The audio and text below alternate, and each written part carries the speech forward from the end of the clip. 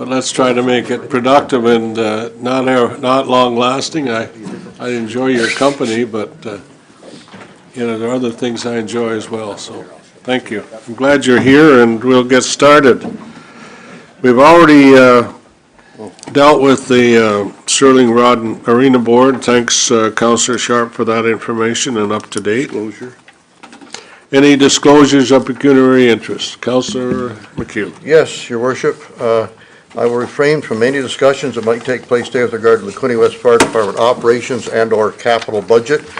Any annual community grants to others, especially pertaining to the Natural History Museum, and any outside agency funding that pertains to cemetery funds. Thank you. That's a dead issue. Yes, it is. Let's bury that one, yeah. It's a place we all want to go, right? Just to visit. Thank you. Thank you very much. Okay, we got a distinguished group here on first. I shouldn't say that. You're all distinguished. Don't get me wrong. Yeah, I can say the wrong thing, can I? Yes.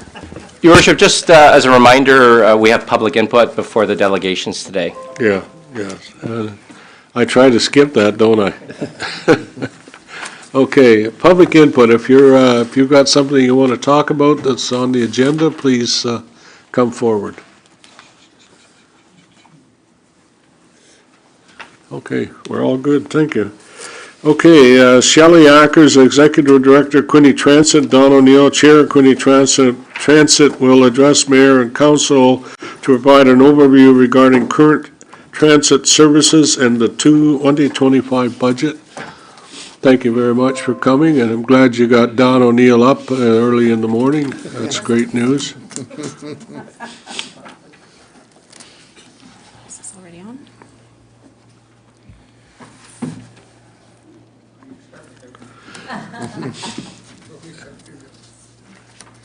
Well, I'm sure glad you're making good use of the facility that you have, and we cherish the one we have now that took over, I guess you'd say, the Public Works vehicles and all the things we have to do, but I'm glad that you're using, and the food banks there and so on, so thank you. We're just wondering when you're going to move out of your present building. Speak in that mic if you want me to hear you. I say that we're just looking to see when you might be ready to move out of that building you're in now. We can take it over. Your hair will be a lot shorter. Just Quinte Transit, as it's now known, some of the old guys still refer to Quinte Access.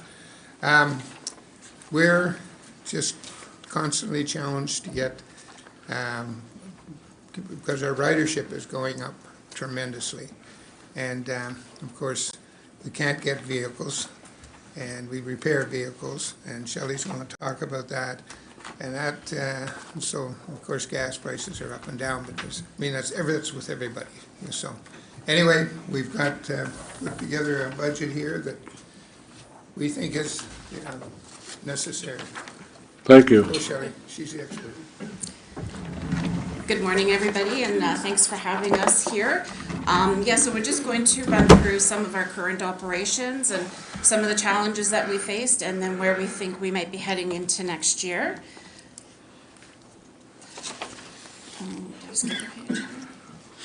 I'm not sure if everybody is familiar with our services, so I'll just recap what we currently are doing. So on conventional transit, which is our fixed route transit, so we have 4 Trenton routes that operate Monday to Friday, 5:30 a.m. to 7 p.m.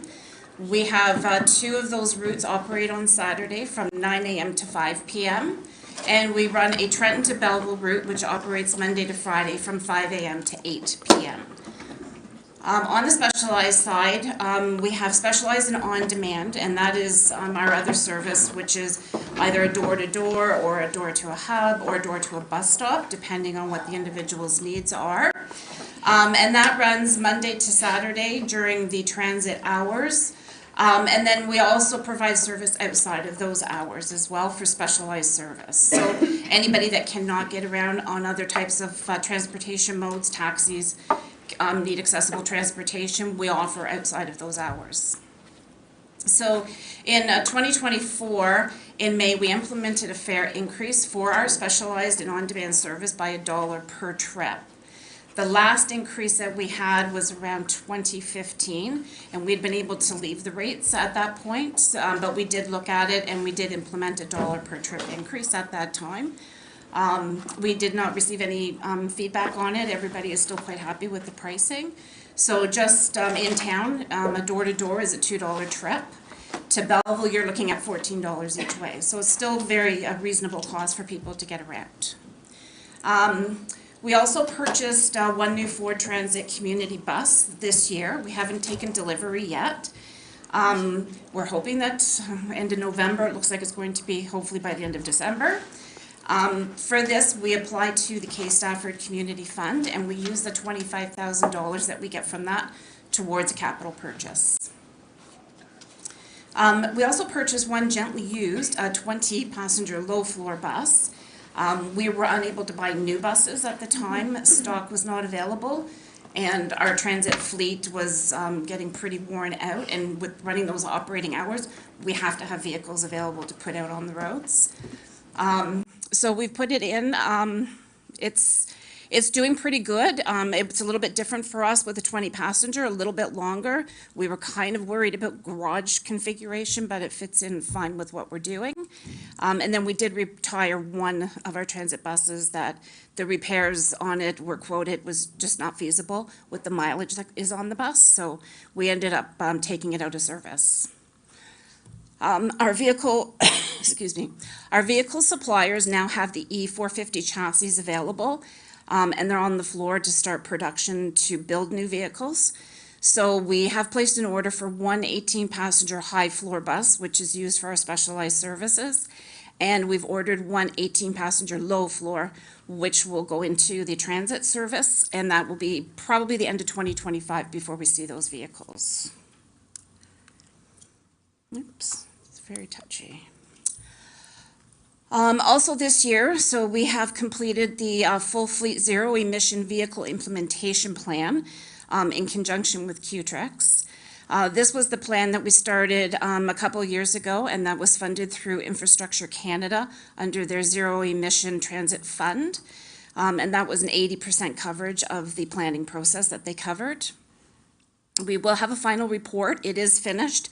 We just received all the information, so we will have it be presented to council sometime in the new year, hopefully January or February, so that we can let you know what that plan entails and see where we go from there. We also partnered with Loyalist College just recently to launch a Rides On Demand app. We had been talking to them about their school transportation, people living out in Quinte West, how do they get to Loyalist College? So one of the things that we talked about was there's an app available where they can go on, they can book their own rides, and it goes into our scheduling software, so it makes it more convenient for them to get around the neighborhood, get to jobs, get to school. It just launched probably about a month ago. We have seen some uptake on it, and so far things have been going pretty well with it, and we're hoping to ramp it up with an official launch of the app itself. This is just a rack card that we've designed. So January, the beginning of January, Loyalist always does an onboarding session for all of the students coming in for the next semester. So we will be there and we'll be promoting the app to all the students as they come into school for the new year. So onto our ridership. So these are all our one-way trips, and in transit, everything is done with one-way trips. So on the specialized and the on-demand service, so January to October comparisons, you can see that in 2024, we have gained momentum. We've far exceeded our 2019. So on both services, we are past pre-COVID numbers, and we're just building at this point. So on the transit side, we're about 7,300 or 73,000, sorry. I just pulled the numbers for November, and we were over 8,200 rides for the month. That's only the second month that we've ever broke 8,000 a month on transit, so things are definitely picking up, and hopefully keep going steady with that. So I'll jump right into kind of the nuts and bolts of why we're here. So we have some budget notes. I'll start with the revenue side. So we do have a projected increase in ridership this year of about 11% on specialized and 5% on 11% on transit, 5% on specialized and on demand. And we're expecting the fare revenue increase probably 13 or 14%. Part of that is due to the ridership increase. Part of it is that dollar per ride that we implemented. It was only a part year this year. I think it actually took effect May. So we will have a few extra months next year where we'll see the increase in some of that revenue.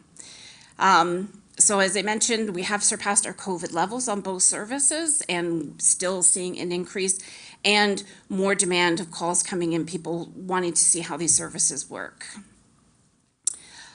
So the on-demand is what's driving some of the increase on our specialized numbers, because that is a service that now anybody in Quinte West is able to utilize. So anybody that does not have access to a bus stop or transit system can call, go through the app, see if they can book a ride, and we will try to facilitate them on one of our routes that are already out. And we then pick them up and we will bring them to a bus stop so that they can carry on and get to where they need to go. Some of the uptake on public transit advertising, Loyalist College did do a bus wrap this year to help promote the services to their students as well. So I don't know if you've seen it. There is a bus driving around. It's kind of a pinky red color with big yellow polka dots on it. Gets a lot of attention, and it's working quite well for them. We've also had 2 or 3 other businesses in town that have looked for bus wraps as well.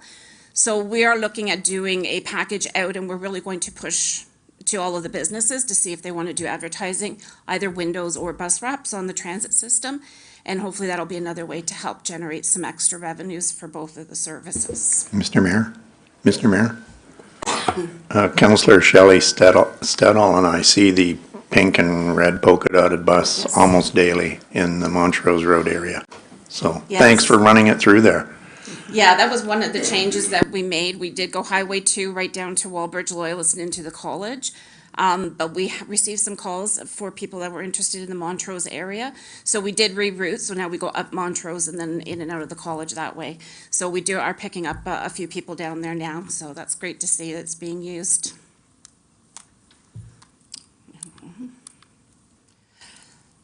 So on the expense side, so the Frankfurt Transit, we had a CT grant, which is a community transportation grant that was through the Ministry of Transportation. And this was a grant that they had issued back I can't remember the actual date now off the top of my head, but it was a 5-year grant. And what it was a grant to help support rural transportation. So we applied and were successful, and what it was to run a fixed route service from Frankfurt into Trenton to try and to connect the two communities, because they didn't have services. They lost their banking service, there were no real doctor services, so everybody had to come this way. Unfortunately, when the project kicked off was right when COVID started to hit. So we implemented the plan and we started running it. However, it was not very successful as a fixed route. We just did not get enough uptake for people that were wanting to take a fixed route service into town. It was kind of long to come in, to spend the time, and then to get back home. So unfortunately, that model didn't work, but we decided to rather move it to that on-demand model where they could book in times that they wanted, and we would then tie them in with our services that were already going in the area. So we would commingle them. That service seemed to have worked quite well for that area, and that's kind of what prompted the on-demand to open up to everybody in Quinte West. So right now, we're about 750 to 800 trips just out of Frankfurt itself that we're able to commingle on our specialized buses, and about 6,000 trips or 6,600 trips from the rest of the Quinte West area, and that's just demand from people that just do not have transportation options. So the increased cost to this right now is approximately about 40,000. The initial project yearly operation was around 120,000 to be looking at fixed route service, because fixed route had to run whether anybody got on the buses or not. So this is a more cost-effective model, and it's better utilized. Again, we're looking at a projected increase on repair, maintenance, and fuel. We're still operating the older vehicles. As I said, we won't get new replacements probably till the end of next year. So unfortunately, fuel consumption is not as great on those vehicles, and the cost of the repairs to keep them on the road, because when something breaks, we have to fix it, we have to get them back up and running. We have to make sure that they're safe. So we don't have a lot of cuts there that we're able to make. We just have to keep it going. And right now with our fleet, we have taken 2 high-floor buses off the road. Again, too expensive to repair for the age and the mileage that's currently on them. However, that leaves our fleet right now pretty much maxed. What we have out every day, if you come to the garage, you probably will not find a vehicle. So fingers crossed, we don't have a lot of interruptions where we're going to have breakdowns.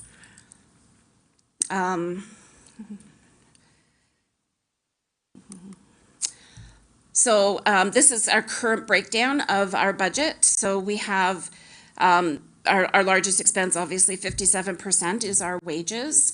And that has 44 people on staff currently, with the bulk of that being our drivers. So we clock about 38,000 hours out on the road every year between all of our services. And we put just under 1 million kilometers on all of our vehicles total. So there's a lot of operating time out there. Of course, our next biggest one will be our license repairs and maintenance. That category also covers our programming yearly fees that we pay for maintenance on our programs. So that's our scheduling software, our fixed route software, which does onboard announcing, next stop signage. That's included in that figure as well. And then our vehicle fuel. Hopefully, prices may come down at the pumps, but we're not optimistic that it's going to come down a lot. So that's just something that we have to pay to keep the buses going. And then our next 3 categories, our office admin and our rent and utilities, and then our insurance cost. So I mean, we're always looking for ways, if possible, to keep the cost down. We do work with Public Works to buy fuel from the yard. We do have visas in case we get stuck or something and we have to have the buses fueled, but the outside purchases are very minimal, so we do get a reduced rate from the Public Works yard on our fuel as it is. So just to look at the overall of basically on the revenues, the more where it comes from, so we still do get the provincial gas tax, and that's money that's allocated each year to the municipality. And it's based on ridership and it's based on your service area population. It's a formula that MTO uses. And that's probably about the share that we typically get every year on that. Of course, the increase in our user fares, that's part of the increase of the price plus to the increase in the usage. We're pretty optimistic that if we keep operating the way we are, we will see a jump in ridership, which should generate some additional revenues. The CEWS reserve, that was the Canadian wage subsidy that we were eligible for during COVID. It's on a declining balance, so we received an amount from them, and the board had decided that we would use that to enhance our employment package and benefits to our drivers. We were having a problem with driver retention. School buses were having a hard time. So we had to look at our package overall and increase it so that we could get some good quality people and retain them. So that's why that's on a declining balance. So we'll probably have enough for next year. And then that will probably be the CEWS money done at that point, because we had budgeted out to about 26 originally. And that's the expenses from the previous page. And that's about I have. So I'll open it up to any questions and see if we can answer them for you. Thank you, Mr. Mayor. Question for you. Does Loyalist College have a scheduled service too, in addition to the on-demand, or no? Yes, that's the Belleville bus that we operate. So it leaves the town center. First thing in the morning, the first run is about 5:15 in the morning, then it gets to Belleville. It goes to the transit depot, so people can transfer for work. At that point, it then goes to Loyalist College, and then comes back to Trenton. With the on-demand app, is there a capability in there if someone knows where the bus is or where it's going? For example, if someone's ordered a bus to Loyalist College, if they go on the app, can they see it's coming to Loyalist College? Yes, so they will. So the app right now doesn't show the fixed route, but it is in development, and we should be able to get that installed hopefully before the end of the year. By about mid next year, they're also going to have a transit planning a component to the app. So you'll be able to put your home address in, and it'll tell you, walk 400 meters to this place. You're going to get on this bus, go here, and it'll walk them right through. It'll even give them the Belleville buses that they need to connect to if they need to go further into Belleville. The last question is on the provincial gas tax. You said your revenues or riderships increased, what, 8%? Yes. So, and you haven't increased anything for provincial gas tax? Is there a direct relation, or is it not, you don't get 8% more if you serve 8% more people? No, it's strictly based on the ridership numbers. In a pot of, like 134 million rides, it's a very small increase. Okay. So it doesn't really impact the gas tax that much. Thank you. And it hasn't increased. Councillor Stedall. Thank you, Your Worship. I just wanted to say, I sit on the board, and we see monthly financial updates on a regular basis in the ridership.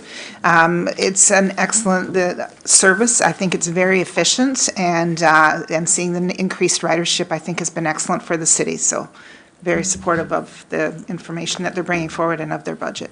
Thank you. Any more this way? Okay. Councillor Allier? Yes, thank you for your presentation and for the service you provide.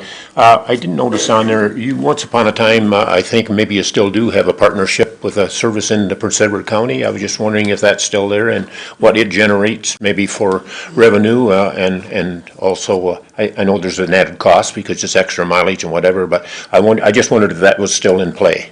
Yes, so we still do operate the service for Prince Edward County, and it is on a contract basis. So all of the costs for that service go back to their contract.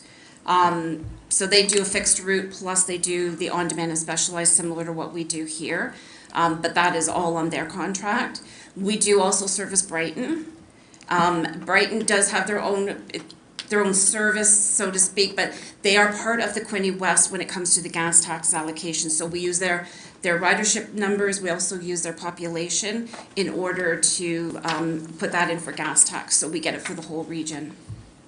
Okay, thank you very much. Thank you. Councillor Card? Thank you, Your Worship. And I wanted to also acknowledge kind of the great community service that you provide. I know there's a lot of folks with mobility issues and economically vulnerable seniors that certainly rely on service, and you're doing a lot of good work. And I know just from personal experience, you support a lot of the community events and community groups, and whether it's to provide rides or support for a fundraiser, I know that you're always there to help the organization. So I appreciate that. I had a couple of questions. So when you mentioned about gas prices, hopeful that they'll come down. I'm curious at what point, if you've looked at strategically with the board, at what point EVs will make sense in terms of kind of gas prices. If you had some sort of number, if at $2 a liter, that it starts to make sense to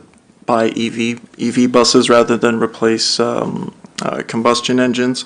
That was one. And then my second question was, what percentage of the vehicles, I'm very excited about the revenue generation from the advertising, that sounds really positive. What percentage of the vehicles are being advertised on now, and what is your goal? What do you hope to achieve advertising wise? In response to the EV question, that'll be part of that plan that comes down. It's all implemented in that, and there's a breakdown in there. So we'll present that to council, and they'll show you the life cycle cost of running 25-foot as opposed to 30-foot battery lives. So we'll have a detailed breakdown and all of that we'll bring for presentation hopefully early in the new year. As far as the advertising, right now, we pretty much just advertise on the transit buses. So we have 7 buses in our fleet. 4 to 5 of those are out every day. So we can do bus wraps on all of them if people did want to. But we're also looking at doing some window advertising on the specialized because they're on-demand buses as well. And we're into a lot of businesses and that. So we are looking at offering window advertising on the other buses. So we do have a schedule that tells you how much it costs per month or for 6 months to run an ad on a bus. I think that's a great idea for more streams of revenue. It's a great idea, yeah. Thank you. I just want to add that, a month ago, there was, Shelley had a meeting here of the Eastern Ontario people in this type of business, and they brought in an electric bus, and that was about a 40-footer, wasn't it? Something like that. Full size. But the thing is, we run with the smaller buses, and they are not making them at all now yet in any kind of an EV. So, right, correct? Yeah, so Yeah, 'cause they'll have that's some models available, but of course, battery life isn't as long. So I do know that right now, currently, if we went with a 30-foot bus, the battery will not last us a day according to the routes that we run. So we wouldn't get enough mileage, so then we have to start looking at fleet size, how do we switch off, how do we charge? Fast charging, I believe they quoted us as like 2 hours, which isn't even a full charge, and then a full charge is an 8-hour overnight. So a lot of implications of what you look at that way when you start looking at it.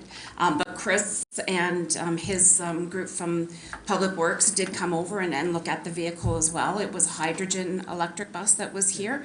So they had a lot of questions and got some information on it as well. Thank you. Councillor Katsovas? Thank you. For the specialized door-to-door, you mentioned it's up $1. What's the total fare if someone had an appointment and you pick them up right at their door? Yeah, so it is a zoned base. So $2 in Trenton, and then $14 if you have to go to Belleville each way. Okay, they're not paying any more than $1 for a premium service or for convenience? That's the total price they would pay. So a return trip to Belleville would cost you $28. Okay, but in town, you're picking someone up at their door rather than a bus stop Yes. and taking them right to the, so what I'm saying is it's a little more than $1? No.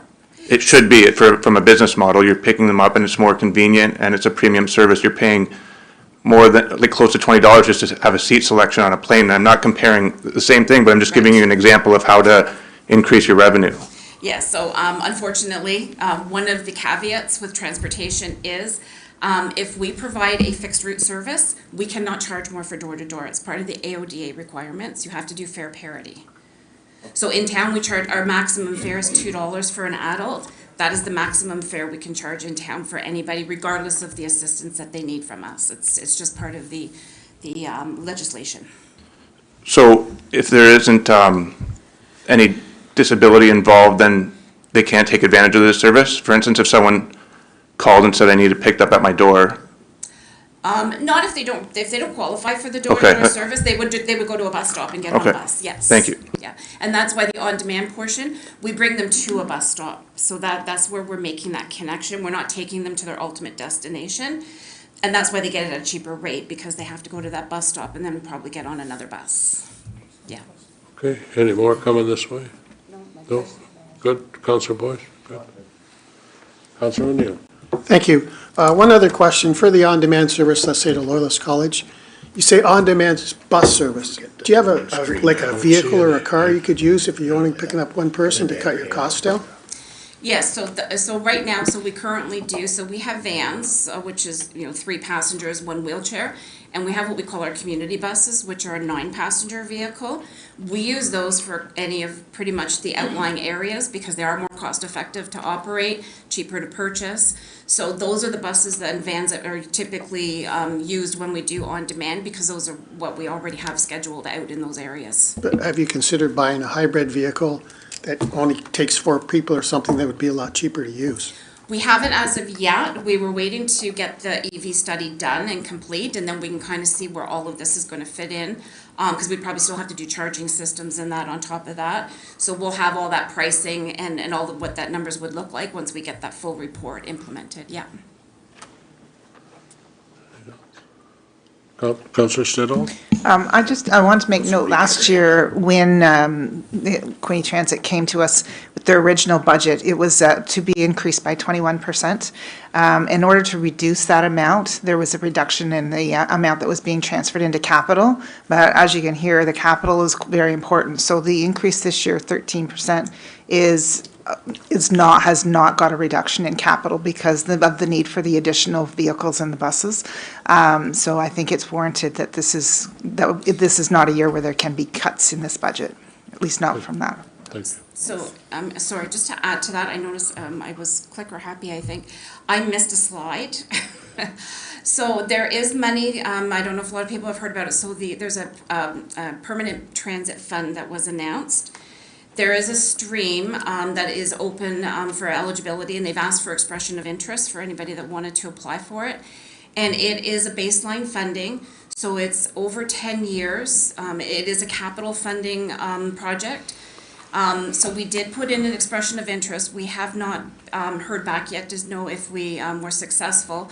But if we are, those funds can be used to either replace existing assets that you may have to keep your services up to date and keeping everything moving forward, or you can purchase new if there's a new project as well. So once we hear if we're successful on that and what that might look like, we're certainly happy to share that out and look at what that could help with some of these costs to get new vehicles and keep them up to where they need to be. Thank you. Thank you very much. It's glad to hear that. Councillor Boyce. Thank you, Your Worship. In order to increase future ridership, has there been any discussion with you and the Board of Ed about subsidized or free rides for students? We haven't discussed that with them. We don't do a lot of student transportation. Just the timing of some of our routes don't work a lot. A lot of the schools that we have here, a lot are still bused. The few in town, we do have a few students that do get on the bus. We have a very affordable monthly student pass as well. It's $20 for a month, just because we know that our service isn't available for a lot of the hours when they're not in school. So we do try to help out for after school if they want to go to the Y, if they wanted to have a part-time job to get them there. But we haven't talked directly with the school board. I think the one thing. Councillor Reid. Oh, sorry. Councillor Reid, question or comment? Thank you. I think Dawn wanted to interject there something. Just saying about the cost, our ride to Belleville is $14, and that goes to any place, right? Mm-hmm. Yeah, to the hospital, whatever. Compared with taxi, it's $40 each way. So, I mean, we've raised $1, and that's not a big deal, I don't think. Thank you. Go ahead, I'm sorry. Councillor Reid. Thank you, Shelley, for your information. It's wonderful, and I'm so happy to hear that Frankfurt is still continuing it on demand, and I talk to lots of people and they really enjoy it. You've mentioned the pricing in Trenton. You've mentioned the pricing going from Trenton to Belleville. What's the pricing going from Trenton to Frankfurt if there's a need for that? So on that one, the on-demand is $4 each way. Mm-hmm. Again, that's if they can utilize a bus stop. It's $8 if they need the door-to-door on that one because they don't have fixed route service. We don't have to do fare parity on that particular service, so we can charge a little more if we do have to assist somebody a little bit further. But the on-demand is $4, but they're usually having to connect to another bus and then continue their ride from there. It's still very reasonable, certainly, and an excellent service. Right now, it's set at $2 in Trenton, which I think is very, very reasonable. Are you mandated to keep it at $2, or is there a way that you can increase it to $3, which is still a very, very reasonable way to get around in Trenton? Not that I'm anxious for people to pay more, but I just thought might help offset your costs. But I didn't know if you're mandated to keep it at $2. So we're only mandated to keep the price for the specialized the same as the highest price on our transit, which is currently $2. We had talked about it previously of looking at increasing our transit fare. The only issue that we had, and based on our ridership, some of the feedback that we got, we are still an hour service turnaround time, so we don't have as much service available. It's something that I think if, we were to look at splitting routes up and maybe making them a little bit faster on a turnaround, then I could see us doing an increase on pricing then, because they're getting a more convenient service. But with a lot of our clients in town that use the service, the $2 sometimes is even a stretch for them. I think some pay with buttons sometimes, but you don't know till you empty your little box out at the end of the day that somebody just didn't have the money to pay for their ride, so. Well, thank you, Shelley. You're providing a wonderful service. Thank you for your answers. Yes, and you certainly are going the right way, up in ridership. CAO Angelo, you got any, I know you sit on this committee, and have any comment at this time, sir? Not at all, Your Worship, other than it's a fantastic service in our community, and I truly support that. The collaboration we have between the city and Quinte Transit is really an exceptional type of community collaboration that we do have, where and as Shelley had mentioned, when the hydrogen fueled bus was over at the Trentport Marina, myself and a couple of our mechanics came over and took a look at that and asked some really interesting questions about that type of service, because we're looking at that as well, electric and hydrogen fueled and different types of vehicles going forward in the future. So it's really a great service that they provide in our community. Thank you, thank you. Okay, Councillor Freeman. Thank you, Mr. Mayor. I just want to thank Shelley and the board and your staff. I've had to call in for other people, including myself and my daughter on occasion, and they're so knowledgeable and so helpful and get back if they don't have the information you need. And it'll still be, as long as I've been on council, one of the things I'm proudest of is introducing that bus, because we knew it was going to cost a fair amount of money and not make money for quite a while. But thank God we took advantage of the nerve and the need, and we did it. And thank you all for everything you do for us. It's a really wonderful, wonderful addition to Quinte West. Okay, well, thank you very much. Councillor McHugh. One question, Shelley. Again, you're doing great work. You mentioned about sometimes not being the right amount of fare in the box in the day. What are we doing for the less fortunate amongst us? You may be homeless, but you still might have a marginal job. You still may need to go to a doctor's appointment or go for a job interview. What are we doing to help those folks? Yes, so there's a couple of options available. Ontario Works does work with a lot of people and provides bus passes. They buy yearly bus passes from us, and they will give them out to folks that are maybe trying to get to jobs and get their family where they need to go. We also work with the warming center. So we do a ticket that is available, working with the group downtown as well, and the warming center. So we provide tickets. So anybody that cannot get to the warming center in the winter, they can get free tickets, and they can just get on the transit system and get there and get out of there in the morning to get to a safe place. Thank you. Okay, anyone else? Well, thank you very much. I imagine, CAO Angelo, what's our process here today? We're going to try to listen to everybody and... That is correct, Your Worship, yes. Okay, thank you. Thank you. Thank you very much. Okay, next is Kelly Brace, Executive Director, and Mr. Jeff Cudmore, Food for Learning Committee Chair, and present an overview of Hastings and Prince Edward Learning Foundation program and request some financial support for the Food for Learning. Thank you. Good morning.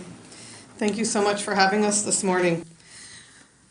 I want to share a little bit about the Hastings and Prince Edward Learning Foundation. As you see on the screen, from kindergarten to graduation day, that's our goal, is to help reduce obstacles to make sure that every student that starts kindergarten has a clear path through to the graduation stage. And we do that through a number of core programs. In addition, we provide the Hastings and Prince Edward District School Board resources that also contributes to student success, and they fill in the gaps between what the government provides and what students in classrooms need. Much like a hospital foundation, the government provides funding for basic school operations, but they don't provide everything, and that's where the Learning Foundation comes in. We're here today to talk about Food for Learning, and I know that you're all very familiar with the Food for Learning program.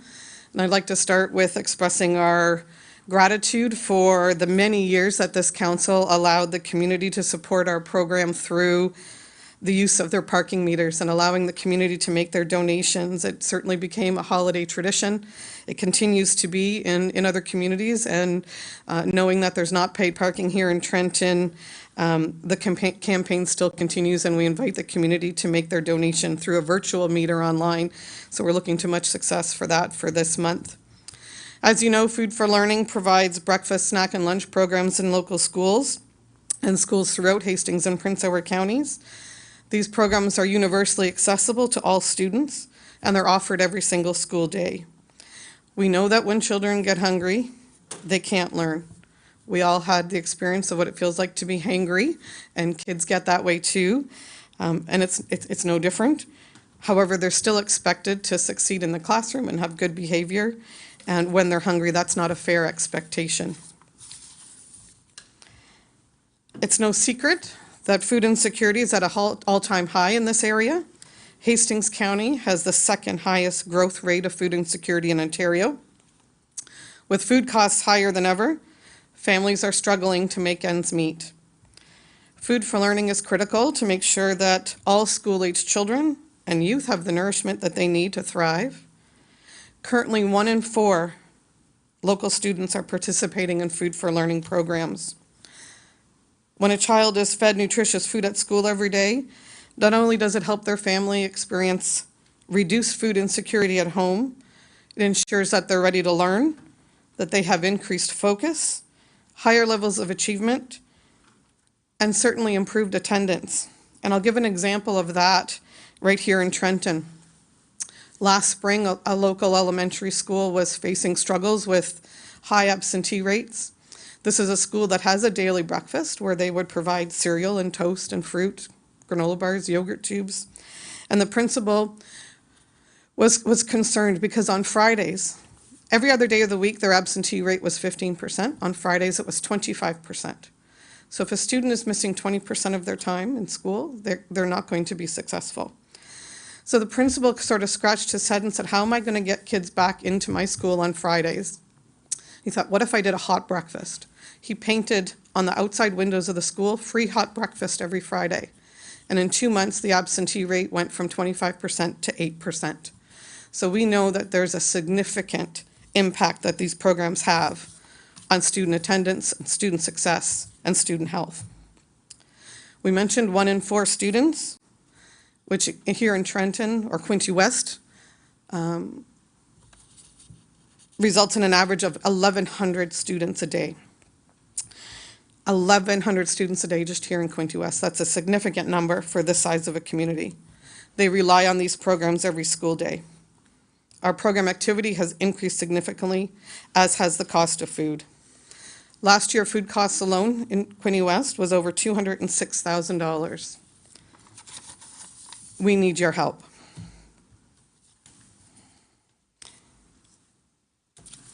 Is that me? Okay.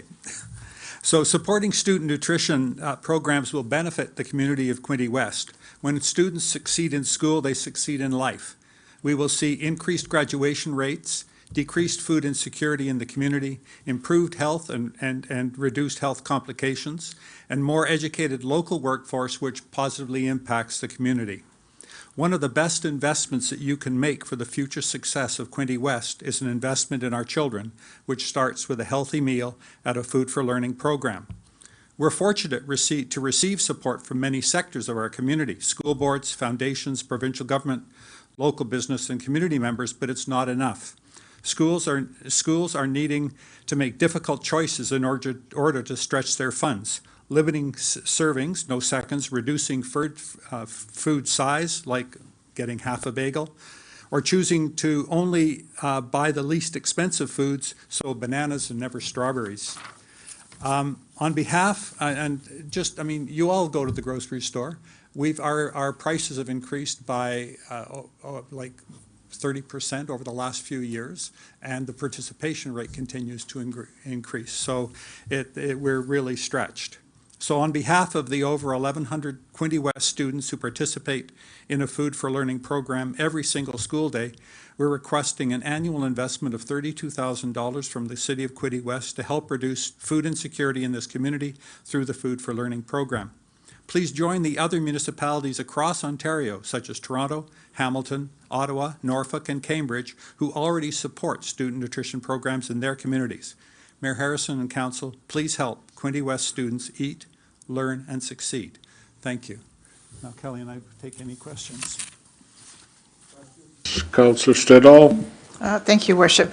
I know this program's been around for a number of years, and, I know that the uptake has been increasing, but I guess my question is from the other side. So when the kids go to school and they feel that they need to eat, there's other kids that may frown on it. So I think it's been opened up so that everybody can eat. Anyone that needs, a meal can have something. But there are children that are using the program where their parents actually have the ability to pay for them to have it. And those parents may be interested in making donations to help the other kids. Is that an opportunity that is open? Absolutely, and something we encourage. All schools continuously put the message out to parents to contribute when they can, whether it's with food donations. Many schools do food collection as opposed to dollars, which helps the bottom line in the exact same way. One of the joys of the program is that universal accessibility. And a lot of times, hunger is the only criteria. So even the most affluent child, if they forget their lunch on the school bus, they're just as hungry as those children that live in poverty. So we don't assess what that need might look like, which is what the universal access, but absolutely, that is something that's strongly encouraged. It hasn't yielded as much as possibly it could, but it's something we continuously put that message out to. And we work very closely with schools to try and encourage parental contributions. Thank you. Councillor Sharp? Thank you, through you, Mr. Mayor, and thank you all for your presentation and this program. And food insecurity is an issue throughout our area for sure. I wanted to, if you could speak to the contribution of Hastings County. And the reason I say that is we give about $13 million to Hastings County, and we're always just mindful of not duplicating contribution giving to them to give to you, if you know what I mean. And so I'd like you to speak to that, if you would. And also, if you could highlight what happens is this program through the school year is wonderful, and then in the summer, the kids don't have anything, these same children. And I understand through Human Services and your organization that there's a program, we've heard about it at Hastings County, that you deliver in the summer because the children that benefit or enjoy this program are no longer in school for 2 months. So if you could speak to that program as well. Thank you. So starting with funding from Hastings County, the Learning Foundation is fortunate to receive a grant from Hastings County. This year it was $75,000. $50,000 of that goes to another program called the Sharing Cupboards, which also supports food insecurity for students, secondary students, where they can take food, they can go to a nutrition pantry, they can shop for food, make their food choices that they can bring home. So different than Food for Learning where it's in school, this is another program that helps to reduce food insecurity. So $50,000 of the 75 goes to the Sharing Cupboards, 15 goes to Food for Learning, and $10,000 goes to the Student Emergency Fund. And part B of your question, the summer program, something we've been doing in partnership with the county for about 15 or more years now. We provide $25,000 of local fundraised dollars back to Hastings County every summer so that they hire summer students that do the actual food delivery for students living in social housing, that they have daily access to food through the summer months so that they don't experience regression by the time September comes along. Councillor Boyce. Thank you. I had an opportunity several years ago to volunteer for a year at a school, and what an eye-opener. And there was so many kids from just so many walks of life, and there were often kids that the parents had to go to work beforehand, And so, like, I mean, opportunities for smoothies, you know, the parents wouldn't allow them to use electrical things, so they looked forward to coming in and actually having a smoothie when I made it and things. And my question is, you used to do the visual meters, and now here you're doing the virtual meters. It surely can't be the same results. I know with the actual meters, people, when I was in Belleville, they would donate regardless, but the virtual ones must not have the same effect.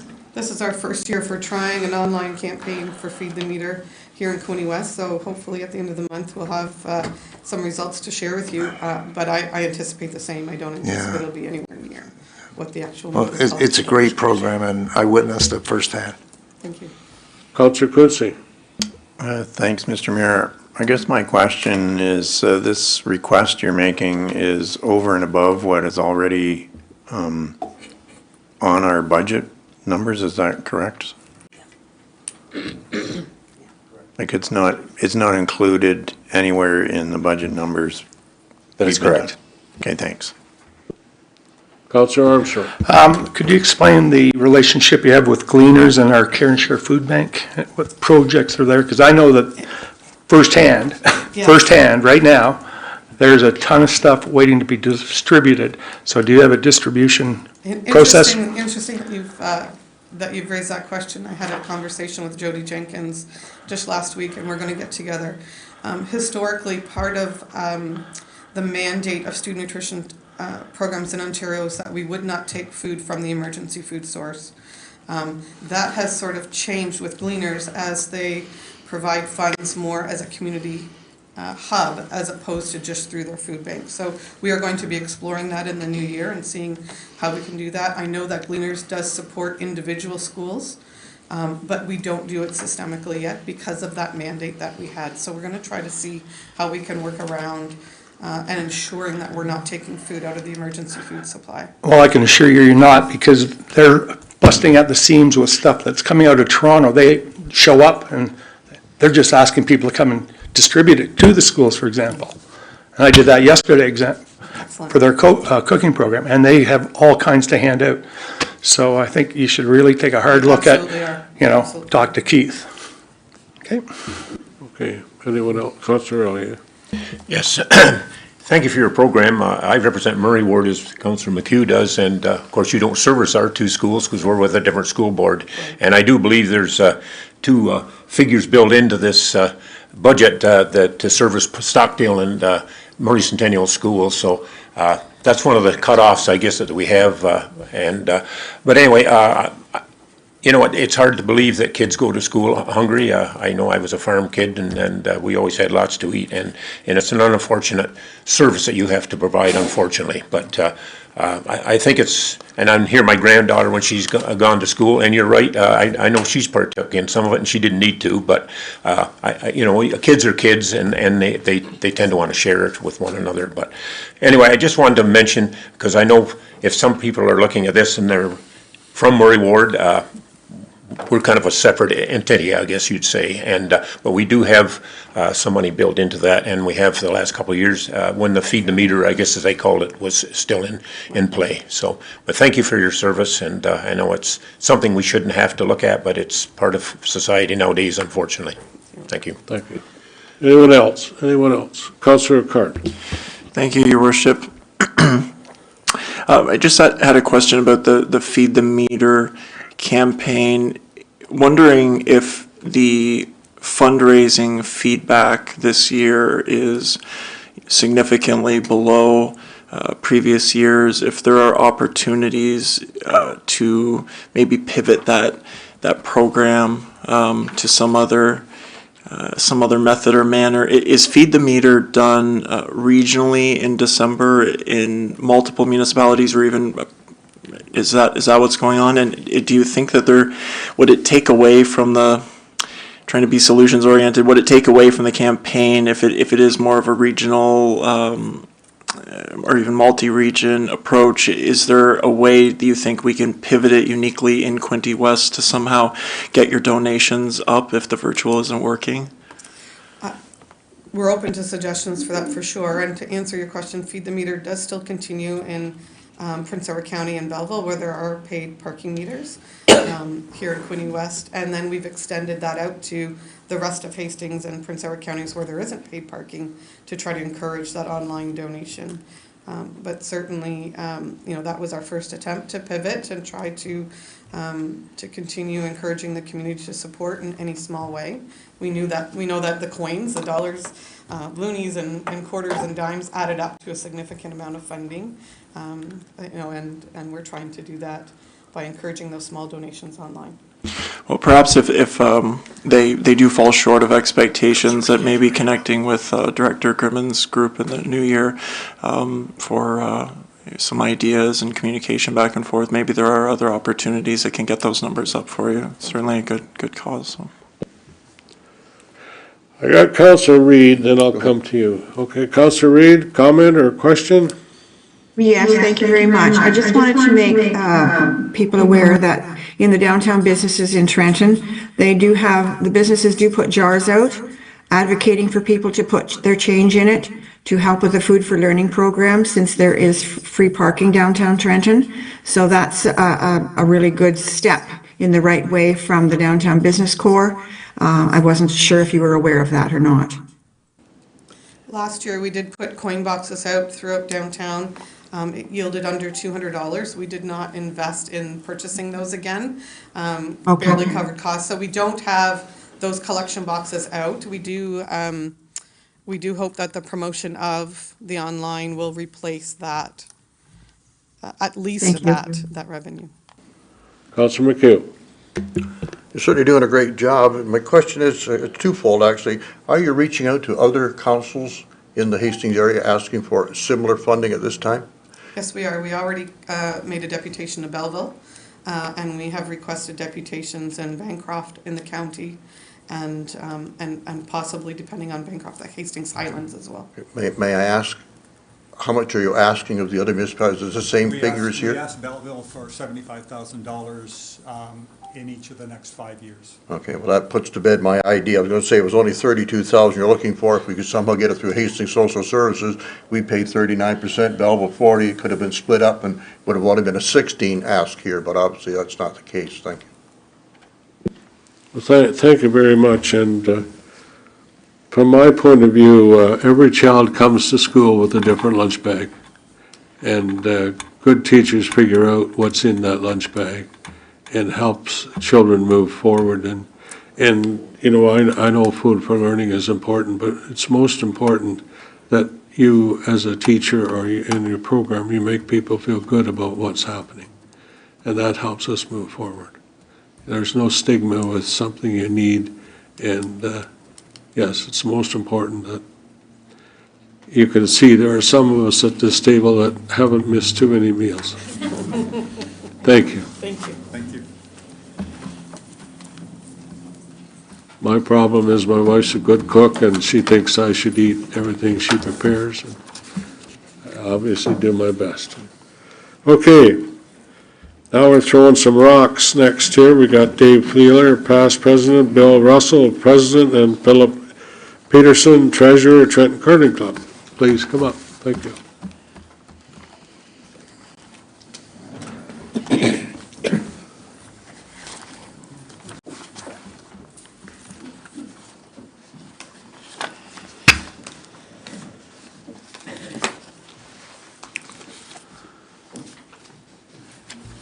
Okay, thank you for having me.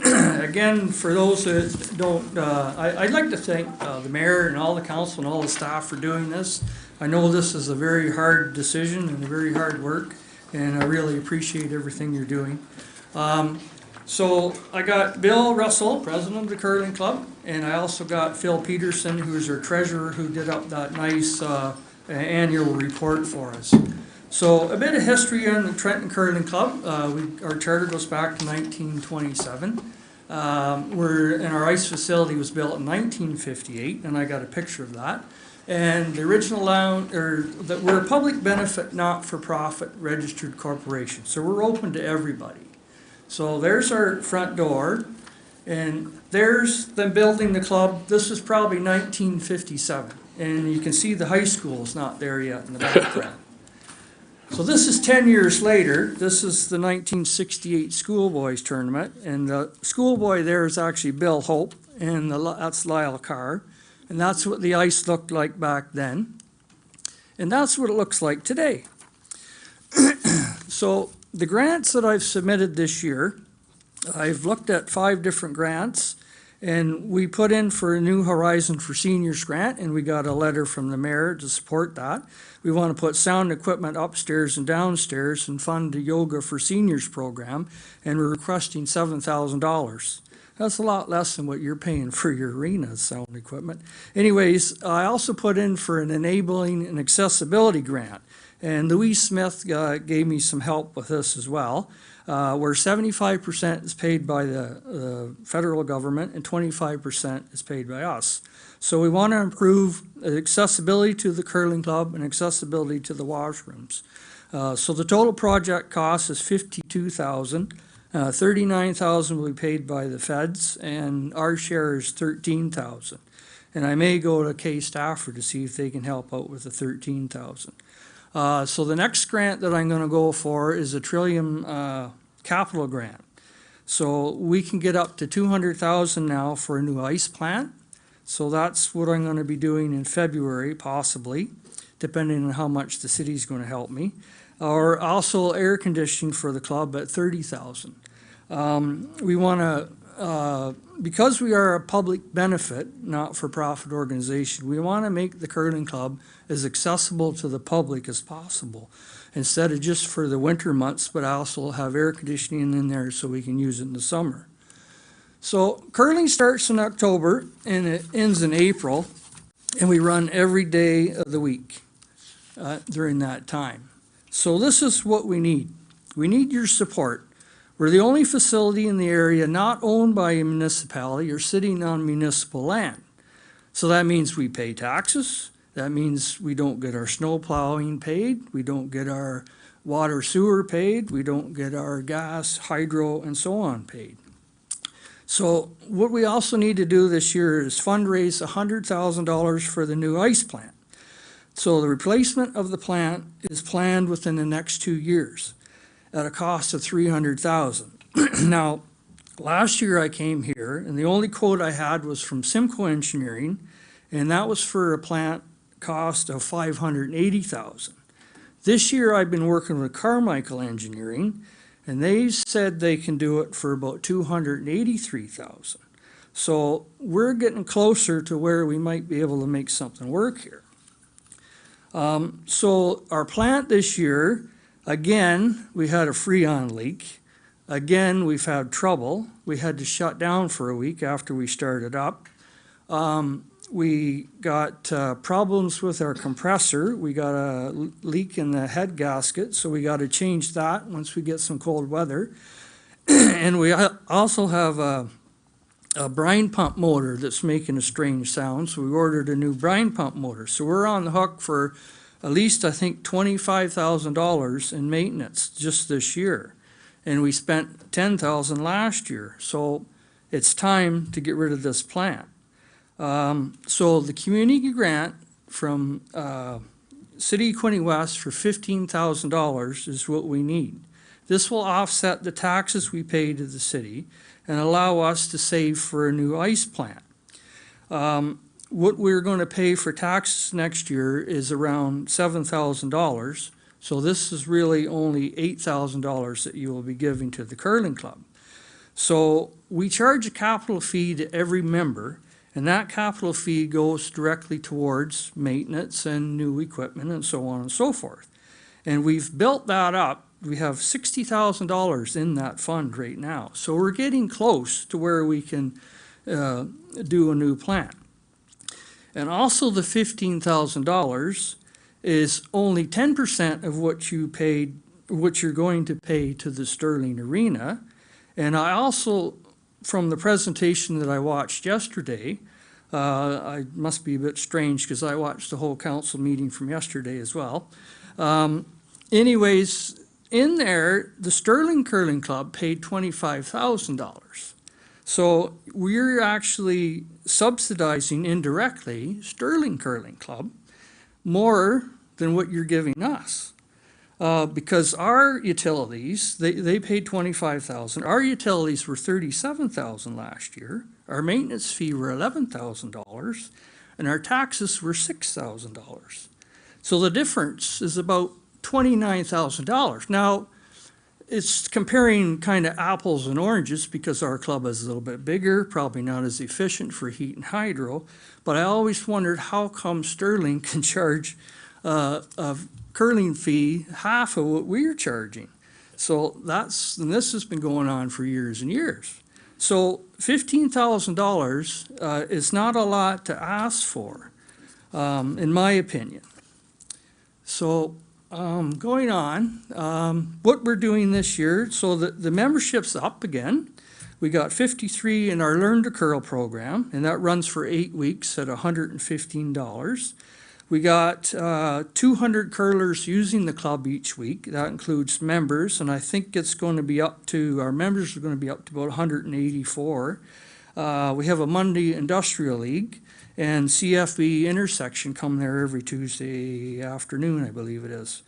So TCC and community fundraising. So community living was up there, and we gave them an ice rental for free. And we do this for all charitable organizations or not-for-profits that want to raise money, and they raised about $4,000. And we just basically broke even from the profits that we get from the bar. Something else we've started is line dancing on Mondays. We did that last year as well, and we are doing yogas on Thursday morning, and the line dancing's Monday evening. And the one other thing we're doing is the Trenton Community Curling Day. So mark your calendars, Saturday, January 18th. We're actually going to do a fundraising for ourselves for the new ice plant. So we're looking for teams. It's $200 a team or $50 a person. We're looking for businesses to come out, and you don't have to know how to curl. We'd love to see the counselors maybe put in a team against the staff. I know Caleb and David Clacy were up there one time curling. And last Saturday we had all the firefighters there, so they're all trained on how to curl. So we'd certainly like to have you guys come up and spend the day there and bring your checkbook if you'd like. That'd be helpful. These next two slides, I went through these last year. This is the importance of Trenton Curling Club and the importance of curling in Quinte West. So I'm not going to take the time to go through that now because I know you got a busy day, and I'm sure you understand how important the curling club is in this community. I'll leave those for you to read or ask any questions. So I'll leave it here with my little curling princess. This is my granddaughter when she was raising funds for Curl for Cancer. She's a teenager now, but she'd probably be embarrassed if I show this picture. So, any questions? Thanks, Dave. Appreciate all the work you do, and you're certainly living on a line that's difficult, I understand, and obviously when you're inviting us to curl, a dangerous practice. So we can teach anybody. Yeah, it's not the curling that bothers; it's the fall that hurts. Anybody? Councillor O'Neill. Thank you, Mr. Mayor. Thanks a lot for your presentation. I see the assistance you provide to organizations. I was at the Community Living Quinte West. You not donated the facilities, you also donated people to help teach the people. Yeah, that's something else we do. We have coaches, and even for the rental from the firefighters, I think we had about 6 or 8 coaches up there last Saturday night as well. And even Pathways to Independence, when they can't use the Y in the summer, you've let them use your facilities. So I've seen the extra you're doing besides the statements for the whole community, and I thank you for that. We do. Thank you. Councillor Sharp. Thank you through you, Mr. Mayor, and thank you for your program and all the work with the Curling Club. I like your approach in terms of having members pay a component to the capital and that your plan to go forward. Just a question regarding the air conditioning, and I do hope you get the grant.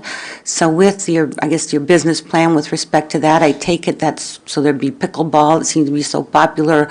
What kind of events would you hope to host in the summer? The air conditioning is really just more for the lounges Rentals? upstairs and downstairs, not for out on the ice. Not for out on the ice? Not at this time. We want to start there, and we can see, because our rentals are increasing, because Heroes Landing's shut down. Right. So I know they had a wedding up there, upstairs in the fall, and it was pretty hot up there. We do have some window shakers up there, but they're just not adequate. And also, we want to look at putting in heat pumps, and so we have a radiator system right now, the most inefficient heating system you could put in a building.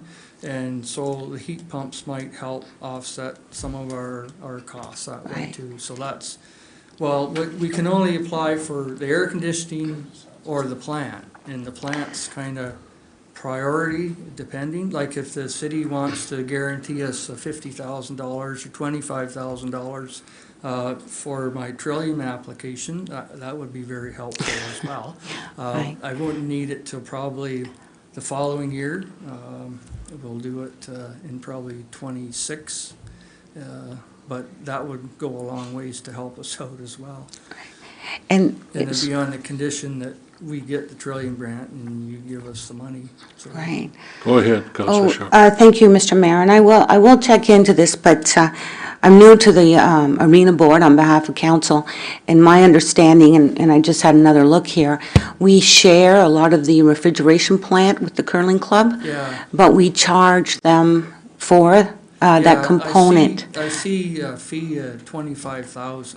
That's right. And I'm not. That's the revenue they give to us, and then they give, us, the Arena Board budget, $25,000 from the curling club to offset the maintenance cost, which is in here is $10,000, and then we work to charge back the shared equipment because we can't separate it. Right. That's part of our challenge. So I just wanted to kind of clarify that particular piece, but I'd be happy to get more information. It sure looks like that I always wondered why they were doing, when it's for municipalities, putting money in there. And we don't have any kind of deal like that. Yeah. If we had some kind of an agreement with the city as well. Right. That'd be great too. And this was started in 1976. It's a legal document when that part was built. And so we all have our percentages and so forth. So just a little background, but I just wanted to address the curling matter. Okay. Thank you. Councilor Card? Thank you, Your Worship. I had a question, also a comment. I think the Community Curling Day is great, and I've been speaking with Carolyn through email and hope to get some fellow councilors or senior staff, maybe get some teams. It could be a fun day. And I know that you mentioned that this year that you're fundraising kind of for internal, for the plan, some of these capital costs, but in previous years, as I understand it, you've done United Way and other. Last year we did the United Way, same kind of format, but we did it for the United Way. Right. And if any not-for-profits call us.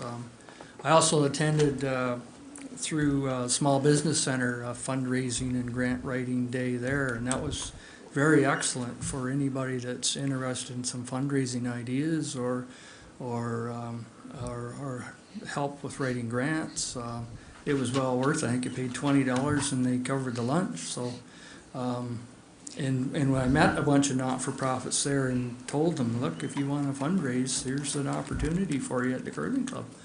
So that's great. I kind of a larger macro view question. Is membership trending down over time, and is one of the challenges, like, is curling, we hear about a lot about the sports, that popularity is rising in terms of sports and recreation. Pickleball obviously mentioned a lot. Is curling kind of on the downtrend, and is that not for us now? We're actually going the other way. We're up quite a bit. Okay. I think we're looking at maybe 183 members. I think 3 years ago we were down to like 110 members, so we're going in the right direction. But 53 learn to curls. If we get half of them join as full members, that boosts us well. And we had over 50 last year in our Learn to Curl program, almost more than what we can handle. So we're running 2 days. We're running a Sunday afternoon as well with some of the Learn to Curls. And we'll do another start up in January for anybody else that wants to learn to curl. I think it's a good approach. You get more novices, newbies in the door, they take to it, and yeah, hopefully convert them to members. But anyway, thank you. Councillor Armstrong?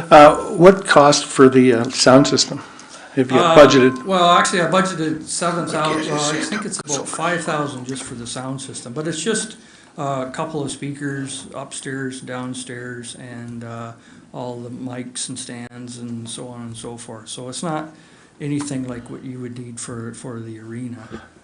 Because that might be available. Oh, okay. Just thought I'd throw it out there. I got the grant in there. Well, if you want to bring it over, we won't say no. You can, if you can make it work, fantastic. Councillor Katsovas. Thank you, Mr. Mayor. Just a hypothetical, if the 4 municipalities were to decrease funding to Sterling, which would in turn cause them to increase some of their membership rates, would you see some of them come to Quinte West, or no, because it's too far of a distance? They have their regulars and you have yours. Probably not. I know we have had some Trenton members curl in Sterling as well, but we have members. We have one member who lives in Tynedega Township that curls in Trenton. So we have members from Ameliusburg. I live in Consacon. So we have members a lot of members from outside of Trenton that curl there, actually. But probably not Sterling. It's far enough away that people would probably, I know when COVID hit, I was actually thinking about curling in Sterling because our club was shut down. But Sterling ended up not opening either, so. But it's not, it is possible that they could curl in both places, but, yeah, they do, we can't compete with their rates they charge, so. And I see why. Okay, well, thank you very much. Before you leave, I want to compliment your ice maker, because anytime I'm there, it's a fantastic sheet of ice. Yeah. Yeah, He was actually taught by Shorty Jenkins, who's in the Hall of Fame for ice making, so. Yeah. And so was the Sterling ice maker as well. Yeah. Well, it certainly adds to the desire, if you want to curl, the quality of your ice and so on, so. Just anything, yeah, go ahead. One thing to add, and that is that somewhere around 60% of our membership are seniors. And these are active people. Curling keeps them mentally active because it's chess on ice. They need to strategically think. It keeps them socially active because there's always a little bit of after the game sort of talk and discussion of how it went over a beer perhaps or coffee. And of course it keeps them physically active, and that's something that, you know, in this time of isolation of seniors and loneliness, getting seniors out and doing something is a benefit to the larger community. We're not paying perhaps for the social programs and the medical programs that the province pays, but I think that there are sort of indirect spin-off effects in terms of having healthy seniors. And we have somewhere around 120 seniors right now who curl with us. And that, judging by the Learn to Curl, we're getting more seniors in. So, that's great. You know, helping out seniors and making them physically active is probably not a bad thing. Well, that's good, and you got one senior that really needs it. His name's Don O'Neill, so thank you very much. Okay. Thank you. Thank you. Thank you very much. Okay. Dave Allen, President and Chief Executive Officer of the YMCA of Central East Ontario. Come on in. Thank you. Morning, Your Worship, members of council, and city staff. It is once again my privilege to stand before you today to reflect on the incredible 15-year partnership between the City of Quinte West and the YMCA. 15 years, what an achievement. It's hard to believe that the John Williams branch has been in operation for over 15 years. Time really does fly when you're having fun. It's been a rewarding journey of growth, challenges, and meaningful impact. The John Williams branch is not just bricks and mortar, but rather a place where magic and a sense of belonging and community happen every day. This, of course, does not happen without the outstanding and dedicated staff team that we have at the John Williams YMCA. I know that a few members of this council experience that magic every day, so you see it firsthand. This partnership, which is built on a foundation of mutual respect and trust, has enabled us to reach new heights and at times navigate through difficult periods. We've seen the high of opening a brand new YMCA facility, allowing us to serve and impact the lives of thousands of people across the region. The stories of personal transformation, health improvements, and communities coming together to continue to inspire us every day. Of course, like many, we also experienced some lows, particularly the difficult 3 years during and immediately following the pandemic. It was a tough period for us, but thanks to the support of this wonderful community and unwavering commitment of the City of Quinte West, we emerged stronger. In 2023, we celebrated a significant financial turnaround after some really difficult years. I'm happy to report that 2024 has been another successful year. I cannot stress enough how much we value the relationship we share with you, the members of council, and the dedicated staff at the City of Quinte West. Your support has been essential to our ongoing success. I want to acknowledge that it was not easy standing before you and this council 2 years ago and again last year requesting operational funding. The decision to make those requests was not taken lightly, but your willingness to listen and to help us navigate those challenges was truly appreciated. Last year, the City of Quinte West generously provided the John Williams YMCA with a $30,000 operating grant. We know that many of your partners have also come to you for increased funding requests this year and some that are significantly higher than ours. We recognize the financial challenges that you face in your crafting of a balanced budget each year. We want you to know that we are here with you and committed partners every step of the way. In that spirit, I'm pleased to inform you that after careful consideration and consultation with staff and our own board, we will not be requesting any operational funding from the City of Quinte West for the 2025 budget. Instead, we look forward to working with you and your staff to explore potential strategies that could generate additional operating revenue for the YMCA that will ultimately better serve the community. However, as per the agreement with the city having ownership of the building in your hands, there are a couple of key capital items I'd like to bring to your attention that I know that you've already looked at. I understand that staff have included the replacement of the therapy pool liner and repair of the steam rooms in the capital budget for 2025. These are crucial items for us, and we kindly ask the council consider approving them as part of your 2025 capital budget. Ensuring that these repairs and replacements are made will help us avoid prolonged shutdowns that could disrupt our members' experiences and ability to offer essential programs and services. A planned shutdown for these repairs will allow us to minimize any impact on our operations, especially for the therapy pool, which serves upwards of 15,000 visits or users per week. In closing, I would like to once again express our heartfelt gratitude to Mayor Harrison and entire council and the dedicated staff for your ongoing support. Together, we have built something truly special here in Quinte West. We look forward to continue to working alongside you and serve our community for many years to come. Thank you. Well, thank you. Just a question, you are indicating you have to change the liner. That wouldn't be caused by one of our council members, would it? Well, I know there's been some concerns with Councillor O'Neill. I didn't. Oh, I'm sorry, I shouldn't, I didn't realize it was a secret. No, it's nothing to do with Councillor O'Neill. Okay, I just wanted to make sure, that's all. Thank you. Well, It's gonna get me now. I'm going to get back at you now. Go ahead. No, thank you, Mr. Mayor. Your capital items requests were already approved yesterday, so. Wonderful, thank you so much. Except for the water. That's, okay. We didn't approve any water. Councillor Card. Thank you, Your Worship, and I want to thank Dave for coming today, and certainly not having the operational subsidy ask is very positive, and just want to say that I hope we can work closely over the next year.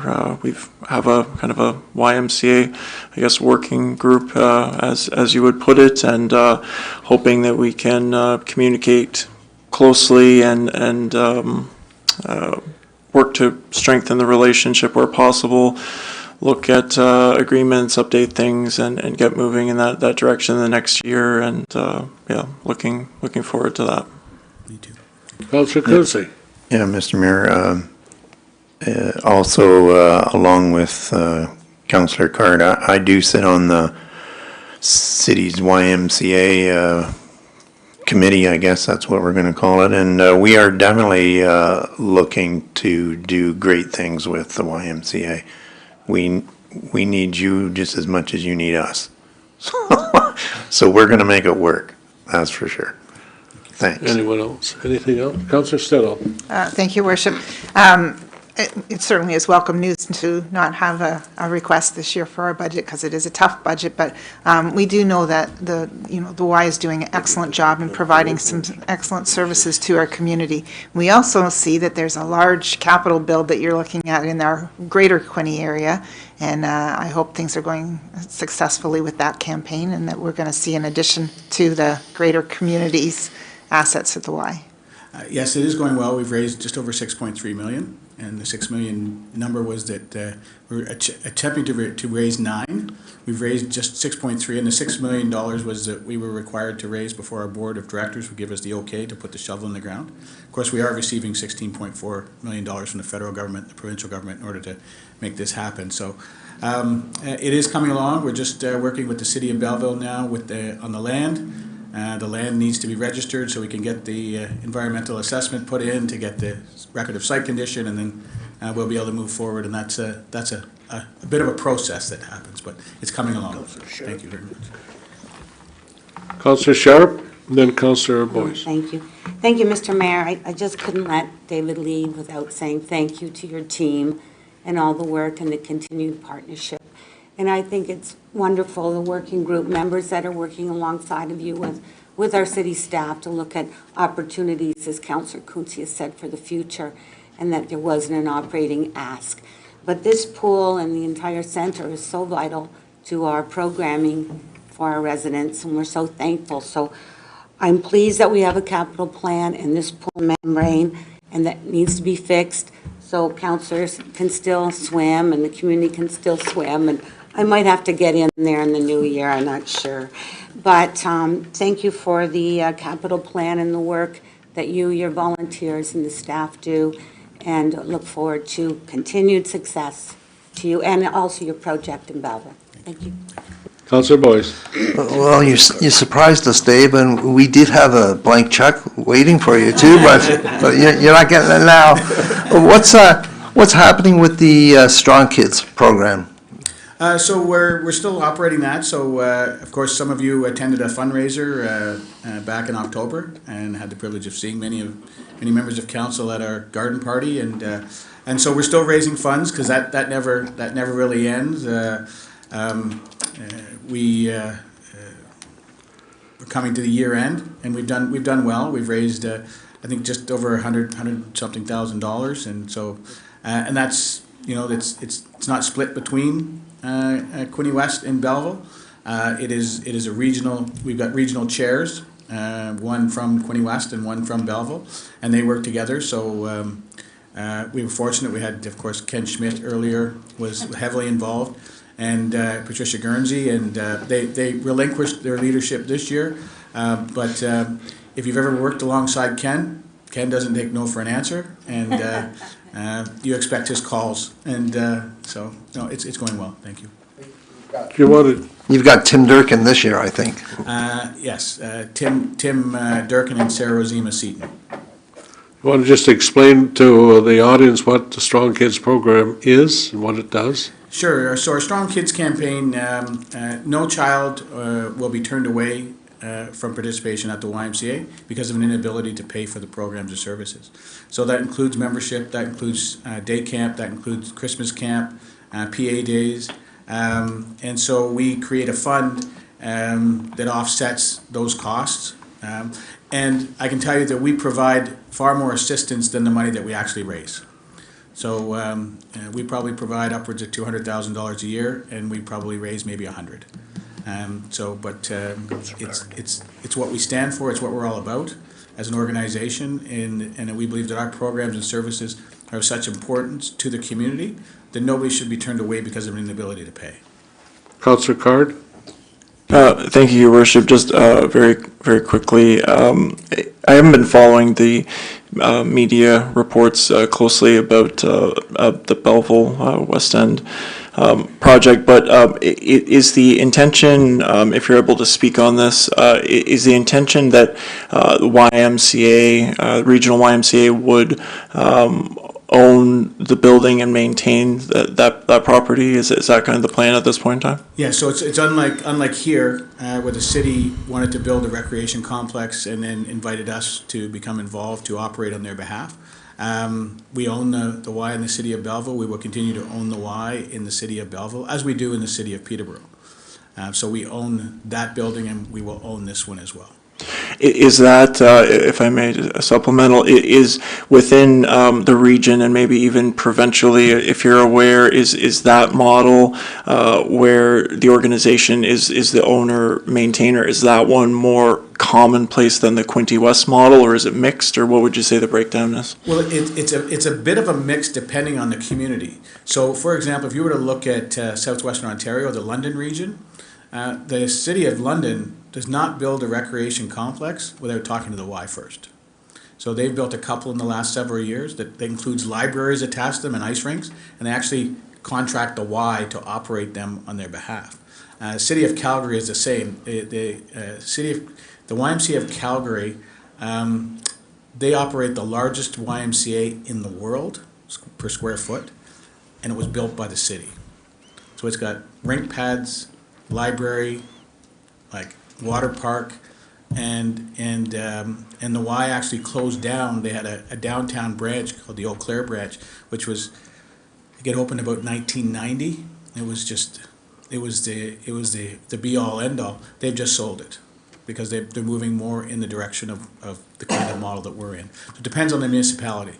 YMCA of Toronto tends to build their own. Okay, thank you. Well, before you leave, a couple of things. One is you mentioned London, and Hunter Brothers are there, and they built a new arena facility, and they put a lot of money in it, but that's part of their life. And maybe you'd just like to mention these, what we have here and what's coming up with called Red Nose.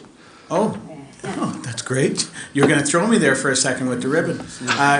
Well, and you and yourself and Councillor Allier were there, of course, and I believe Chief Whalen. And the chief was there as well for our Red Nose launch a couple weeks ago. So we opened last Friday, so Operation Red Nose launched again, and we started last Friday and Saturday. And I think we had, and I don't have the numbers, but well, I do. It's off the top of my head, but we had like 123 rides, people that we got home safely over the course of those 2 nights. And we run now every Friday and Saturday evening between now up till Christmas, and then the weekend after Christmas, I think it's the 28th and 27th and 28th. We will operate again the Friday, Saturday, and then again on New Year's Eve. And the idea is, if you're out celebrating the holidays and you have a vehicle and you feel that you've maybe had an extra drink that you probably shouldn't get behind the wheel, and even if you don't, even if you don't think, maybe just don't take a chance on it, call Operation Red Nose. We'll come get you and we'll bring you and your vehicle home safely. So you can get up in the morning and know that your car's parked in the driveway. You don't have to go worry where it goes. That's right. Thank you. Councillor Allier. Just congratulations, Dave, and thanks for the good news. But further to that, you might add that any donations that are collected are going for the kids at the YMCA too. So it's kind of an extra incentive, I guess, for people to think about or whatever.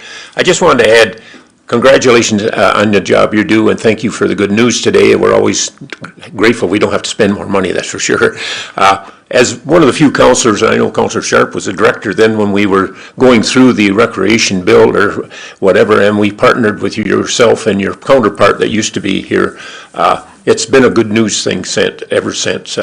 I know when we looked at the projections of what we were going to get for membership, they were about half, and then it actually surprised us what we ended up with, and it's just been a great success up to COVID, and then things kind of went to hell in a handbasket, unfortunately.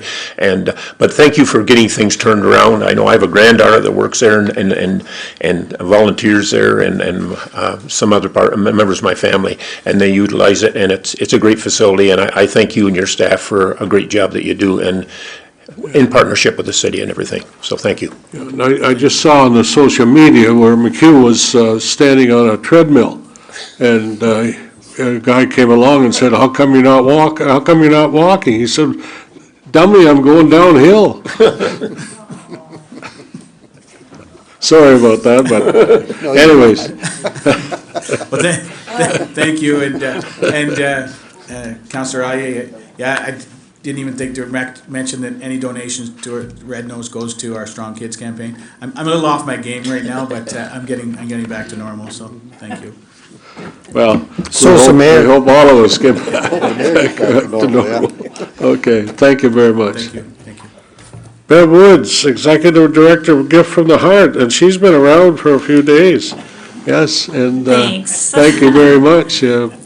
We don't all use the same toothbrush, but we do our best to help you. Thank you. Thank you. Just waiting for my slides to pop up. And thank you to Mayor Harrison and Council for allowing me the opportunity to speak here with you today. So why I'm here is to talk about expanding dental access in Quinte West as a collaboration between Quinte West and Gift from the Heart. It's an opportunity for better health. We're looking at bridging the gap for low-income families and working adults that are in need of dental care. Oh, that's me. Here I was waiting for someone else to do it for me. So let's talk about what the gap really is and how it exists. So anybody experiencing dental pain, dental disease, so it is a disease within the mouth. Let's make that quite clear. Dental disease can come in the form of a cavity or an open wound within the mouth. It also can come as a dental disease where it affects the gum tissue called periodontal disease. So if you experience pain and need to and fall into a category where you don't have a dental benefit to pay for your expenses and can't afford it, the CHC is your alternative for low, depending on your housing income. I did meet with the CHC manager 2 weeks ago. They do accept Ontario Works, so that's OW, ODSP, which is the disability, and Healthy Smiles, but they are not accepting CDCP at this time. They also have a waiting list. At the time when I spoke to her a few weeks ago, it was well into March. Probably today it's well into April. They are mandated to accept only under certain criteria. So again, there are gaps in their system as well. And they came to Gift from the Heart to ask if we could see the people they're turning away. That's unusual. Also, public health. Public health is mandated as well to see the Ontario Seniors Care Program and Healthy Smiles. So we're reaching people over the age of 65 and up to their 18th birthday. Then you look at the dental office within everywhere, but I'm going to concentrate on Quinte West. You can call and ask if they're accepting OW, ODSP, and CDCP. Their answer will be yes. Are they actually taking in patients? That answer is no. If you've listened to the radio in the last few months, you're going to hear, use up your dental benefits. November, December, January are notoriously high for accepting patients to use up their dental benefits or start dental benefits. Dentistry is a business. Let's not forget that. So they want to, get the high-paying crowns, bridges, dentures, all the big things in to their practices to stay sustainable within their own practices. So again, there's a huge gap. I get calls, so backtrack a little bit, Gift from the Heart is all worked on volunteers right now. There's no paid positions within Gift from the Heart anymore. So we're looking at how are we meeting the needs of the people who don't have anywhere else to go. We know in 2021, the Ontario Dental Association said that 1 in 3 Ontarians reported that they or a family member had delayed or foregone any dental care due to costs. There's a gap particularly noticeable among low-income groups as well as working-aged adults. So the people feeding our economy right here in Quinte West. Dental insurance is a thing of the past. It's very rare that people have full dental benefits anymore, another 100%. There's some 60s, there's some 80s out there. But again, even people with 80% coverage are looking to see who's going to cover the other 20% because they can't afford it. Everyone talks about it. Everyone came up to the mic, talked about the same thing. Living expenses are continually rising. Many people are prioritizing just basic needs like housing and food security to obviously first on their priority list. Dental care is completely out of reach for many, many people. The people that Gift from the Heart is seeing, it's not homelessness. It's not mental health as our priority. It's the working poor. I started that way and I continue to say that today, is the people who are trying to go to work every day, they have a toothache, nowhere to turn, can't afford the costs to get a tooth extracted, and they will reach out to Gift from the Heart just to get a tooth extracted. The way that our sustainability works is that we ask people to make a donation back to the organization instead of charging for services. We all know that research confirms now the connection of your mouth to your body. I think a lot of us think it's just related to heart and lungs, but the big ones that are on the rise are Alzheimer's and dementia, different cancers, reproduction, diabetes is huge, and they're all researched. So the bacteria, there's over 300 bacteria that live inside your mouth.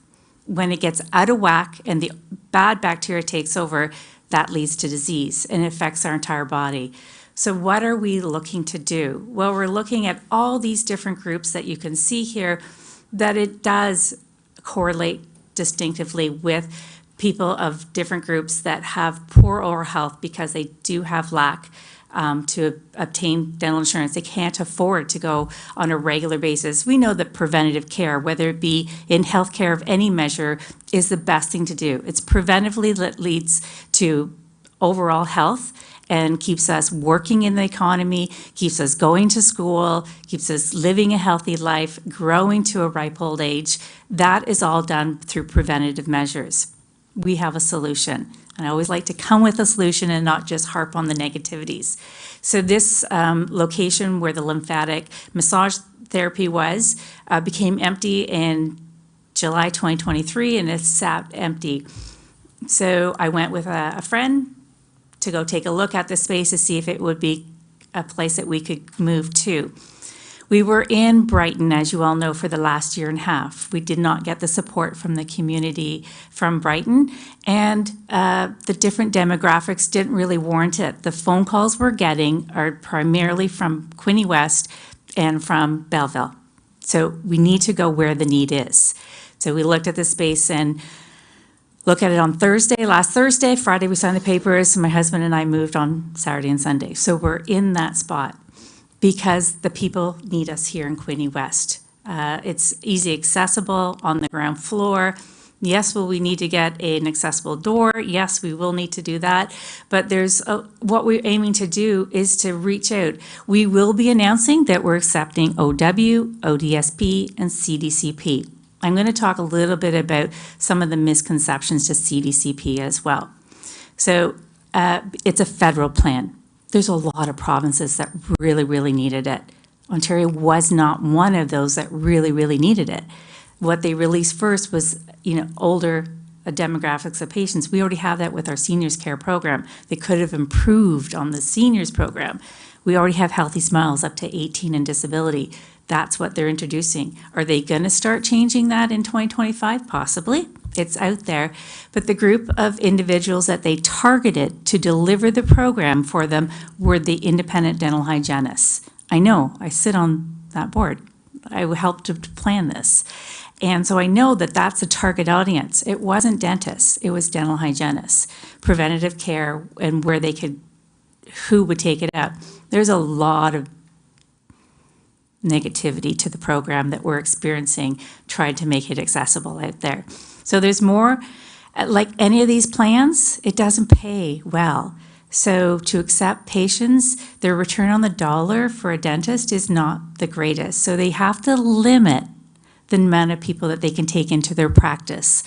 we need more people accepting this. And I'm hoping that the CHC will change it in the new year, but they're still looking at the struggles to that new program. It's not without struggles for it. So what can we do by moving here? Well, we have more intake with dentists that will stay here in Quinte West and provide volunteer hours to this clinic here. They would not go to Brighton. And our space, being in a trailer, mobile trailer in Belleville, is a little bit limited. We have extra space in this facility. As you know, we'll lessen the burden on our healthcare. We'll be able to get the teeth extracted. Right now, we take 3 people every Tuesday evening that we take, and we're just doing extractions routinely because there are so many people on our waiting list waiting to get in that are in extreme dental pain from their teeth. Just like everybody did with COVID, and there was a problem, with access and availability, a lot of people wearing masks ended up getting even more severe dental disease to the point now where their only option is extraction of some of their teeth. So as I say, our costs for this new facility is $1,500 a month plus HST. It's around 900 square feet. We are paying asked to pay while we moved out of Brighton. We were being asked to pay $1,400 a month for 200 square feet, 1 day a week. It just wasn't a good move to stay in Brighton. So the moving cost didn't cost us anything, and we had a truck donated to us, so the cost we're in there and ready to go. Sustainability, what can we do? We have an extra space, the chair not being used on certain days. We're offering that to be rented out by there's 2 new traveling dental hygienists that started their businesses in 2024. They're strictly mobile. We're hoping that we can build a partnership with them, that they can rent the chair the days that we're not using it, so that we can create income from that as well moving forward. So positive impact here. This is a great thing for Quinte West to have an outreach dental clinic right here, so people within the community can stay in the community. They do not have to drive to Belleville to look for other places to go to. So we're supporting our local workers, their families. We're reducing the strain on the emergency healthcare services, and we're contributing to a much, much healthier community that can live and work disease-free and pain-free. And I'm open to questions. Anybody, Councilor Boyce? Yeah, just a couple of questions, Bev. Does the ODA, the association, require their dentists to take a certain amount of patients with OW or anything at this current time? They tried to enforce that back, I think, 6 or 7 years ago, but the dentist balked that and said no. And again, basically because of the return on investment, right? There's just nothing for them there. And so their pushback was that you increase the fees that we get back on those, and we'll consider it, but they're pretty large for us, just. And is the province, has there been any discussion about increasing the fees? Because I know I've talked to private hygienists and dentists, and they say the fees are, here's what we charge, and this is what they're willing to give us, so why would we necessarily take these That's people? exactly it, yeah, there's, I think the federal government, some of them are provincially owned, some are obviously federal, and misconception maybe that the federal plan was going to solve the world crisis when it came to dental health care. It really hasn't provided that. There's a lot of places, East Coast really needed it. They don't have Healthy Smiles program even. So for them it was great, and obviously at the north it's humongous what the uptake has been. So the numbers that they will give you will be elevated in the sense that you're seeing this huge intake from it. But I'm just saying, I can only speak for the calls that I get every single day and the number of people here that I'm servicing. And when I started this 15 years ago, I thought it was going to go away in a year or two. I can't believe that I'm still here talking about it. And like everybody else, the need just keeps increasing. At the end of the day, I have builders, I have all kinds of people coming to me and just saying, I can't afford to go and pay $800 right now to get a tooth taken out. Can you help me in any way? And, as long as we can cover the cost of, what we bring in, and I'm always asking for, donations from within the industry. So that helps to offset all our other costs that we have. And now with us all being volunteers, there's not, there's no paychecks going out. So that really helps as well to keep us. So, Beba, are you a hygienist then? I'm a restorative dental hygienist, yes. Yeah, so then you're, for any of the extractions, then you have to get a dentist. Yeah, I can do a lot of other things, but even in the province of Ontario, I can't give the anesthetic. Yeah. I can give it every other province, but not in Ontario, but I'm trained to give anesthetic, and I use that all summer long when I go outside of Ontario to work. And so your ask then is approximately $1,500 a month, basically for the rent. Yeah, it's $20,234 or something to help, to offset the rent costs so that we can keep those doors open. We do have one extra space in there that we hope that we can utilize to offer to some other healthcare within, that may need it. So we'll look to join and collaborate with somebody else to use that space efficiently. Okay. Mr. Mayor. Councillor Card. Thank you, Your Worship. Thank you for the presentation, Bev. I had a couple of questions. So the CDCP program, can you talk, and I've got some follow-ups, but just for anyone, and I'm not even completely familiar, but can you talk a little bit about how that program being rolled out in the new year, as I understand it, what it's going to look like for the average person, how they're even going to get care through that, and then I have kind of a couple of follow-ups for effects on Give from the Heart. Sure. So with the CDCP, the plan for 2025 was to increase the people able to apply for it. Still the same pricing as far as your financial bracket. It all depends on which level you fall into, whether you'll get 100% coverage, 60. So there's always copay possibilities as well in there. So the first rollout, we pretty well knew that it was going to be mostly the people with 100% coverage, seniors, low-income individuals, all meeting that criteria. So that's been really great for those people. But now moving forward, it's, again, we're going to fall into that shortcoming where it's going to be a copay on top of that. And will people be able to still take that? And it's not a matter of just having the card that says you're applying. Where are you taking it to? Who's going to do it for you? And that's still what we talked about. That's our number one thing here. Within any places, there's not enough people accepting CDCP because of the kickback that they're getting or the return that the prices are just so unrealistic for a lot of dentists. But not for me. Right. So it sounds like the reimbursement rates are lower, and I guess actually this kind of sounds like the conversation that we have in kind of healthcare in general with the two-tiered system, the much feared two-tiered system, because of course reimbursement rates from private plans, private payers, always going to be higher than the public ones. And when they're allowed to compete in the market, I think what you're describing is what's happening. It sounds like where much less profitable to take on those patients. So how, for somebody with the CDCP who's struggling to get coverage within the community, not the coverage, but actually have someone take them on and do their care, how does that work for you specifically? You said you bring in dentists for the extractions. What all are you able to offer? Are you able to bring in dental surgeons now? What is the extent of what you can offer? Is it just extractions? What other procedures and that are you able to do at this location now? Sure. So we've what we're offering is not changing from what we've done before. So as far as equipment, because that's the number one thing you have to obviously have available to, is not just the people to deliver it. We offer extractions.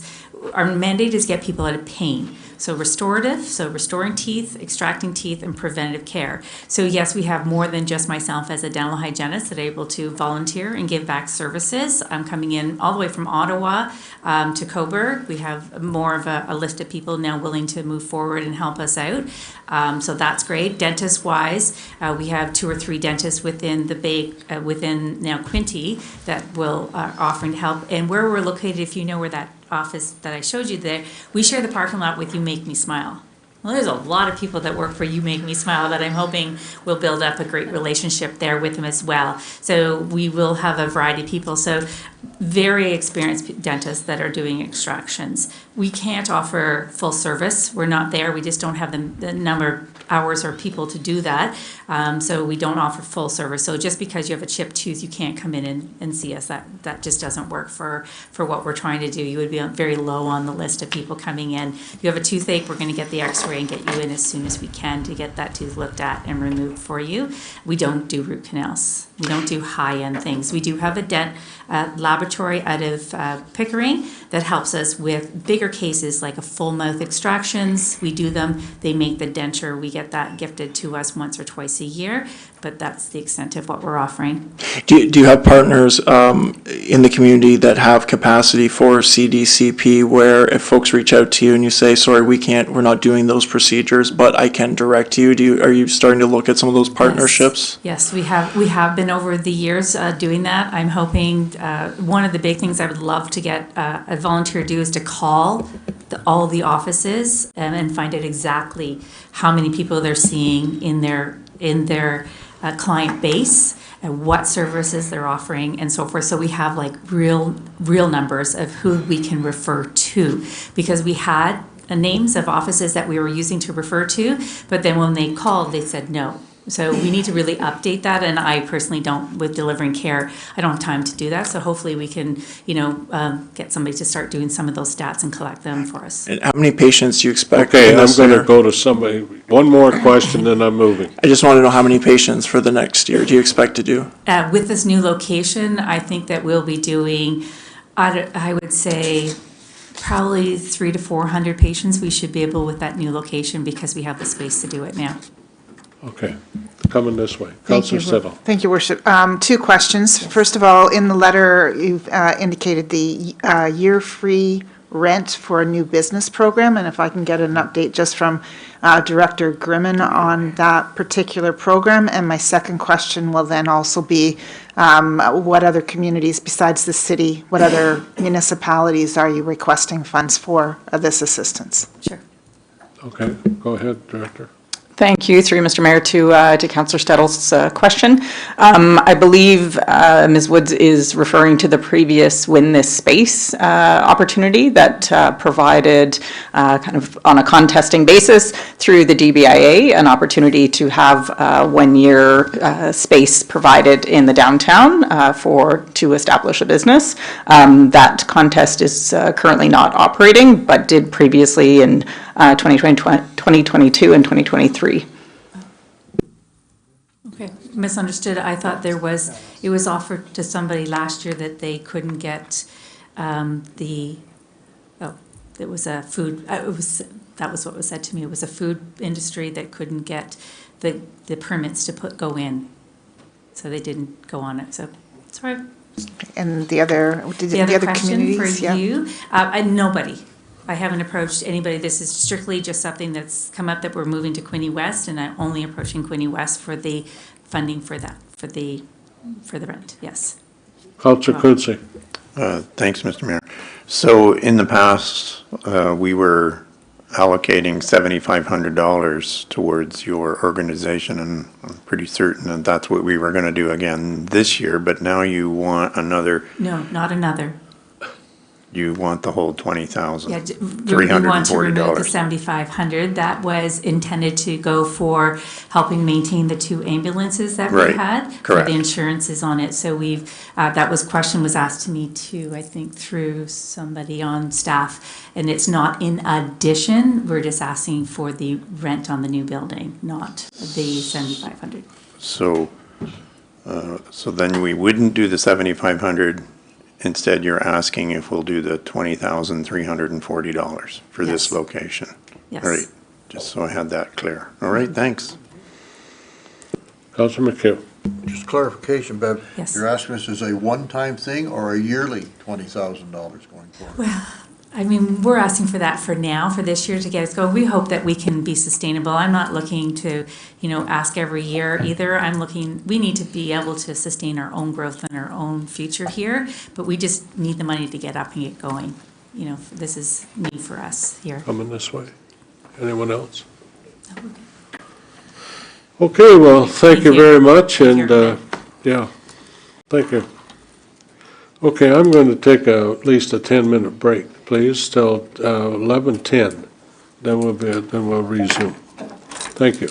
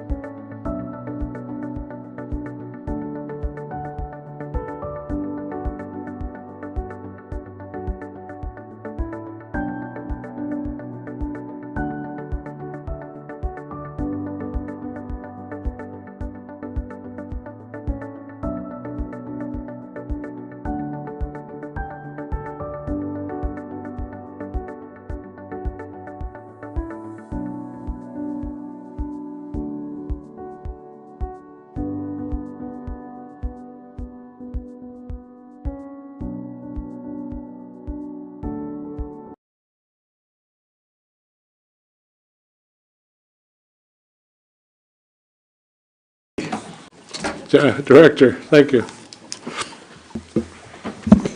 Thank you, through Mr. Mayor, to members of council.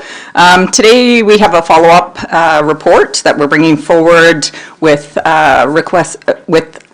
respect to the marina fees, as directed by council during the presentation of the updated fees and charges bylaw.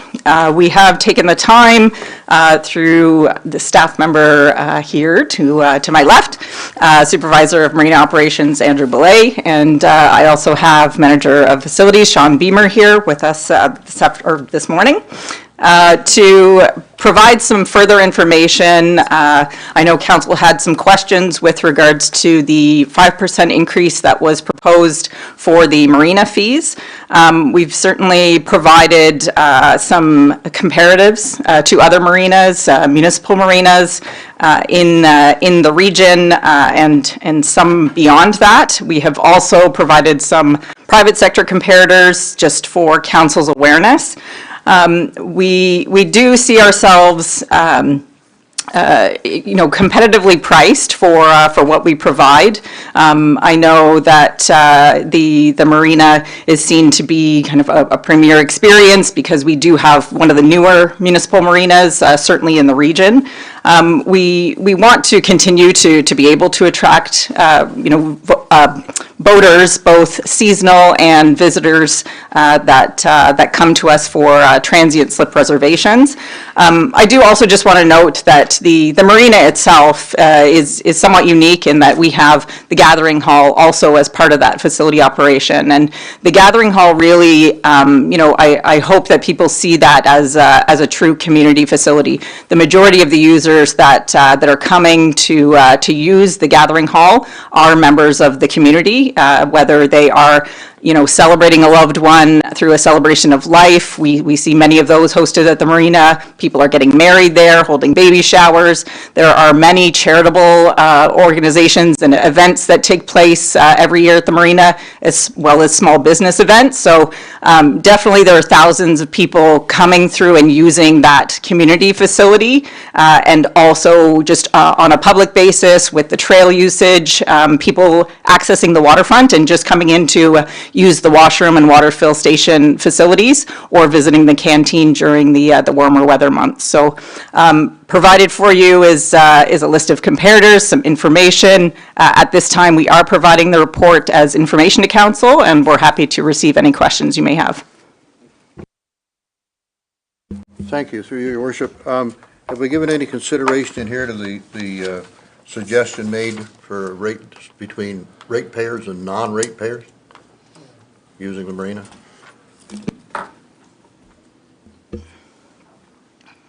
Thank you, through Mr. Mayor, to Councillor McHugh. We don't see that as a common practice in the marina operations. If that is something that council does want to direct us to pursue, we can do that. I know we do want to make sure that we are encouraging visitors to the community, and that can be seen in some cases as penalizing our visitors. But again, happy to receive any council direction that may be provided. Councillor O'Neill. Thank you, Mr. Mayor. Through you to Director Grimmin. It seems like most of all the pricing is competitive, other than it lists as bar prices. Have we considered raising the price for our drinks or other items like that? Thank you, through Mr. Mayor, to Councillor O'Neill. I'll just defer to Mr. Belay on that. Yeah, thank you, Council, for the question. We are always looking at our prices and comparing them to different venues. We've raised those prices the last couple of years by about $0.25. We continue to kind of monitor that, and if that's something that we need to raise, then we're happy to. We find that it's easier to get somebody to buy 2 drinks at a better price than to buy 1 drink for more high priced. So that was kind of our thinking with that, but yeah. I'd like you to consider that, and 2, I'd rather them buy 1 drink as opposed to 2, especially with the liability to the city. Thank you. Me too, or none. But anyways, Councillor Boyce. Thank you, Your Worship. And yeah, I'll certainly be putting a motion forward when it's time to have our non-residents pay. My motion will be for 15% increase for the seasonal boatage. But my question is going to the revenue versus expenditures, and the expenditures are 2.68 million, and the revenue is 2.1. But then we have a less depreciation of 552,000, which then seems to bring it down to 31,000. What is the 552 that's in the chart?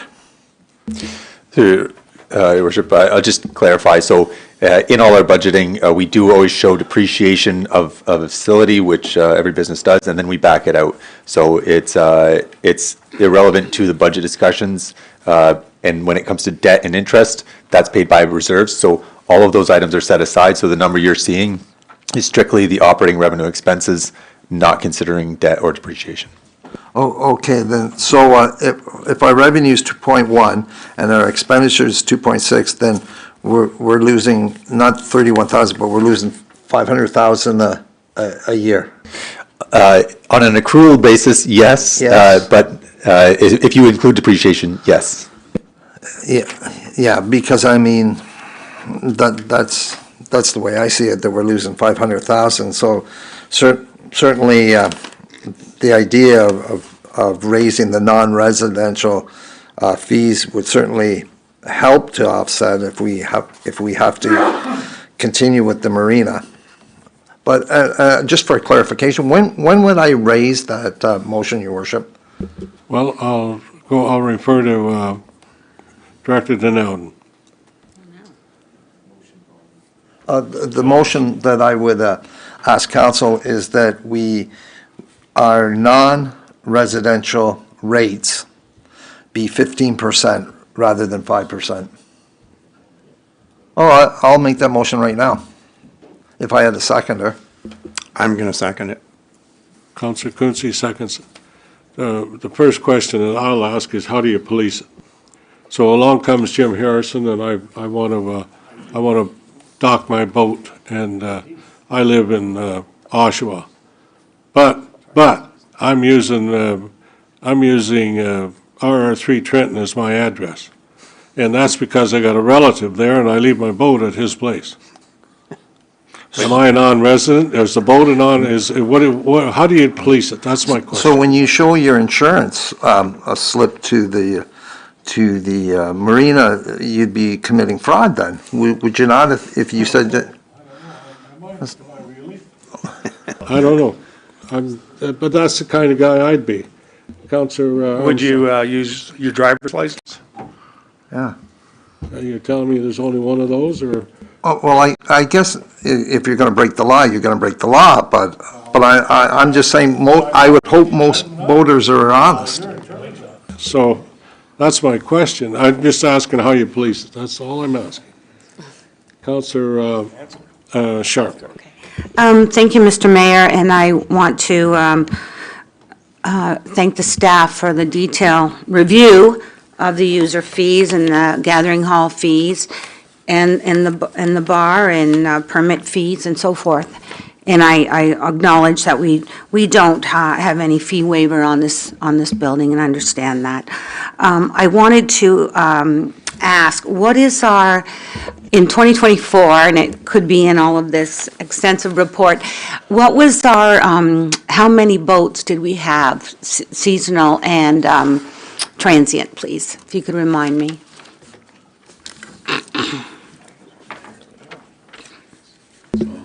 If you just. I know it's in here. Give me 1 moment.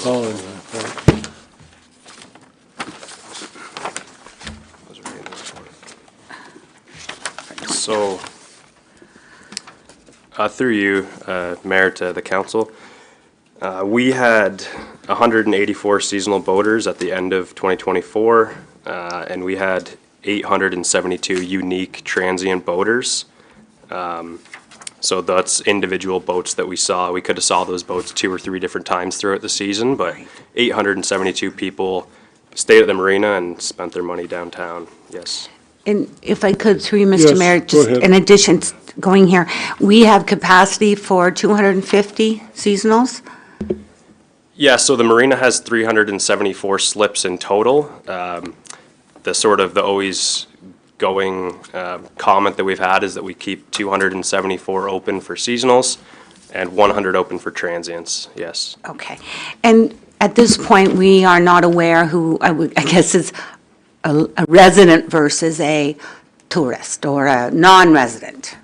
We have no details on that at this time. We collect a mortgage agreement from these people, so Okay. we do get their information, including address and that type of thing.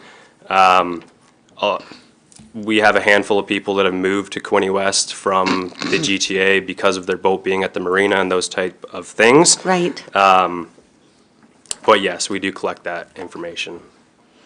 And I'm just heading down this way, in that marinas in our area, do we have any that have the non-resident surcharge that you are aware of, and who might they be?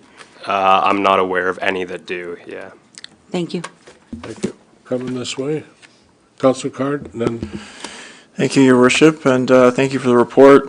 Certainly a lot to unpack here, and I think that this whole exercise is kind of the struggle with having municipally run and managed facility, because it is private sector. For instance, just on the drink pricing, where we're kind of stuck with competing interests and mixed messaging on it's a premium facility, but we want to have drinks a little bit lower to, kind of almost in a higher consumption, lower margin, which is kind of in conflict to the premium facility. And I understand it's difficult to balance all of these factors, certainly, and why I return to a hope of one day being able to place this in private sector hands through one way or another. But I guess I have mixed feelings about the non-resident, presuming that staff feels like they can enforce that to some reasonable degree. I have mixed feelings, certainly, that I don't want to punish the downtown and the tourism aspect by kind of disincentivizing outsiders from coming and joining. But at the same time, I think that this year, as Councillor Boyce was mentioning, on an operations basis, expected to be, is it minus 31,000? I believe the number was 32,000. So I think, given that situation, that I am inclined to support the increase. But I think it's really important for us to really be nimble and try to kind of emulate private sector. I think that I would like to see possibly an update at the earliest point, maybe late summer, with some feedback on consequences to that in terms of the transient slip usage. It's possible that we raise less revenue by raising prices 15%, and again, kind of the struggle of council overseeing it versus kind of the nimbleness of private sector. So I would like some feedback on that. I will, be interested to see if we in fact raise less revenue and if there is an appreciable effect downtown with those businesses. And I think that it's something that, certainly could be looked at undoing if there are deleterious effects in it, and in effect raises less revenue by a lot of transient people not coming after all. But in terms of this budget for this year, to try to close that gap, I'm open to doing that. I think Councillor O'Neill is next, then Councillor McHugh, okay? Thank you, Mr. Mayor. My concern is we asked staff to prepare a report. The report says our rates are competitive right now. If we raise our rates, we run the risk of people not coming. I'm going to support the way it's not. I won't support this motion because I think it's going to shoot ourselves in the foot, and we want these people in our area. Thank you. And we don't want the marina with less people in it. Thank you. Councillor McHugh. My understanding was, originally when I asked for this, it was for the seasonal non-residential, not an increase on the transient as well, just on one section was what I was asking if we're going to do it. But I'm happy with the rates if this is what staff is recommending, and it's good, fine. But I guess be nicer if I had a breakdown of how many permanent residents do we have their boats there and how many people come down and park them for the summer. And I don't think we have that breakdown. So maybe that's something we can look at doing next year once we get the facts in front of us. Okay, thank you. Next, anybody else? Councilor Quinte. Thanks, Mr. Mayor. So when it was time for us to build this marina, I did support going ahead with the facility, but I am becoming more and more disenchanted every year because now we are actually budgeting for a loss, and we just can't afford it. We have to make changes somewhere along the way where we are budgeting to make this facility work for me if you're gonna win me over to get me back on the team of Go Trentport Marina. So I need to see some changes in order for me to support the budgeting for this facility, because I am not gonna support this presentation with operating at a loss. Thanks. Councilor Armstrong, did you have a question? Comment? I know there are people who come here and use them as their office. They're actually a commercial operation. And I think that business of increasing the rate for non-transit or non-residential is a valid point. I'd support it, 15%, maybe 10, but I think it's something we need to look at. Thank you. Councilor Stedall? I just need clarification. So we're saying that it's just the 15% on the seasonal? Right. Not on the transient?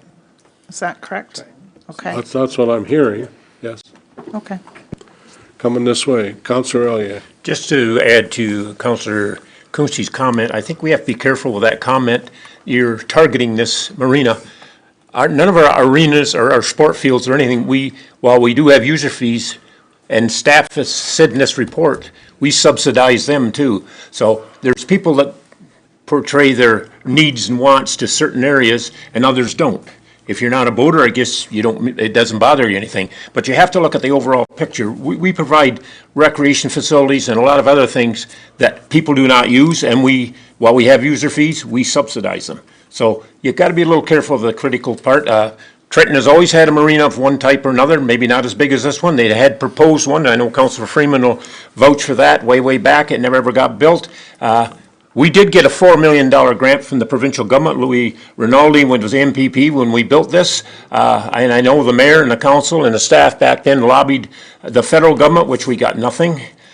So you gotta look at the overall picture. I understand where you're coming from, and as Caleb says, is the way you look at the numbers, yes, we're running a big deficit, but if you're putting the depreciation in it, we probably should express everything else in that manner too, so we're fair with our criticism in that sense. So I just wanted to add that. There are likes and wants and needs of everybody, but everybody doesn't like the same thing. And if we're going to provide these, yes, we are subsidizing a lot of other things, libraries too, and they're a useful thing. They don't make us money.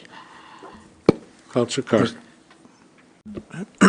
Thank you, Your Worship. And I was just going to suggest also that it may help, and I'll call on Director Grimman. I think she may have some more comments from based on the discussion possibly, but would it also help in terms of this motion, a separate motion, or just the general discussion that if council's kind of will is moving in the direction of explicitly directing staff to kind of cost recovery, and that be kind of a priority in terms of moving forward? Would that be something that would be helpful, maybe explicit direction that wasn't made before on this specific? What are your thoughts on that?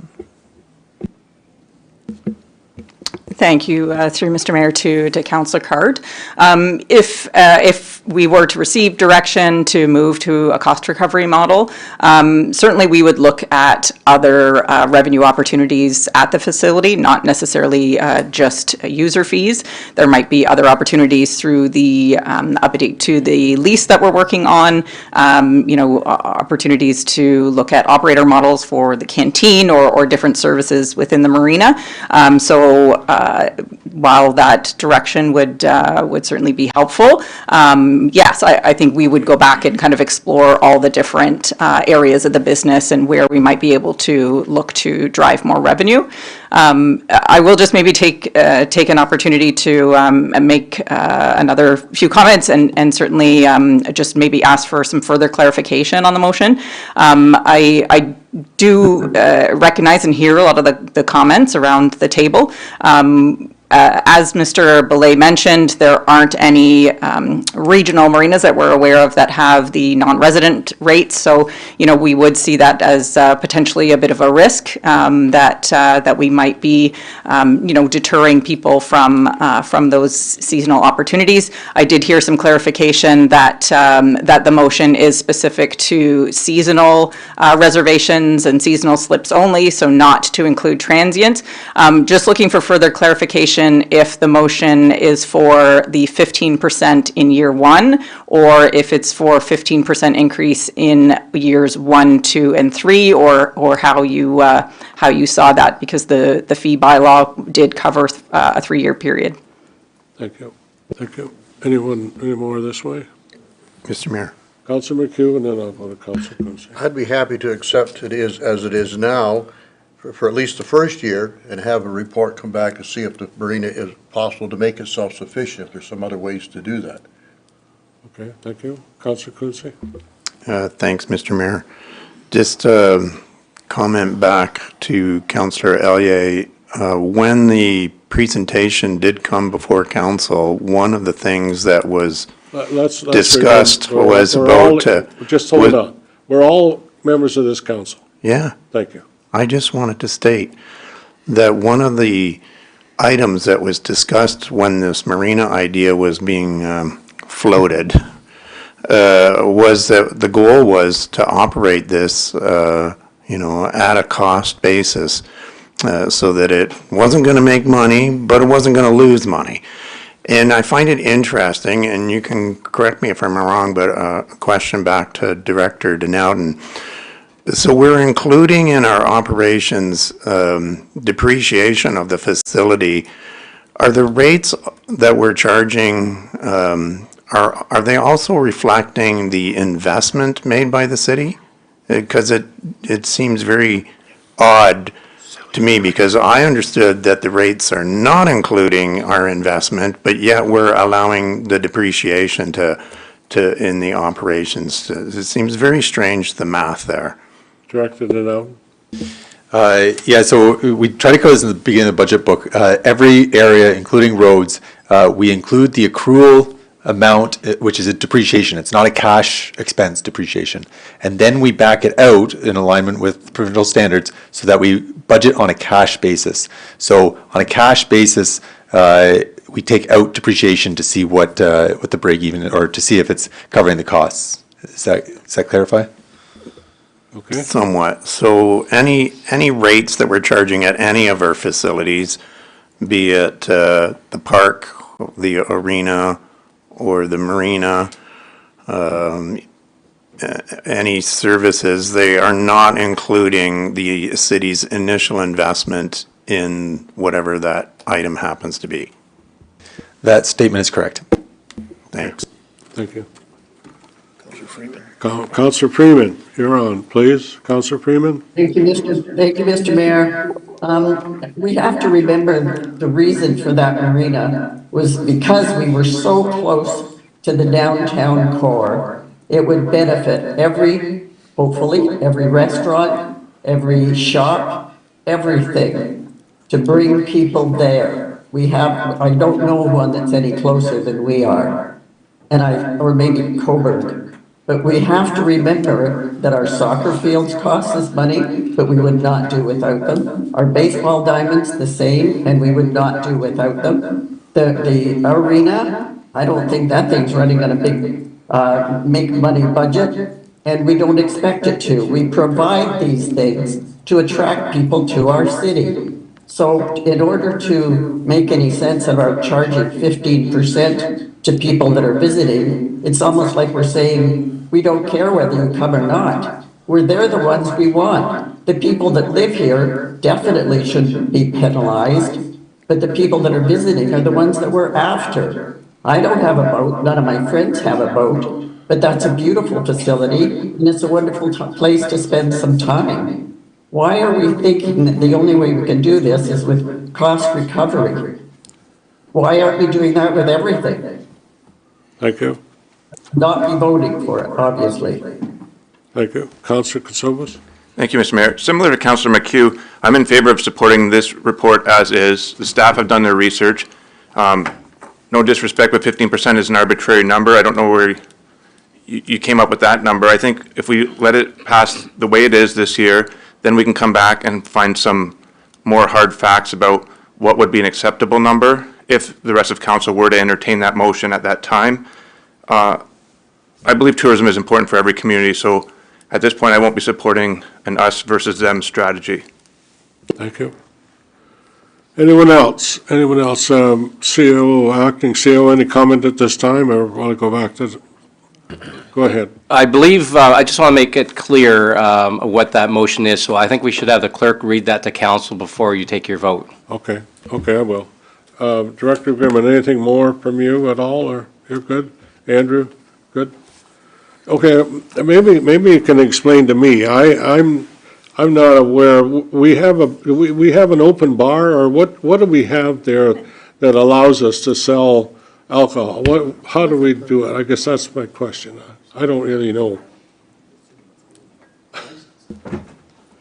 Through Mr. Mayor, we would have a special occasion permit through the Alcohol and Gaming Commission of Ontario to be able to permit us to sell alcohol at that facility. So, do we, like, let's say it was open tomorrow. Can I go there tomorrow and buy a drink? Is that what you're telling me? Or?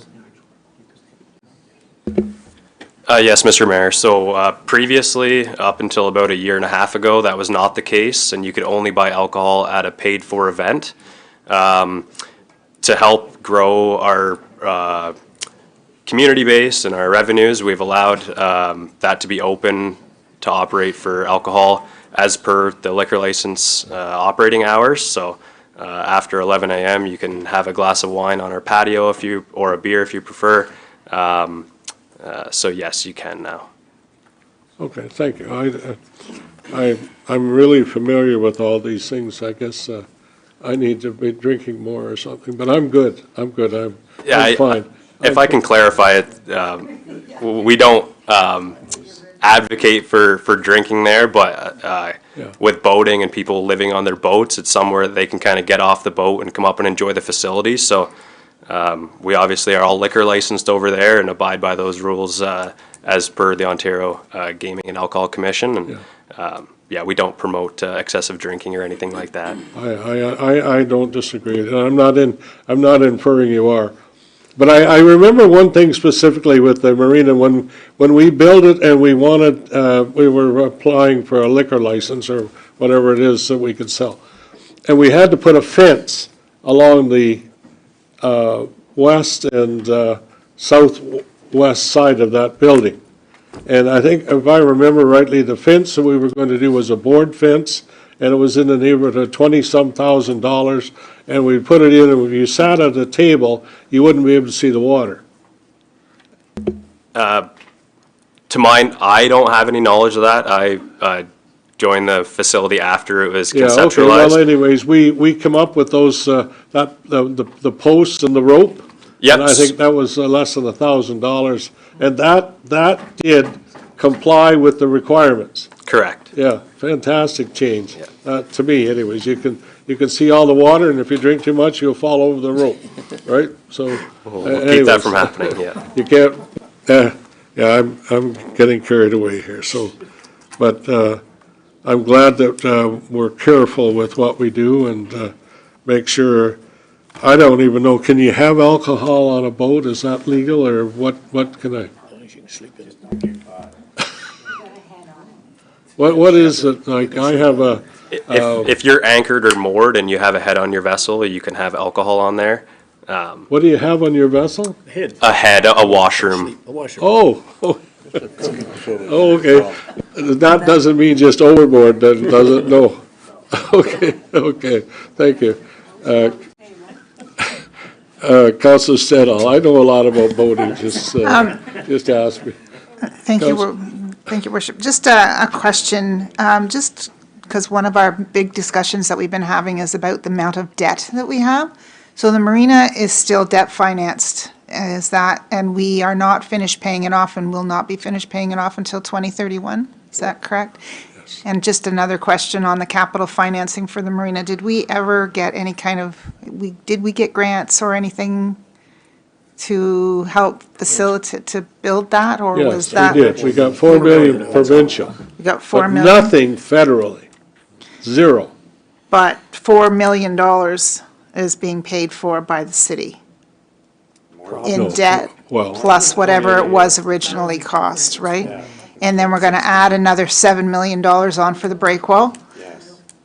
Is that, I'm just, anyway, trying to get my mind around our debt situation. Yes. I mean, we talk about user fees and, whether we charge small amounts back and forth to people that are coming in. I think it helps our overall general economy to have to bring people in from from other communities. But when our residents are having to pay this, and there's residents that do not get any benefit from this. I know it's, the downtown area, it feeds to the rest of the community, but there's lots of residents that don't get that benefit. But anyway, just the question was on debt. So is that correct? It's the $4 million, and it's not until 2031. Sorry, looking at page 38. I just want to be sure. That's correct. Okay. Thank you. I'll ask for a recorded vote, Your Worship. What's the motion, please? So through you, Mr. Mayor, to Councillor Boyce, just so I'm clear on your motion, is it 15% just in 2025, or is it 15% year over year for 25, 26, and 27?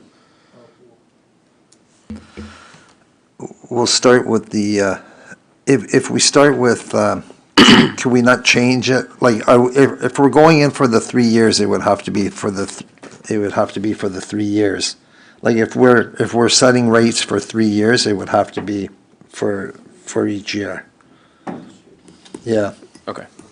Okay, so the motion I have on the floor is that staff report QW 2024-00199 by Jacqueline Grimman, Director of Community Services and Strategic Partnerships, regarding review of marina fees be received as information, and that council direct that seasonal slip fees for non-resident marina users be increased by 15% year over year for 25, 26, and 27.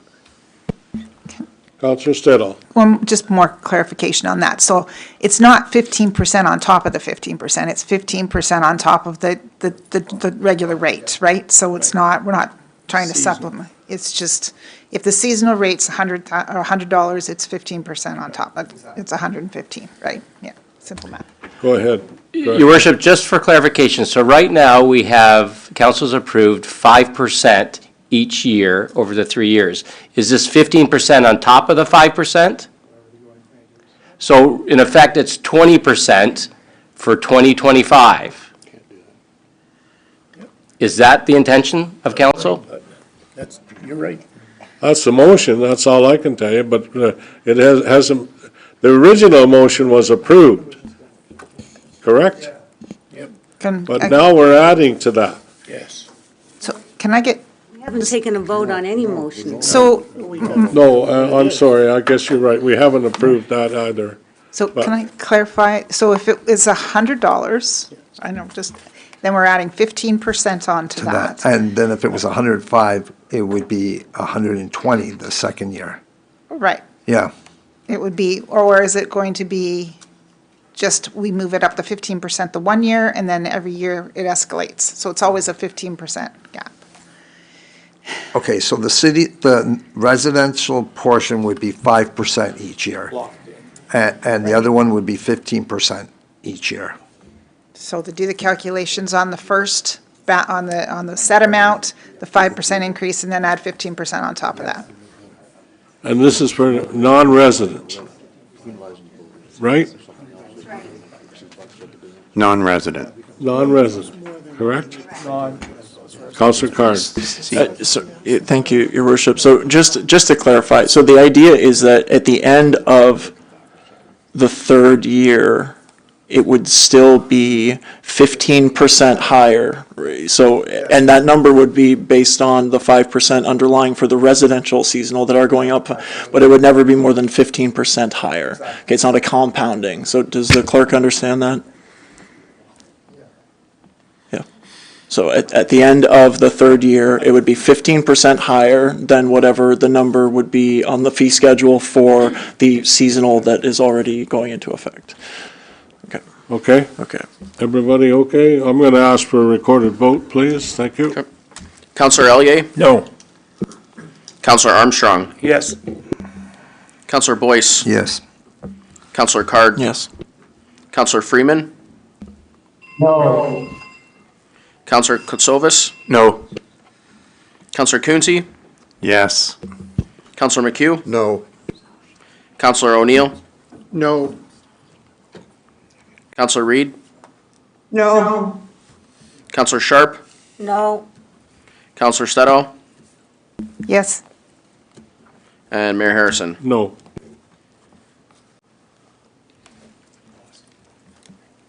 We have 8 noes. 5 yeas, sorry. Just a minute. Go ahead. Sorry, the What- motion fails. 8 noes and 5 yeas. Okay, thank you. Councilor Cardinal. Thank you, Your Worship, and I would ask if council will entertain it as a motion to direct staff going forward to seek cost recovery options in the future. I would like to see, in light of this motion failing at least, I would like to see direction to staff seeking cost recovery through any of the methods that Director Grimmin mentioned. I think that that's a fair step as a kind of maybe middle ground between a consensus view of the different aspects on council. So I would put that motion on the floor. I would second that. Yeah, me too. Okay, so let me ask you a question further before. So you're asking for cost recovery on the marina, not the arena or arenas, and not the Y? So, but we're targeting the marina, but no other recreational facility. Is that what we're doing? So I think there are some opportunities that Director Grimmin did mention, and I think it would be, in effect, asking for staff resources to be prioritized toward exploring those. But I think that it's a good point, right? When people say, well, all of our facilities and a lot of our recreational programs do lose money. I think that the reality, and I don't know where, I've speculated myself about, I think the lack of knock-on development in the downtown and the feeling, rightly or wrongly, and your point is very valid, but I think that there's a feeling in the community that the benefits of this, we can argue right or wrong that the people are feeling benefits and they don't even know it, but that it is versus the arena or other facilities and recreation. Maybe you don't have children, maybe you don't play hockey, but you see on Facebook there's thousands of people enjoying the Golden Hawks game, and there's the soccer pitch, you see your neighbor taking their kids, filling up the van and going to the soccer pitch. And so that might not touch your life, but you can see it's more visible within the community of, I think, the benefits and the usage, and even that individual taxpayer might not be enjoying those benefits. I think the connection is easier, and I think that the sad and unfortunate thing is that I think the marina does a lot more than it's given credit for to tourism and the downtown, and as a showpiece. I know myself, with like the mayor similarly, I say this all the time when we're showing medical students, prospective doctors in the community, the first place we take them, it's a beautiful facility. It is premium and state of the art. Those things are true. Somewhere along the way, I think the connection with the community has been frayed, and I think a lot of it is to do with the lack of the knock-on development and the condos and the commercial and retail. That wasn't seen, that yes, your dollars and we subsidize it, but look at all of this economic benefit, even if you don't have a boat, and people just, the connection isn't there, and I think that that's what it speaks to, rightly or wrongly. Councilor Stettl. And just to follow up, particular facility is a little bit different than the other facilities that you're talking to in that we don't own the land. It's a leased facility. So I think that that's always been a bit of a sticking point with the rest of the municipality as well, or other residents, is that we don't own it. We own the arena. We own the YMCA. We own the OPP building, all these other things that we've debt financed. We own those. We don't own this particular facility. So, or the land that it sits on. We own the facility, but we don't own the land that it sits on. So, and it has caused it hasn't just caused a rift. This rift has been sitting there for some time. So I think that doing a staff report and something to show that the greater community good would be very helpful to try and ease that. Because I believe there's a benefit in the marina. I do believe that there is a benefit to our economic community. It just isn't felt across everyone. And Councillor Card is correct, is that there are other facilities that we have, like the arena and the YMCA, that there are people, residents that don't use those either, and then we do subsidize those. And that's a legacy thing in all municipalities across Ontario. But at least bringing this to light and talking a little bit more about the marina, hopefully going forward, we can get a little bit more buy-in and people can understand exactly where we're going. And if we can try to make the facility pay for itself, that would be optimum. Sure would be. Okay, Councillor Freeman. Then. Mr. Chair, I think we've just done this discussion about 10 million times, but the one thing I would like from staff, and if it takes a motion, I'll make it, but we have to start dealing with the James family. We held up our part of the deal with the marina, and they have not held up their end of it by building those condos that we're going to do our downtown the most use. We need to take that and get it done. I don't care who owns the land, get some building down there to make what we have done and what it has cost us and what is making people mad go away. Please, somebody do something to bring the James family to our facility and say, we want to keep this, but you have to do what you said you would do, and soon. Well, I appreciate the fact that we have a lease for $2 a year. That's roughly, what, $80 we're talking about in terms of lease. And if we ever tried to buy that, don't even think about the value of that piece of property. Anyways, we got a motion. Everybody clear on the motion? No. Councillor O'Neill, read it again, please. Mr. Clerk. You can do it, Motion that I have on the floor is that staff be directed to investigate a cost recovery model for operation of the marina and report back to council. Okay, thank you. I'm asking for a recorded vote. Thank you. Councillor Elliott. Yes. Councillor Armstrong. Yes. Councillor Boyce. Yes. Councillor Card. Yes. Councillor Freeman. Yes? Councillor Kutsovas. Yes. Councillor Quinte. Yes. Councillor McHugh. Yes. Councillor O'Neill. Yes. Councillor Reed. Yes. Councillor Sharp. Yes. Councillor Stedall. Yes. Mayor Harrison. Yes, It's unanimous, Your Worship. thank you. Okay, Councillor, Mayor? who's next? Who? Councillor Freeman? Councillor Freeman, sorry. Mr. Mayor, I would like to have some help with the wording of a motion that I'm trying to make, that we deal with the James family. Let them know how the municipality, the people in the municipality are feeling about our marina right now, and they could change that. They could turn that around. So would we please make a motion that we deal with the James family to help us with this situation?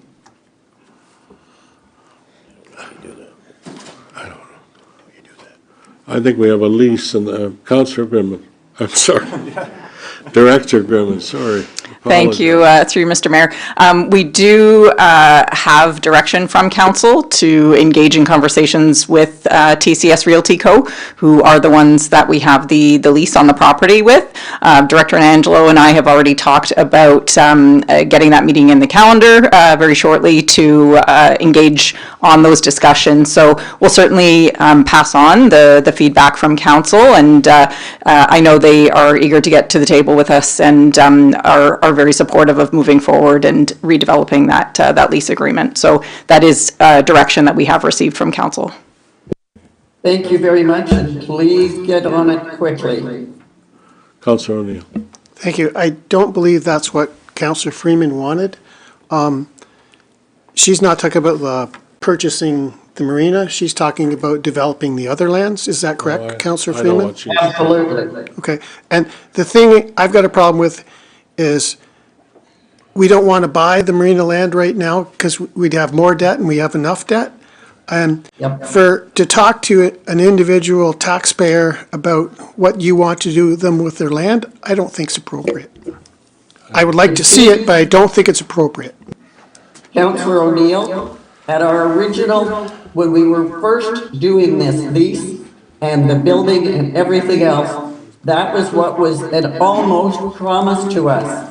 You get that done, keep it in good stead, don't let it run down, and we will get at this. I talked to Mr. James over the years at different events, went there specifically for that reason, and asked him what's going on. Well, we haven't gotten anything that we think is worthwhile yet. Nobody brings us something that interests us. That can't be possible. That land, people think we own it. And that's not the case. We have to ask them to do their share. We've done more than our share. Thanks for the input, but I can't comment on that because I don't know the specifics of that. Thank you. Believe me, I did. CAO Angelo. Thank you, Worship. So when Director Grimmin and I meet with TCS Realty, we'll get an update in regards to their development plans of their lands adjacent to the marina, and we'll bring some of that information back for council as part of that information gathering session that we're going to have with them. Thank you very much, and I'm certainly in agreement with the lease. I want to continue with the lease. That's from my point of view, the best value for our money is continue with that lease. Thank you. Mr. Mayor? Yes, Councillor. I just wanted to echo Councillor Freeman's comments that I was part of council at that time, and I remember that development for condos or apartments or whatever they were going to build, they were going to develop the land. And I just wanted to echo her comments. Her memory on that is correct. And that's still their option, not ours. You are correct there as well. Thank you. Okay, anything else? Anything else, Director Grimmin? You're good? We're good? Okay, what time's lunch today? Any idea? Your Worship, it's certainly ready now if council wants to break now, or we can discuss the bag tag report I have and then break for lunch. Okay. Whatever council's wishes are. We'll take your report now. How's that? Then we'll stop for lunch. Okay, thank you. And to you and members of council, staff have completed a review of our city's current bag tag fee structure, and the information contained in the report looks at 3 different sort of scenarios and cost recovery scenarios for bag tags in regards to waste management. I'm not going to go through each one of the 3 scenarios, but having said all of that, typically the bag tag fee has been structured so that it offsets the cost of the waste management costs. And there's different ways of looking at this, whether it's just the cost of the actual garbage collection disposal, or it's the garbage collection or organics program, or is it the entire waste management program, including or excluding the Frankfurt landfill site. And those scenarios are before you today, and I'd be happy to entertain any questions that you may have. One thing I will note that for every 25-cent increase or an 8% increase in the bag tag fee, the revenue generated will reduce the impact of the average tax levy by 0.2%.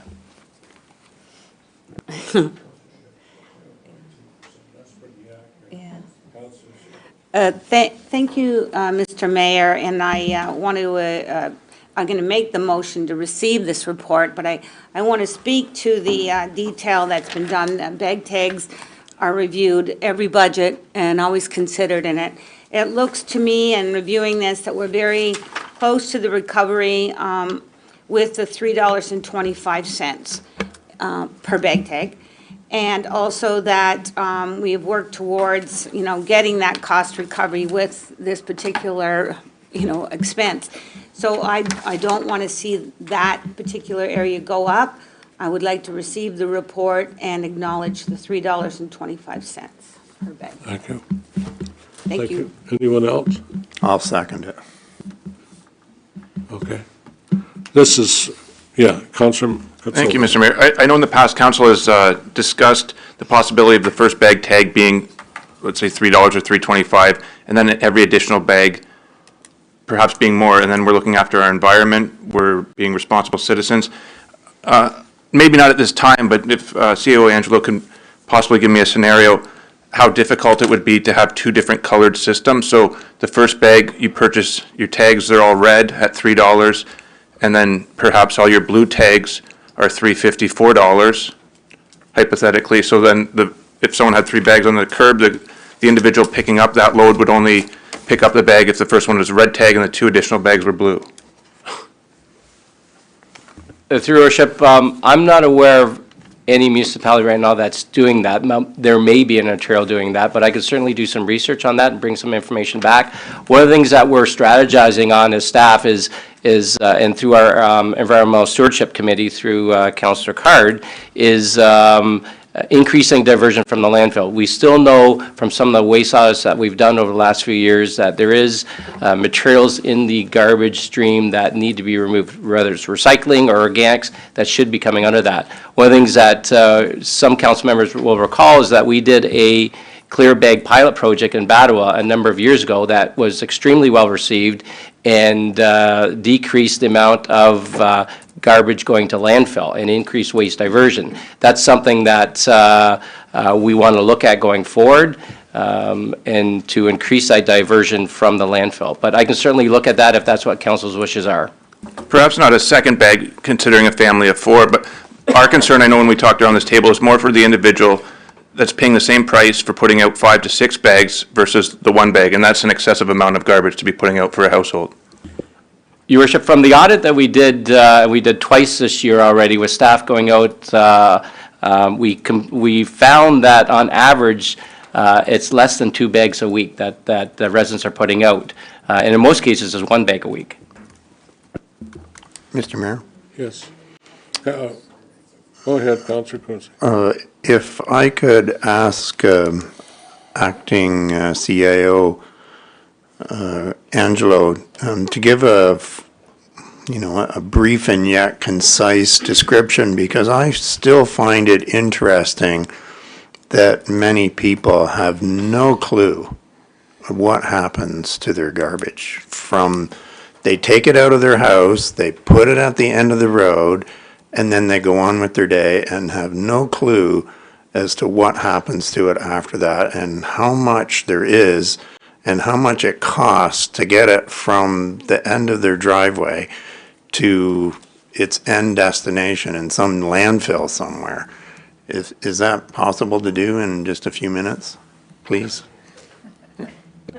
I'm not sure a couple minutes, but I'll try to be as brief as possible.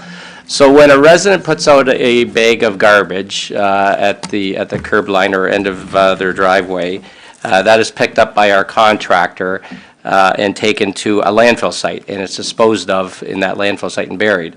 That cost, just to do that garbage bag, is costing us for collection of it and disposal of it about $2 million a year, or sorry, about $1.7 million a year.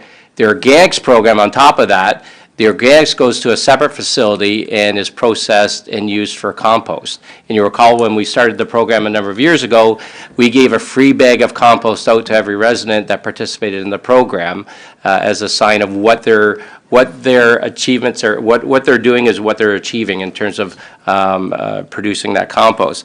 With that program, we're about $2 million a year to do that. Our entire waste management program, which includes also picking up roadside garbage by my Public Works team, costs us about $2.2 million. And in addition, then there's the Frankfurt landfill site that we're offering that free of charge service, but it's still on the tax rate to cover off that operation of that landfill. Thank you very much. So if we just need to, work with the recycling and the proposed changes coming to recycling and use our composting bins correctly, it's all going for a good cause, but you are correct, it's millions of dollars. Thanks. Thank you. Councillor Armstrong? Do you have a cost per bag, what it costs, to dispose of? We pay $3.25 for a bag tag. It's not enough. It's not enough?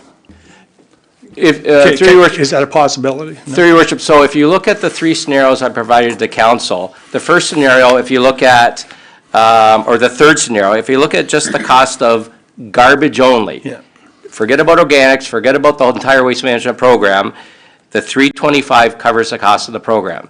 If you include the organics program, it's fairly close to breaking even. If you include our entire waste management program, the bag tag does not cover the entire waste management program. And then when you include the Frankfurt landfill site, that bag tag should be around $4.11 or $4.15, based on our analysis. So, in essence, if it's just the garbage program, the waste program itself, just garbage collection and disposal, it does cover that cost. That's not the recycling program, though. That's separate. That's entirely separate, Completely yes. separate. And I know there's a lot of discussion in the community about that first bag should be free and then pay the rest type of thing. No. No, I'm just saying there's. Nothing is free. There's Thank you. discussion Thank you. about that. There is. I'm fine, thank you. So.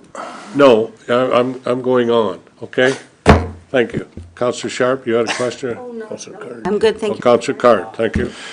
Thank you, Your Worship. I just wanted to mention Acting CEO Angelo's comments, and I think that there are certainly possibilities. We've kind of started to explore environmental stewardship for future years with, looking at some maybe pilot programs, possibly looking into clear bags and maybe even the need for a curbside audit to kind of maximize diversion programs, whether plastic or the organics, as you mentioned, and kind of, are there cost savings to be had in terms of, I don't know the specifics of how the contract is, what our contract is, but will there be significant savings potentially if we are able to divert more from landfill and the actual weight of garbage that is being picked up curbside, if that goes down substantially, are there some savings that could be passed on, or at least maybe, locking in the current bag tag price for helping to lock that in for a longer period of time? Is that possible to achieve, you think? Through Your Worship, yes and no. The cost to do an organics program is more expensive than to landfill waste into the landfill or a garbage dump. That's the challenge, but it's not the environmental stewardship program that council's endorsed over the last several years. There are opportunities.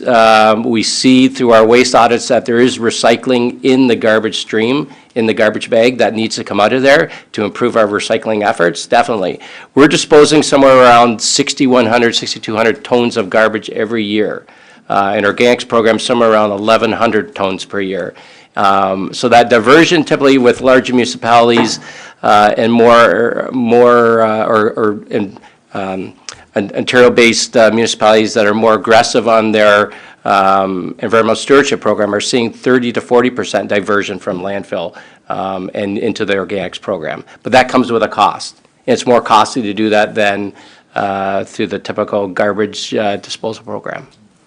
But it also lengthens the length of the life of that disposal area. Absolutely it does, So- yeah. I was just going to say very briefly as a follow-up too, I know it was included in this report, but the survey results, if I could just confirm with Director Denouden, that in terms of the questions kind of related to the bag tag, that it was, if I recall correctly, that most folks were not in favor of eliminating the program at the bag tag fee and kind of adding that on to the levy, which was actually surprising to me. I actually would have thought that a majority of respondents were supportive of that outcome, even though I think there are certainly drawbacks of it. But is that correct, that majority of respondents actually are satisfied with the current program and not having just garbage at the curb and everything added to the levy and no tag program? Is that correct? Can I Put you on the break? spot there? Yeah, Sure, I sorry just about it, want to yeah. check my numbers No, there. that's fair. If I could, I've got the There you answer go. here, just because I recalled, if that would help. In the report, in public consultation, and Councillor Card is correct, 55.4% of survey respondents indicated they would not support the elimination of garbage bag tags if this would result in a property tax increase. So you're quite right. Could you tell me how many people responded to that I was survey? just going to say, keep in mind, it's only 224 people. How many? 224. Correct. It's not a real survey. It's not really. Okay, thank you very much. I'm going to take a break for lunch. It's 12:15. Mr. Mayor, we need to vote on the motion on the floor, please. Okay. No increase in the bag tags. Is that what I'm, The motion on the floor is just to receive the report. yeah, just to receive the report. That's it. So I guess I need a mover and a seconder. We have a mover and seconder, Mr. Mayor. Have I got it? Yep. Okay. Sharp and Quinte. All in favor of, I don't know why you wouldn't be. Thank you, carried. And we're taking a lunch break, 12:15. Hopefully, we're back between 12:45 and 1 o'clock. Thank you.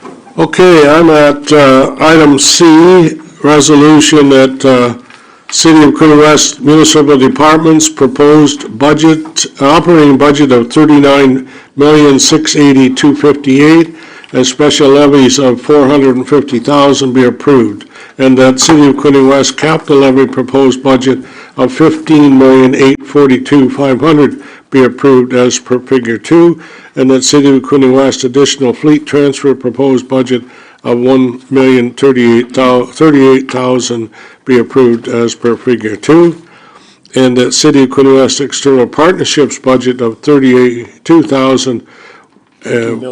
I'm sorry. $32,081,508 be approved, and that the total budget of $39,092,266, resulting in an average residential tax increase of 9 point, I think we got to change that, haven't we?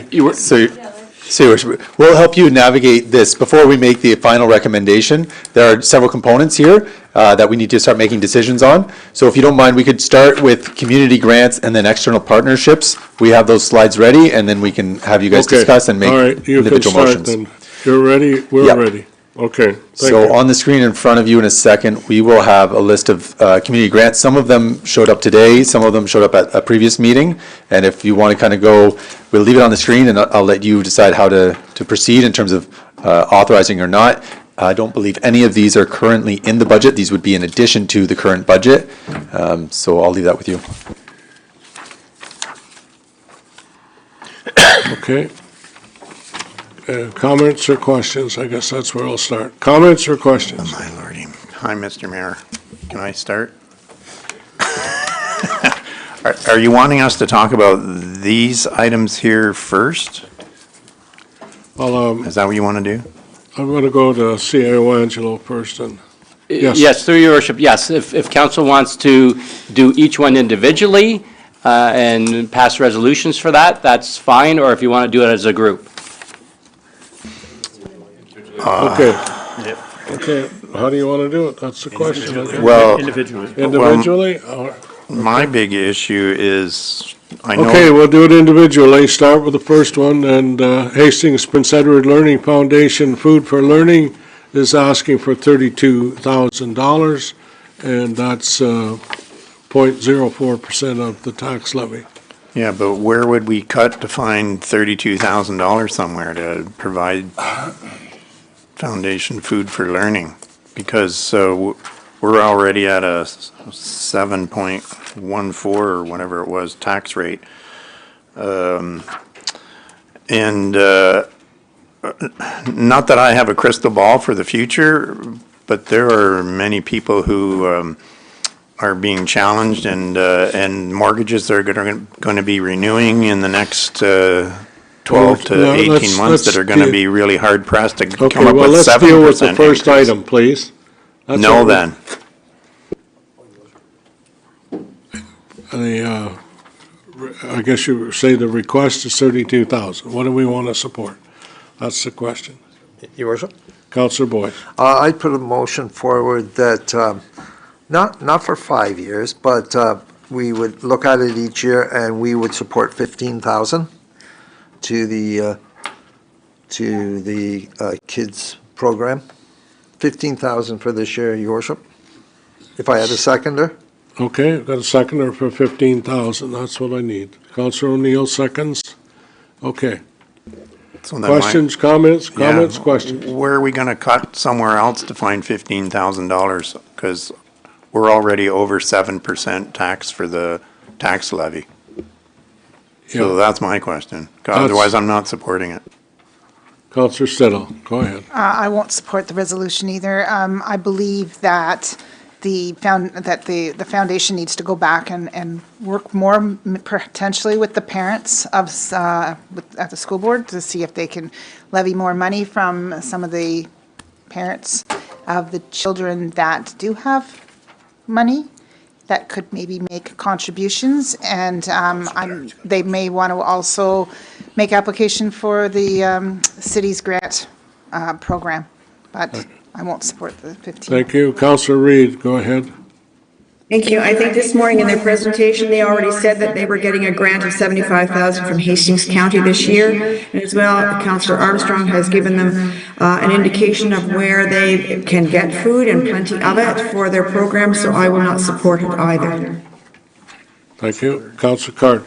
Thank you, Your Worship. Similar to previous comments, I think that this is a very tough year, and unfortunately, as a municipality, we cannot be everything to everyone, and these are all hard decisions. These are good programs and great organizations, but our back is against the wall here. We've talked about this, so I will also not support. I think there's some duplication with Hastings County as well, but in future years, I would certainly invite them back, and where we have some leeway and some breathing room, happy to look at it again. Okay, thank you. Anyone else? Councillor Katsovas? I'm happy to support them to the extent of what they apply for a grant, if they seek that avenue, as some of the other councillors have mentioned, as long as we are all kind of in a consensus that we will support the grant to the full amount when that comes around. Thank you. Okay. Councillor, any more? Yes, thank you, Mr. Mayor. This is very difficult, but I do like Councillor Card's approach that we work to, under the grant that's with, work with these grants that we're going to be dealing with on another application process. And because we have the Hastings County meeting budget coming up in March, I'll have a little bit more information there, and they did indicate they are getting some funds from Hastings County, and so I will not support the motion, but look to the other options that we can. So can I ask you a question, and as a member of the Sure. Hastings County, Sure. Did you have input into what they actually received? At this time, their budget's coming forward, Mr. Mayor. We don't get those till February and March for Hastings County, but I'm aware that there were funds given in the past, and I think that's what the representative indicated, but they also give back in the summer program, so when the schools aren't in. So I just need a little bit more, but I don't have anything current because we're dealing with it. Okay, anyone else? Anyone else? Okay, are you clear on the motion? I'll ask for a recorded vote. Okay, recorded vote. Okay, that's fine. Go ahead, recorded vote. Thank you. Councillor Elliott? No. Councillor Armstrong? No. Councillor Boyce? Yes. Councillor Card? No. Councillor Freeman? Yes. Councillor Katsovas? No. Councillor Quinte? No. Councillor McHugh? He's Seems just to be- delayed. He's having a medical procedure done. Councillor O'Neill? Yes. Councillor Reed? No. Councillor Sharp? No. Councillor Stedall? No. Mayor Harrison? Yes. Okay, next one, National Air Force Museum of Canada Foundation, $500,000. It's lost, yep. Pardon? Oh, no, I'm sorry, the vote was lost, yes. Go ahead, go ahead, go ahead, Mr. Clerk, tell us that. Through you, Mr. Mayor, we have 8 noes and 4 yeses, so the motion's lost. Motion was lost, sorry. Okay, next one. Air Force Museum of Canada is asking for $500,000. So what I need is a motion to approve or put it on the table. Councilor Armstrong moves, seconded. No, I had a question, that's all. Oh, okay. Well, I haven't got anything to ask a question about. National Air Force Museum, I need to put it on the table. Need to move in a seconder to get it on the table.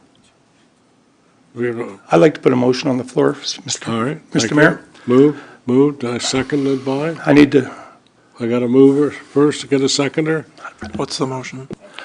You second it? Hey, what is the motion? I'd like to know what I'm Well, the seconding. motion would be to, I would think, to be approved, but anyway, go ahead. my motion was to ask for $100,000 approval versus $500,000. Okay, so you're asking for, okay, all right, 100,000 for 1 year, correct? And I need a seconder for that motion. Councilor Katsova seconds the motion. Okay, further discussion? Any further discussion? Councilor Quinte.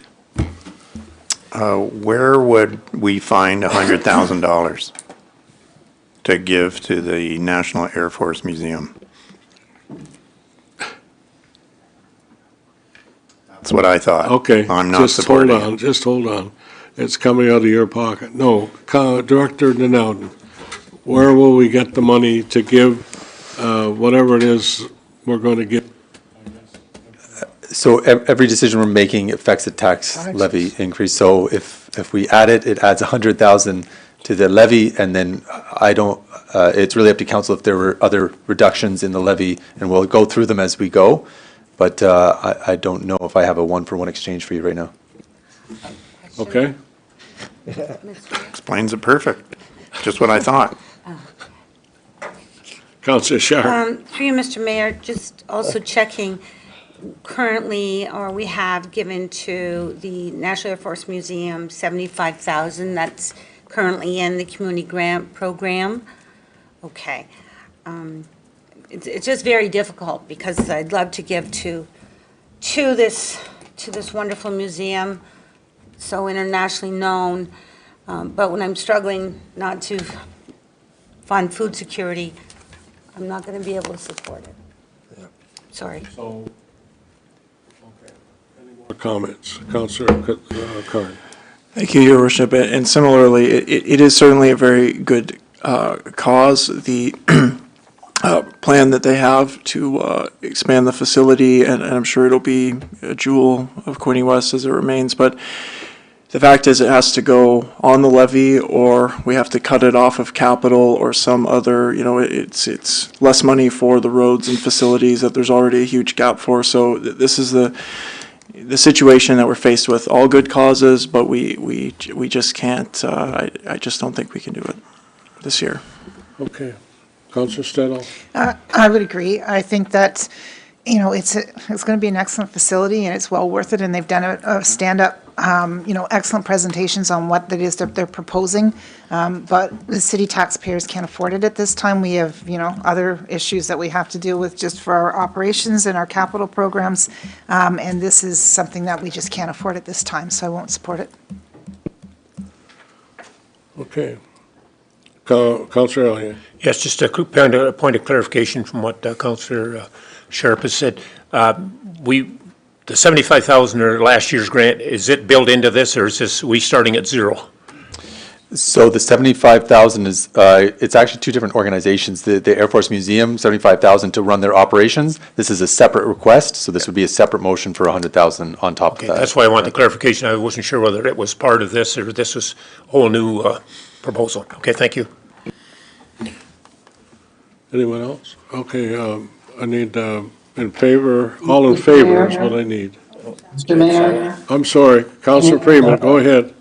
I agree that when we can't fund food for learning, I don't know how we could possibly give money to the museum there, but at the same time, I have visions of a lot of things going down into the county. More and more traffic going by us into the county because we maybe let that one plane go down there and God knows what else. And that's going to be true of the Natural History Museum, the same problem. Now, that is not going to be affect the taxes this year. But I just want to remind people the cost of these things might come back to bite us in a not a great way. Thank you.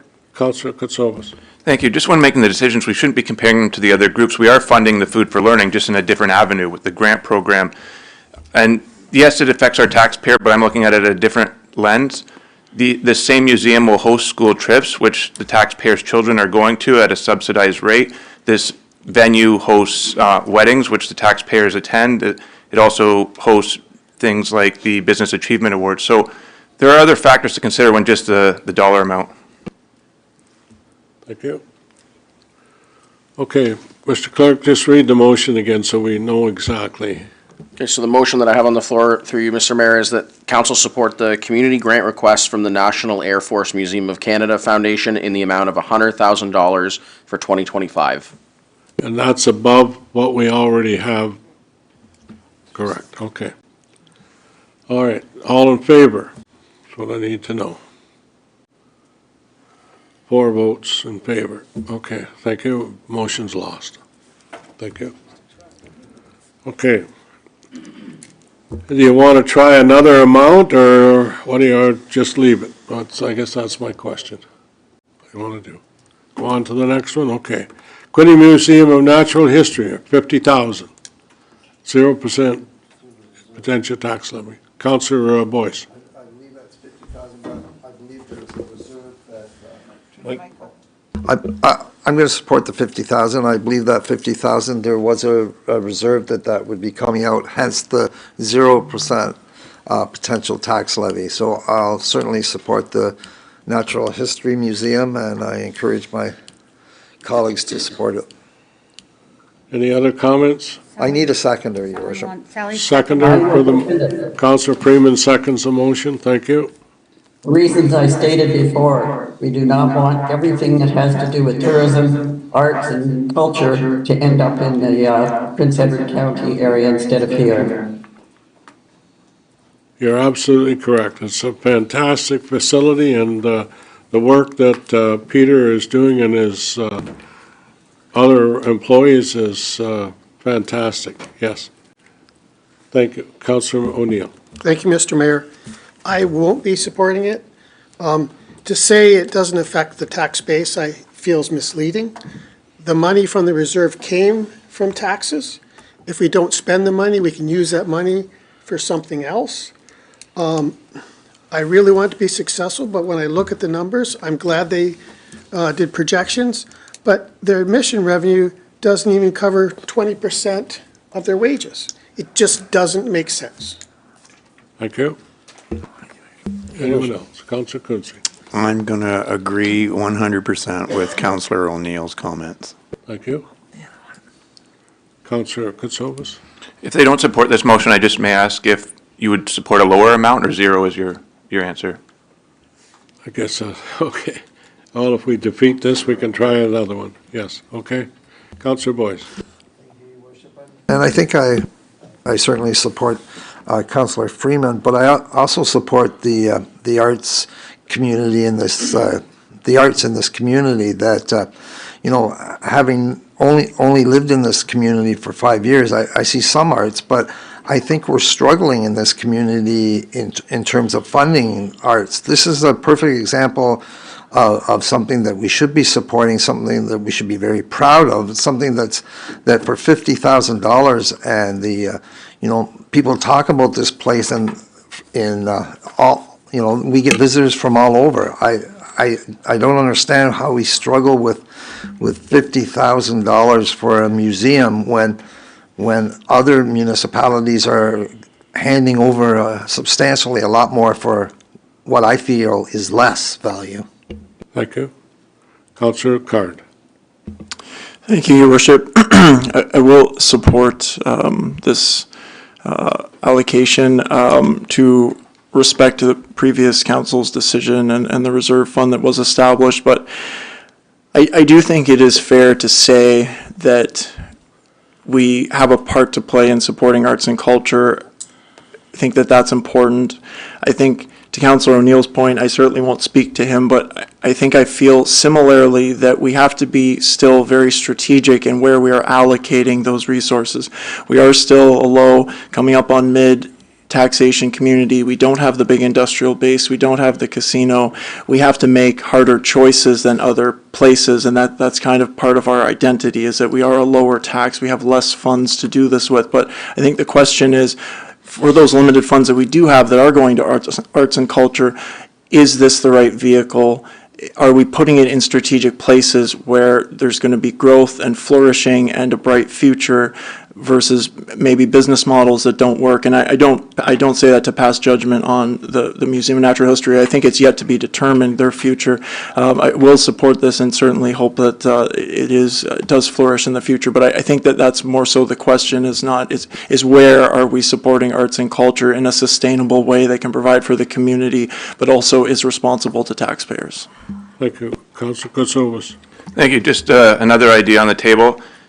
I'm going to support the Trenton Curling Club, and I know that's lower. I would suggest perhaps $43,000 of the Natural History Museum support the Curling Club, because it's a modest amount, and we seem to either support them 1 year to the full amount or not to the full amount.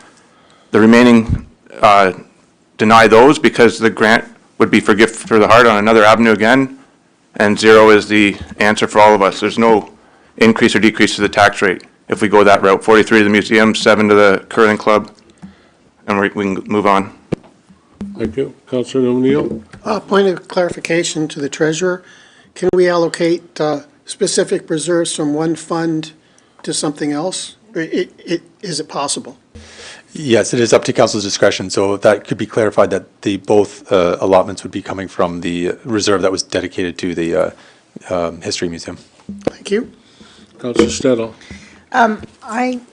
I would support what Councillor Kosovo was saying in regards to reallocating this so that it ends up at zero. But my concern is that, you know, we've just said no to the National Air Force Museum, but we're supporting another museum, which I know that there is some history and legacy. But we also have, when you're talking about cultural, we have the film club that started back, like the historic, you know, like there's other organizations that we have in our community. And it seems that we are supporting those that, you know, come to the podium and make a presentation to us. So I have difficulty with that. It would have been nice if we could just make it a grant application of $5,000 instead of these large amounts that are coming up at one time, which we have a whole community grant program that's already in place. So why are we not, you know, just having them all go over there and use that instead of coming here and asking for additional money? We have a grant program in place. I would suggest that they should all be pushed to that grant program and just use it instead of having them coming and asking for additional funds like this. Thank you. Councillor Sharp?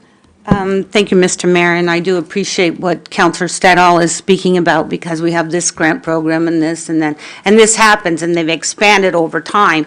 The challenge I have is that the Quinte Museum of Natural History that we've been working with, and we did dedicate a reserve specific as they move forward, and they provided their financials. So this is a reserve, this is a commitment, and likely they're given their plan and their opportunity for this grant they've submitted.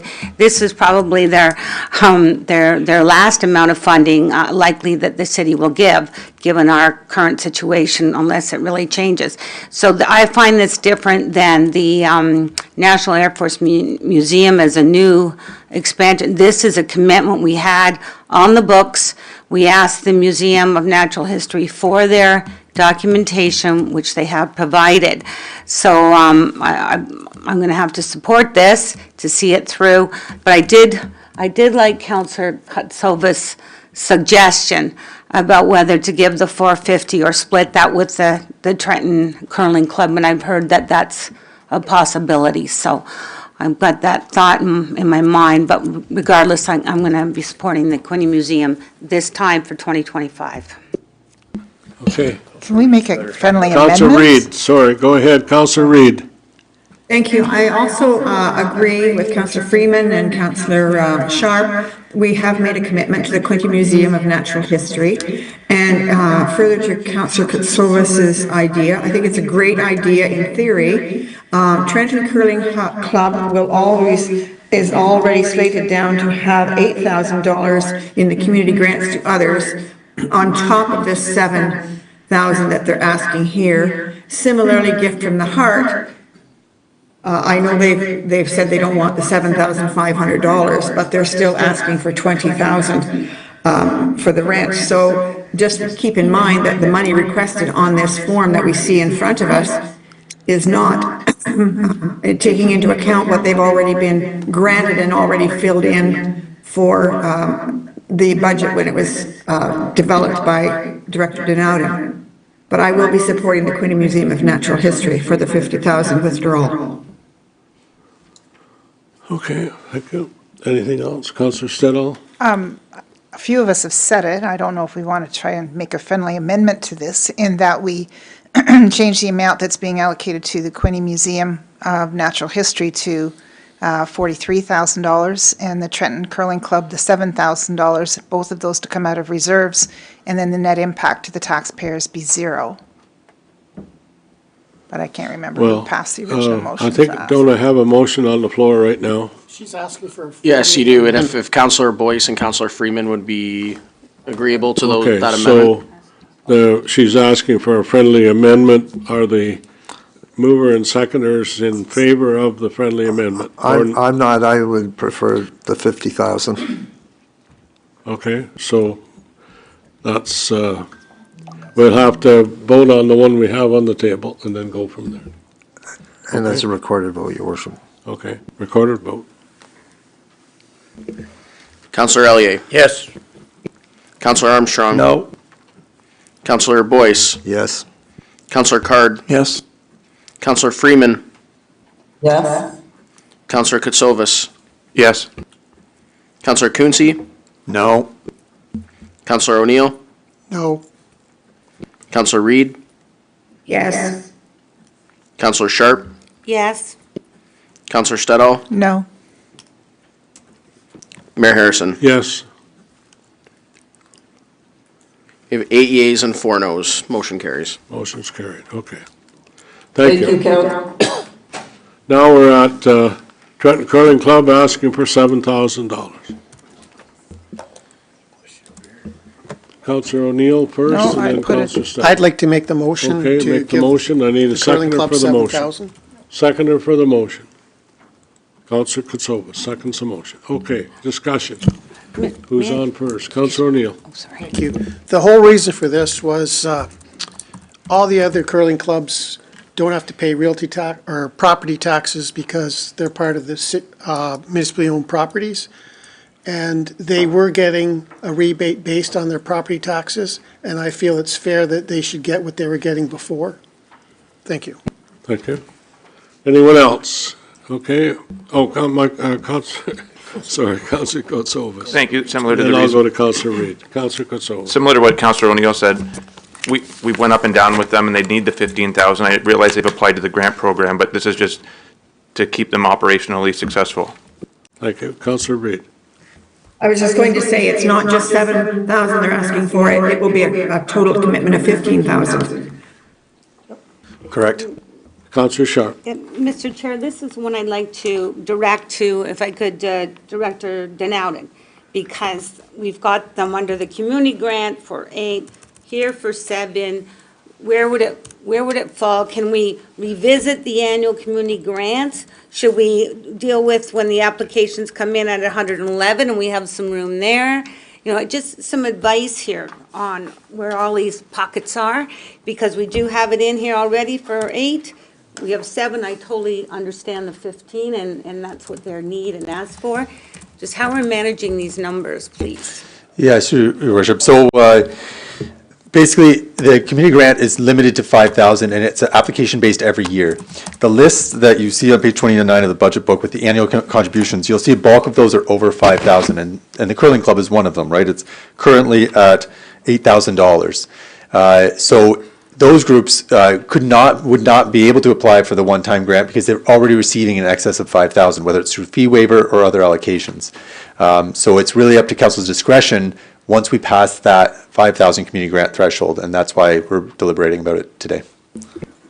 Okay. So, Mr. Mayor? Sorry.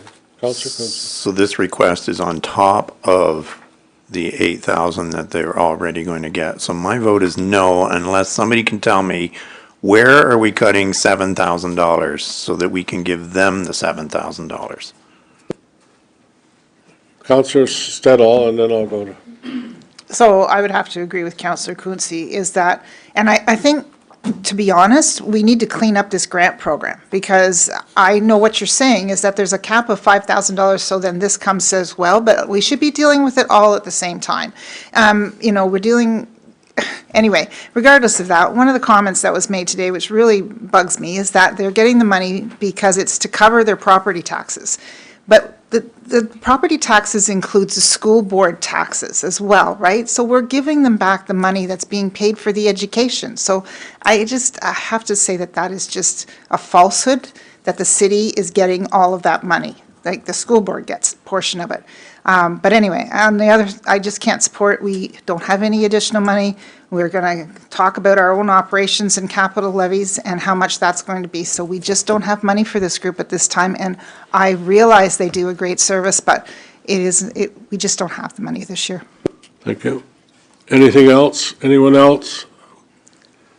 Read the motion again and make sure we got it clear. That council support the community grant request from the Trenton Curling Club in the amount of $7,000 for 2025. Okay. All in favor of the grant? Can I ask for recorded vote? Okay, recorded vote. Counselor Ellier. No. Counselor Armstrong. Yes. Counselor Boyce. No. Counselor Card. No. Counselor Freeman. Yes. Counselor Kutsovas. Yes. Counselor Quinte. No. Counselor O'Neill. Yes. Counselor Reed. No. Counselor Sharp. Yes. Counselor Stedall. No. Mayor Harrison. Yes.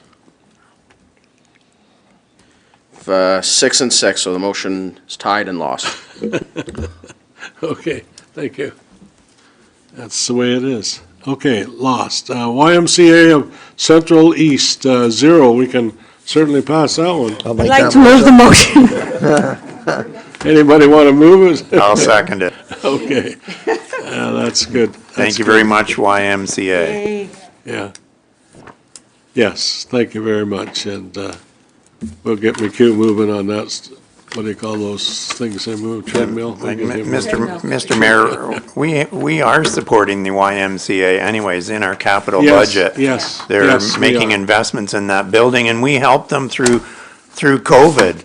And they've helped the city of Quinte West in tenfold with their swimming lessons and their activities they have and helping the kids and all kinds of stuff. It's been a great relationship. I love it. I think one of our council members should support that liner replacement. Sorry. Anyways, thank you. Yes, I agree with you, 100%. Okay, gift from the heart. That's what I need. I can't do it. I can't support it unless somebody can find $12,840 somewhere else in the budget. I can't support it. It's a no from me. I need a mover and a seconder is what I need. Need a mover and a seconder. I'll support Councillor Quincy in denying this application. I need a mover and a seconder. That's what I need. I'm seconding Councillor Quincy's Okay, he's motion. moving. I move to deny it. All right. And I'm Councillor Kunzi's moving, Councillor Stedall seconding. to deny. Okay, and you've got their both comments, they want to vote for it, but except for. Okay, Councillor Card. Thank you, Your Worship. Through you to Director Denowden, do we need a separate motion to reapprove? Because I noticed that isn't the entire amount, that's the difference over the 7,500. So do you need a separate motion approving what's baked into the levy already of the 7,500? Or if this is voted down, are they presumed to receive the 75? Is that how that'll work? That is correct. The status quo would be on page 29 of all those amounts would still be included in the budget unless there was a separate motion to remove it. So this is just the addition of. Thank you.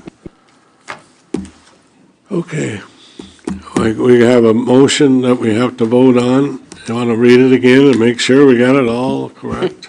The motion I have on the floor is that council deny the community grant request from Gift from the Heart. Okay. Okay, all in favor, that's all I have to know. 1, 2, 3, 4. Vote, motion's lost, thank you. I'm sorry. Carried. I'm sorry. The motion is carried. Yes. Yeah. Okay. Thank you very much. The National Air Force Museum, I know it's a big amount of money, I understand that. But I also, I was there, and it had to be last year when they were working on the Lancaster, the refurbishing of the Lancaster airplane, and it is a fantastic plane. And they've done a meticulous job in rebuilding and refurbishing that aircraft. That aircraft now is at Base 31, and that's where it's located, and it's completely put back together. And there's a guy that's at regular functions, and you've seen him, Noel Fudge, and he really is a meticulous, miraculous guy, and he can tell you all the life history of his flying of that particular plane, and he's well worth listening to. Anyways, I cherish that. I also think the Quinte Museum of Natural History has a great place in our city, and any way that we can help them gain access to more funds, I would ask staff to take a look at that, and if there's any way we can help them move forward, that's what we're willing to do. I know we don't have funds at this time, but we have a desire, so thank you. All right, next. So, Your Worship, just to help kind of navigate this through, if we're settled with community grants, we'll now move to external agencies and talk a bit about, we did have a presenter this morning, Quinte Transit, any other external agencies that the council would like to discuss, whether they're to send back or approve. So we'll put the list of external agencies on the screen and look for any motions or directions from council on the external agencies right here. Okay. All right, so you've got the OPP in front of you, increase. You've got the Hastings County cost, Quinte Waste, Quinte Transit, Quinte West Public Library. That's approved by the board. Lower Trent Conservation. Anyone you want to speak to? Anybody want to speak to one of them in particular? Councillor Stedall, then Councillor Elliott. Thank you, Worship. I want to talk about the OPP billing. There's been a lot of discussion about how much it's gone up by and how much it's come down by because of the additional money that was given to us, which is or is not a grant. But my concern with that is that the 2020, we got an original billing that included the reconciliation for 2023 as well as the new rates for 2024. And the reason that we got those increases, both of them, were from the wage increases. So the union negotiated with the province and they finalized it, and then there's back billing that goes for 2023 and 2024, and now we're getting the new wage rates for 2025. But the grant that they gave us, or the reduction in billing, only applied money to 2023 and to 2025. It skipped the amount that we're going to get billed for 2024, that allocation. So with the change in the billing, staff is saying, okay, now we'll put the full $1.7 million, the new grant money, and we'll reduce the levy. And we'll put the $300,000 back into reserve that we were going to use in order to help offset the costs. So I propose that we put an additional $250,000. So instead of taking advantage of the full $1.5 or $1.6 million reduction, we take $250,000 and we put it into the reserve for the OPP to help us offset the 2024 rate increases that we're going to get next year.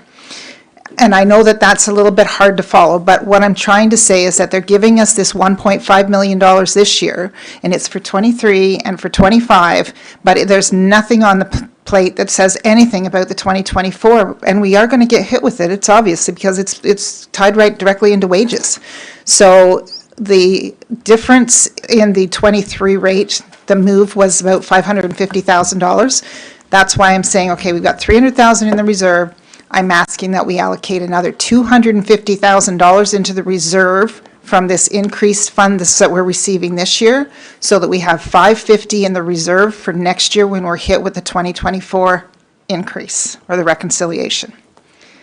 Is that clear? So I'm asking for. I'm going to ask Director Dowden, you've received all the information that I've received and so on, and Councillor O'Neill was with me when we got the phone call. So are you seeing it the same as Councillor Stedall?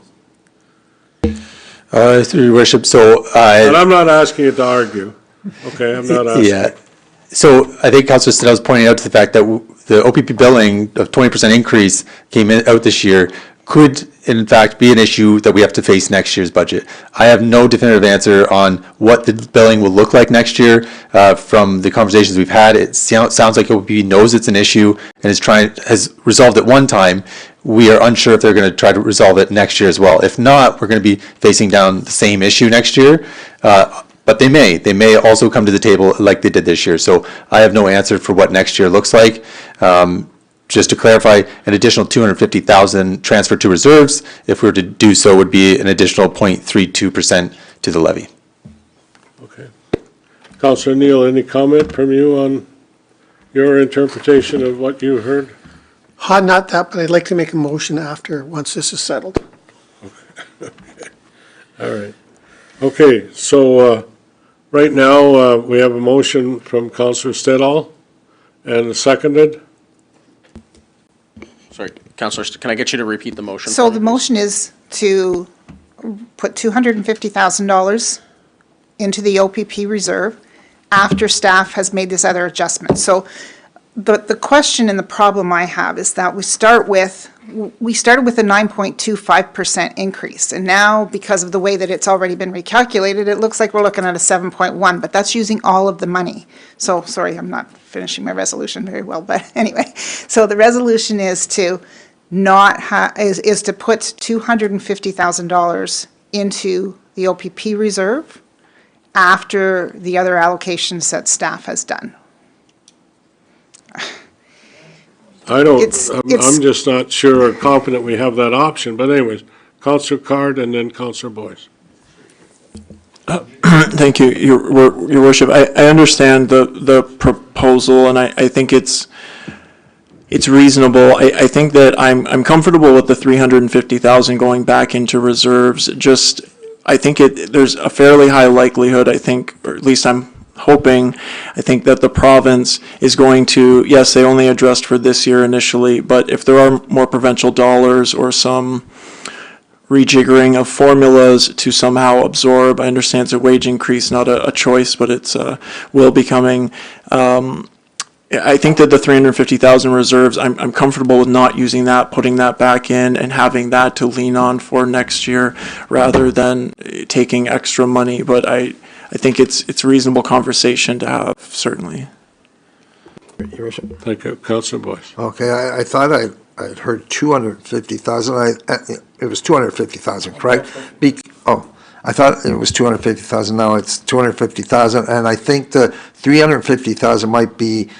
Are you thinking that next year, if they don't give us anything and we're hit hard, then we can use the cannabis reserve that we were originally going to use this year to offset the cost? So we would have that 250,000 that you're asking to come out, plus the 350,000 for the cannabis reserve and what we had talked about. So then it wouldn't hit us as hard next year if the government said, you know what, that was a one-time funding, you guys are done. But it's still you're still taking out of reserves. So, Councillor Card. Sorry, I would just, to clarify, Director Denouden, the 350,000 that is currently being put back into reserves, part of that is the policing reserve and part of that is the cannabis reserve. So what Councillor Stedall wants to do is move not just the 350, which is already happening, that's baseline, is another 250,000 above that.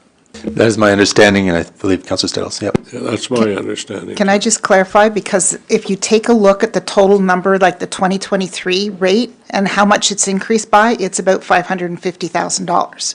That's why I'm Now putting. it is, yes, but And it's going to be next year, because the only reason that I see that we're getting this, in my opinion, is there's an election coming up in April, and when this election happens in April, that's why we're getting the money now. When we come back to the table next year, we are hopeful that they will take a look at the formula, but we can't rely on that. So, because the wage change is going to be there, it's already negotiated in.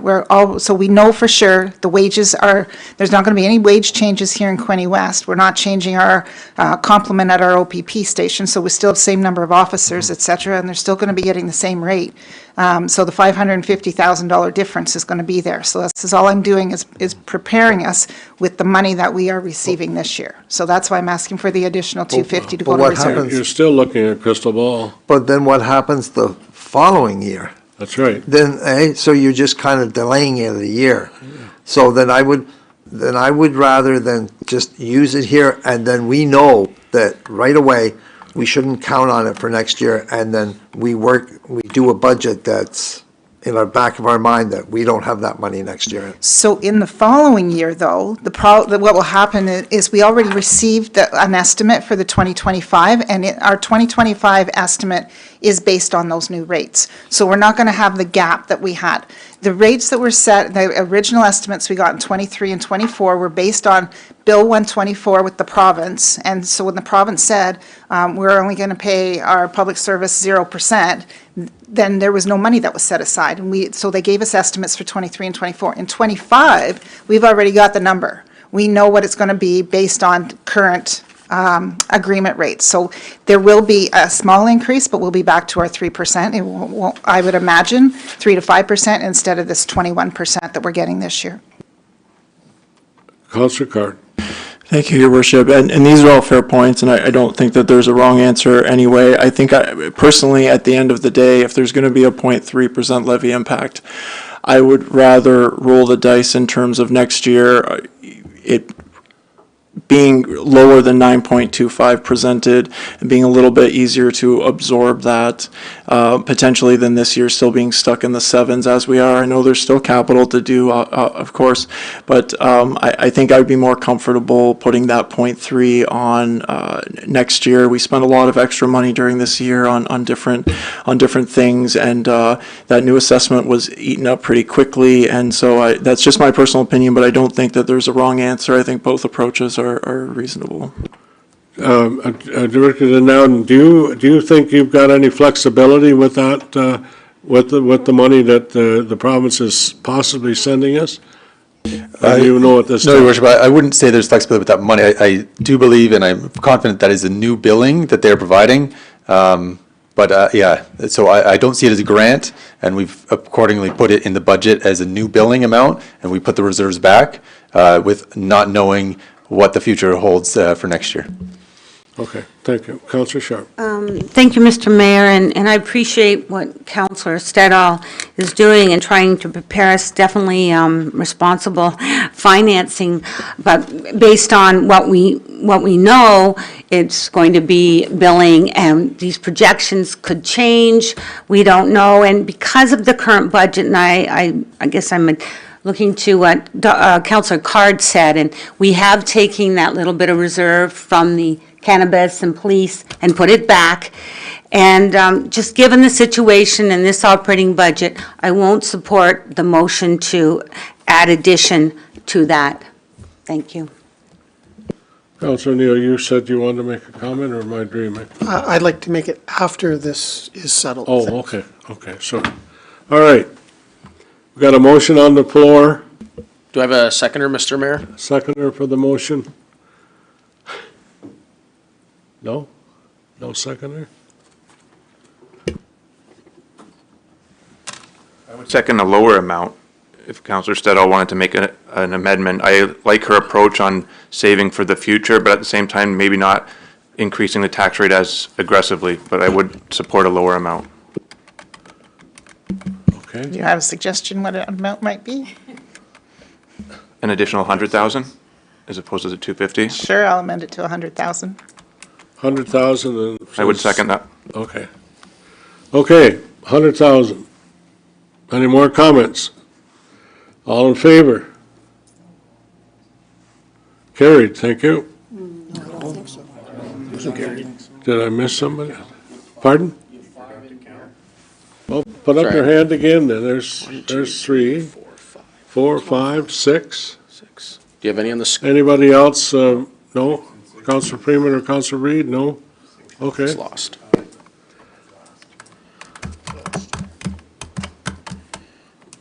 What are you saying? Yeah, that if you have 6 and 6, that's a lot. That's lost, Mr. Mayor. Motion's lost then. Okay. Councillor O'Neill. Thank you, Mr. Mayor. It's my understanding the OPP, or the province does not pay for the use of our building for the OPP in the city. That's right. I'd like to make a motion that the city start billing the province for the use of the OPP building. I'll second. Good luck. Do we have an estimated amount for that? Moved by Councillor O'Neill, seconded by Councillor Armstrong. All in favor? Further discussion? Councillor Card. Yeah, so I just thinking, I think about this practically, maybe if there's a friendly amendment, maybe to ask for a staff report and figure out a strategy maybe to go forward. But I think this is a very reasonable question. I'd like to know what other municipalities who supported the building of buildings and facilities for the OPP, what sort of agreements and deals that they have. But certainly, we spent a significant amount of money. It's a beautiful facility, and we should be charging rent like they charge us for services. It should be treated that way. Yep. I'd be happy to accept that amendment. CAO Angelo? Thank you, Worship. In concert with Councillor Card's comments, if that's the case, then yes, a staff report, direction to staff to bring back a report to council on different options, different models that are out in Ontario, and that is really prudent, so we can figure out what that cost might be or might not be, so. Okay, I think, yeah. And what are we going to do with the cells? Okay. So I think I need a motion to ask staff to bring back a report. Okay. We have that on the floor, Mr. Mayor. You got it in there? You're okay? Yes, sir. All right, okay, thank you. Okay, then. So we gotta vote on it. Okay, all in favor, that's what I need. Carried. 1, 2, 3. Carried, thank you. Okay, next. Mr. Mayor, I'd like to discuss Lower Trenton, or are you going to go down in a? Yeah, go ahead, go ahead. Okay, I know Councilor Reid and I are the two representatives on there, and as of last year, the budget was up there again, which it is again this year. We would like some direction. Actually, a week from today, we have to vote on it, whether we receive or deny the request, or they go back again, and they have, as Mrs. Reid will maybe comment to it too, since it was presented to the board in earlier this fall, it has been revised, I think, a couple times now, but it is still substantial, and I do understand that they will get an increase whether their operational is in there or not because of the increase in the assessment levy, which is the way they're funded, the province, the way it's laid out for conservation authorities. So that would be in there, whatever that number is in total. And I don't have it in front of me, unfortunately, right now.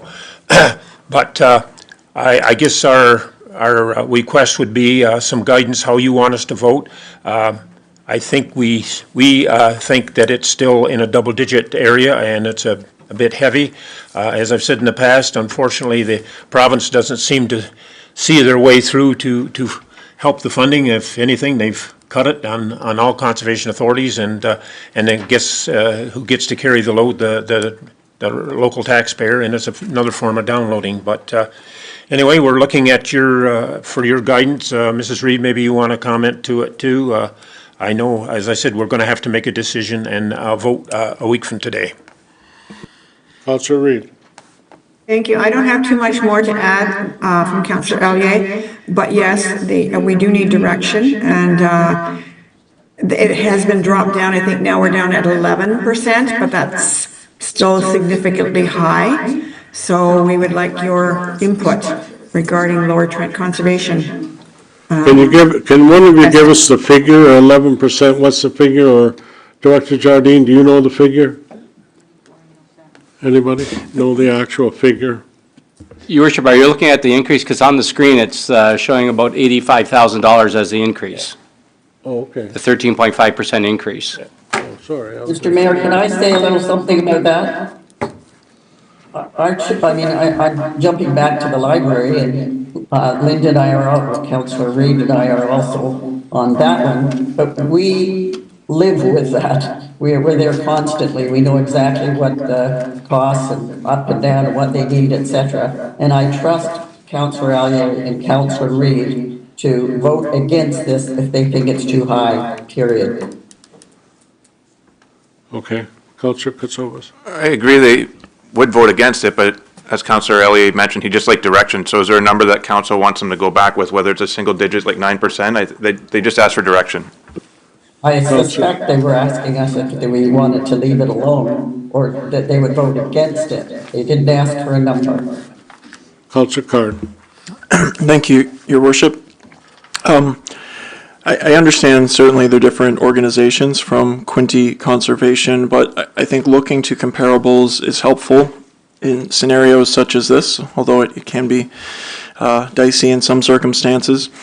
I'm sure that 3.64 that Quinte Conservation is getting isn't doable, but at the same time, I think it is a significant outlier from Quinte Conservation, and I think directing them to go back and sharpen the pencil, I think is reasonable. Just, this is 4 times higher inflation. I would expect a few percent on inflation.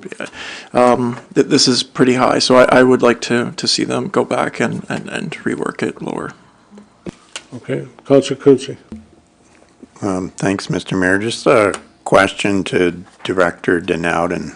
Are these amounts already presented in the, I have in my notes down here that we are at 7.73% so far. Are these amounts that are on this chart here already included in your previous 9.25, which was reduced? Yeah, through your worships, we're at 7.17, and that includes all of these amounts. So if these amounts stay, we're at 7.17. Thanks. So I hear what, in regards to Lower Trent Conservation and Quinte Conservation, they are conservation authorities, but how the budgeting and the weighting system works, it's really hard to compare. So it's all based on how much each conservation authority has oversight within the community, and Quinte Conservation is a much smaller footprint in regards to Lower Trent Conservation, which in turn creates this sort of issue here. So to the best of my recollection, I'm 99% certain that the $6,000 from Quinte Conservation's authority in that amount is 100% wages. And all the fees and services charges, those rates were also amended for the coming term and were passed. And so this $6,000 is really stemming from the wage changes. How it breaks down for Lower Trent Conservation, I can't say for certain, but we did have the director here, and she also mentioned about wages. So we're talking about people's careers and their choice, and we're talking about water, something that everybody needs to survive properly. And I know that the people that work and do their jobs at these conservation authorities talk about a dedicated group of people. If Councillor Ellier and Councillor Reid have been attending these board meetings and they feel that they need to make some changes to do the best thing for the city of Quinte West, I am going to trust them. If they feel that 0.11%, if I'm reading this correctly, is what we got to do to make things work, then that's what I'm prepared to do. So I don't have any other direction other than what's in their own hearts and minds. Thanks. Thank you. Anyone else? Councillor Elliott. Just to add, and Mrs. Reid can correct me if I'm wrong, but in the negotiations, it's somewhat at wages, but it's also operational. They are looking at replacing some equipment and vehicles that are aged, I'll put it that way. But it's an overall operational budget, a part of this percentage. And as I said, some of it is the weighted levy that goes into it too, but it is an operational budget. It's just not wages, it's the whole operations and to cover the costs of the operations, outdoor and wages. And you have to have the proper equipment to keep your employees safe and to do the job correctly. And all I will add is the way it went last year, it was turned, when it was voted down, which was just ourselves and Alec Haldeman, because we have the weighted vote, It only takes two, and if we vote against it, certainly it gets turned back to the board and the staff, and they'll have to review it and then come up with a revised number. As far as I believe that's the way it worked, was it not, Mrs. Reed? Yes, it was, yes, absolutely. Okay, so, Councillor Stedall's got a oh, Councillor Stedall, sorry. Thank you, Worship. I would also suggest, give direction that perhaps our counterparts could take a look and ask if we could get that number down below, definitely below 10%, but I would say it should probably be at least around 7 or 8%. I realize that most of that is wages, but I don't believe that it's appropriate at this time that we have that kind of an increase. So I would suggest that we do ask the Conservation Authority to sharpen their pencils. Director Jardine, you only comment on this. I know a few years ago we talked about doing the work of the Conservation Authority in-house, and at that time, when we talked to you about it, you were quite descriptive and adamant that there was a lot of work completed by the Conservation Authority, and for us to take it on, it would cost us a lot more money than what we're looking at in this case. Yes, thank you, Mr. Mayor, through you to Council. So I think my opinion on that would be the same. Certainly the service the Conservation Authorities provide is very specialised and very much needed, particularly for the work that we do in reviewing and approving development applications. But the one thing I would say, just to be clear, is that over and above the levy, there is a service charge that gets paid by applicants through their application fees that pays for some of those services that the Conservation Authority provides. So that's paid by applications for planning applications, etc., and not covered by the levy. But I would certainly stand by my earlier comments on the fact that the work that the Conservation Authorities do is critical. We would not be able to cover that work internally, certainly not with our own staffing, and it would be a significant change and a significant cost to the municipality to take those services on board ourselves.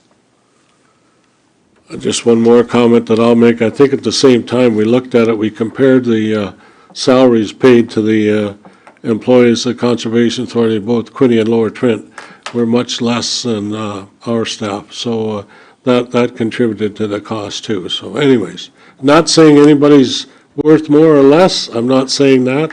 I'm just telling you what the facts are. And I'm like Councillor Elliott, I want the best for the least, and I'm sure he and Councillor Reid will do their best.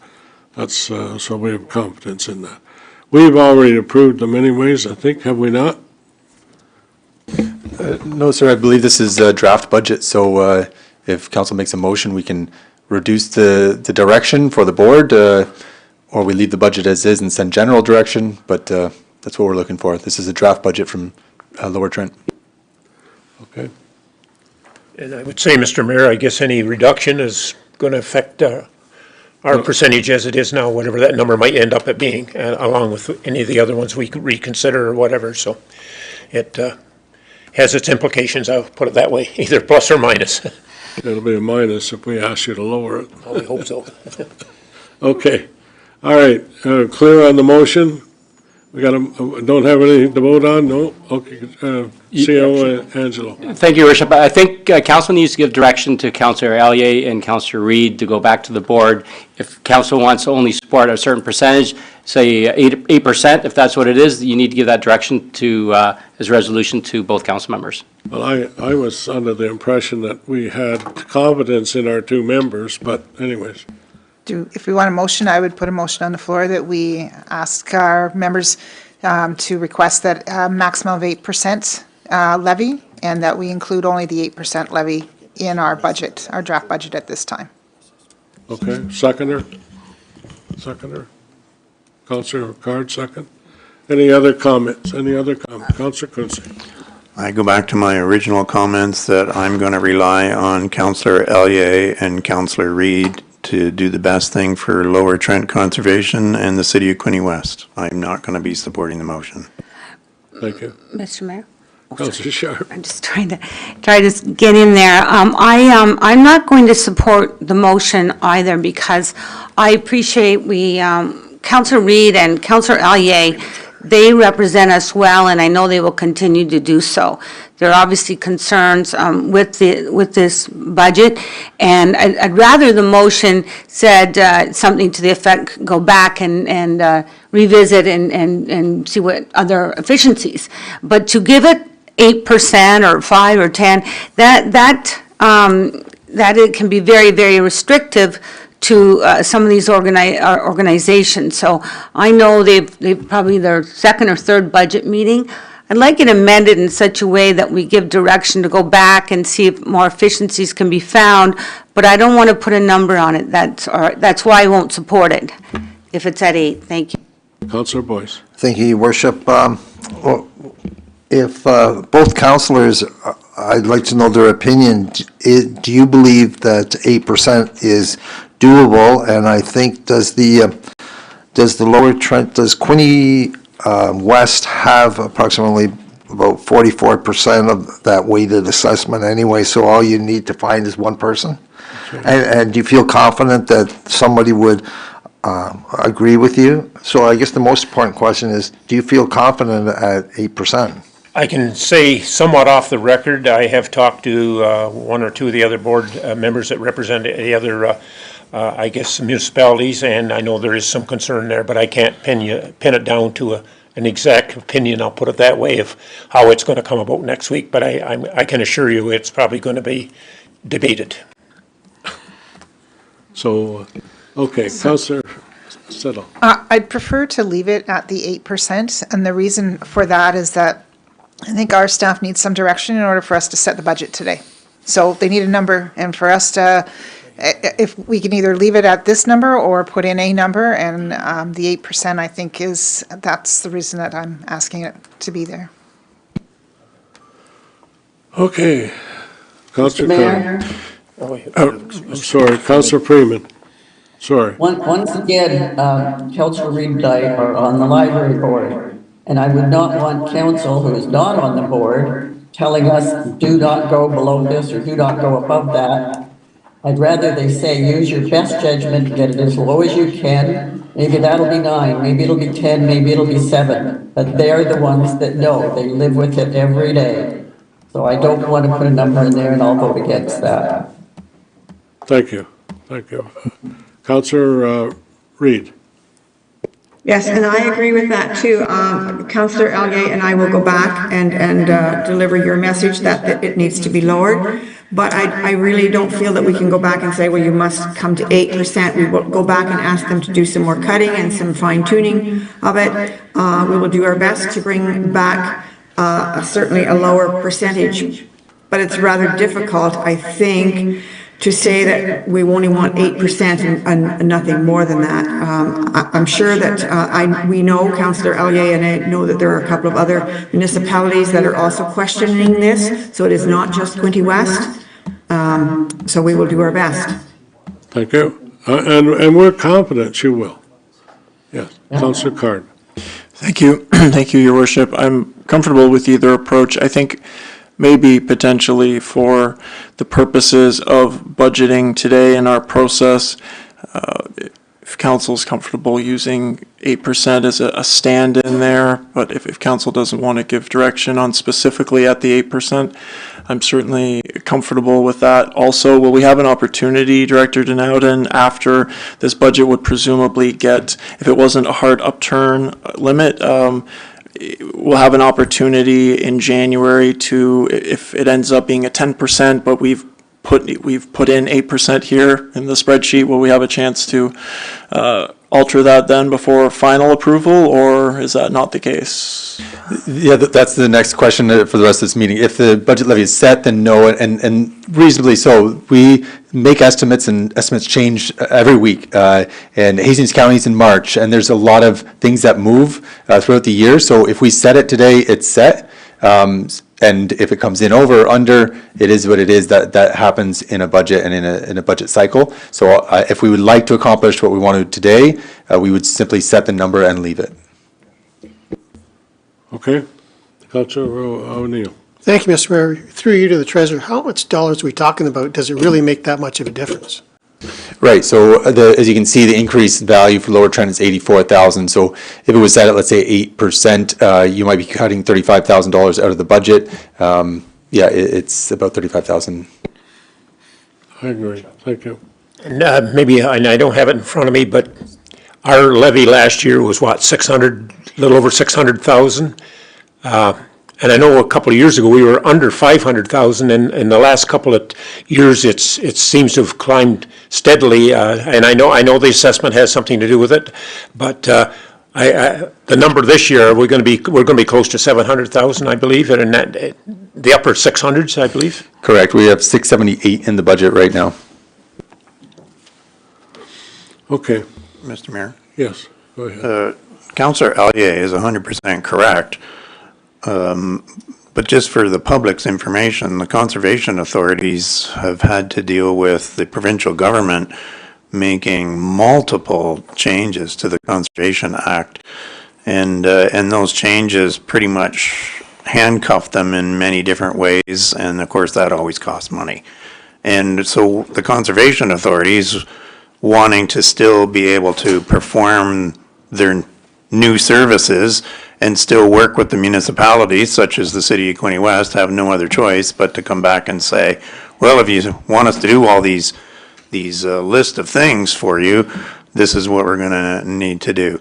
So Councillor Ellier is correct. The numbers certainly have grown, but it's again another way of the province downloading onto us, the municipalities, and this isn't the only thing that's happened. Our own city has also, our planning department, we've had to hire staff members as a result of legislation, and not under the Conservation Authority, but other things that the city has had to hire staff members for to handle all the requests that the province is demanding of us, or for information that we are to provide about, like our asset management plan, for one, and how we do business or how we perform our services. So, and that's also part of the reason why we're coming to this 7.17%. And you talked about it yesterday, where the federal government and the provincial government say they're helping the citizens, but they're not. These plans that have come out from the governments, giving citizens back, $200 or $250 or credits to the HST or the GST, depending on which province you live in. It's crazy. I don't agree with it. They're giving people back their own money, or in some cases having to borrow money to give back to the citizens, who are only going to have to pay it all back again. So we're making these changes to the tax rate, and the province is going to give people money back, and the federal government's going to give people money back, and then we're going to turn around and just take it back again. What a vicious circle. That's what just drives me nuts. Anyhow, I've said that. We've discussed this far too long. Does Director now need a number? Is that all you need for this to move forward? Well, Your Worship, I think my advice to all of you is, let's leave the number where it is. Okay. Direction to Councillor Ellier and Councillor Reid to go back and do their best efforts to get the budget down. That's right. That's exactly. They reduced, yes, the 13.5, thank you. So that's do you what we're need agreeing to. the resolution amended, because it hasn't been moved and seconded? I don't have a seconder, but I would suggest that just general direction without a resolution is probably sufficient. Okay. Okay. You're all right? All in favor of the general, do we need to vote on it, or just? Okay, thank you. All right. Anything else, or have we got them all covered now? Quinte Transit, yeah. Okay. Well, one other question. What are other external agencies? Well, it would be. Right on the bottom of the list. What are they? Yes, through Mayor, on page 28, we've identified the other external agencies: Bay of Quinte Economic Development, Bay of Quinte Regional Marketing Board, MPAC, Quinte West Chamber of Commerce, Small Business Center. So several small items. You can see the total value. I just have to flip pages here, but it's a small dollar value, so we lump them all together just for the sake of not making it a really long list. Perfect. And many of them have also agreements already. Yes, thank you. Okay. All right, so we're good then? 2025, okay. All right, so what's,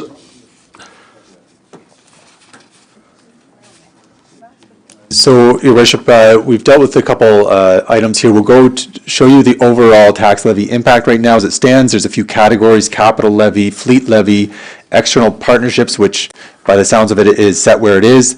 And we also have the municipal operating budget, which has been updated with some changes to staff salaries. So you'll see that total value on the screen here, and I'll leave it up to you and council if they want to make motions on the capital levy, looking at the municipal levy, whatever it is, if you can start to dive into any changes you're looking for. okay, here they are, right in front of us. Okay, I'd like to make a motion. 7.17%. Councillor Quinte. I'd like to make a motion that we do not proceed with the Duncan MacDonald Memorial Community Gardens Arena sound system so we can get this under 7%. I've done a little bit of math. We'd be really close if we don't do that. Why would you take out the sound system? I'm looking for something that is not an emergency. I could live with the sound system because I don't use it. I understand that it's not working correctly, but it's not an emergency. And I'm looking for ways to get this under 7%. I won't even go there, but anybody second the motion? I guess that's the question. Okay, carried. We'll keep on going then. All right. Chris has got it. What's care? CO Angelo. Thank you, Rich. So I just want to clarify with council, removing a specific capital project doesn't affect that 4% tax levy, capital tax levy that we have proposed. All it does is affects the amount of debt we're taking on. So we're going to borrow money to update a sound system. Like, that sounds ridiculous.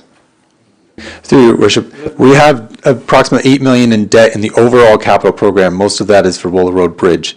Any money you save from another project that uses capital levy could then be reallocated to the bridge, meaning we need to take on less debt for the bridge. So that's kind of where financing is different overall. Overall, yeah, you have $8 million in debt in the capital list of projects. So reducing one project for $150,000 will not impact the overall capital levy we require for the capital program. Even if we give you direction to do otherwise? No council can override me if it so wishes. Okay, thank you. So if I make a motion to take this off the capital budget and we not include it in the capital levy, then that gets rid of it altogether. So that's what I want to do. So, anybody second the motion? Motion's What will lost. it take it down to be clear? Sorry, I didn't understand what's. Our tax increase, will it take it under 7? Tax increase. If that's small an amount? Okay. Go ahead.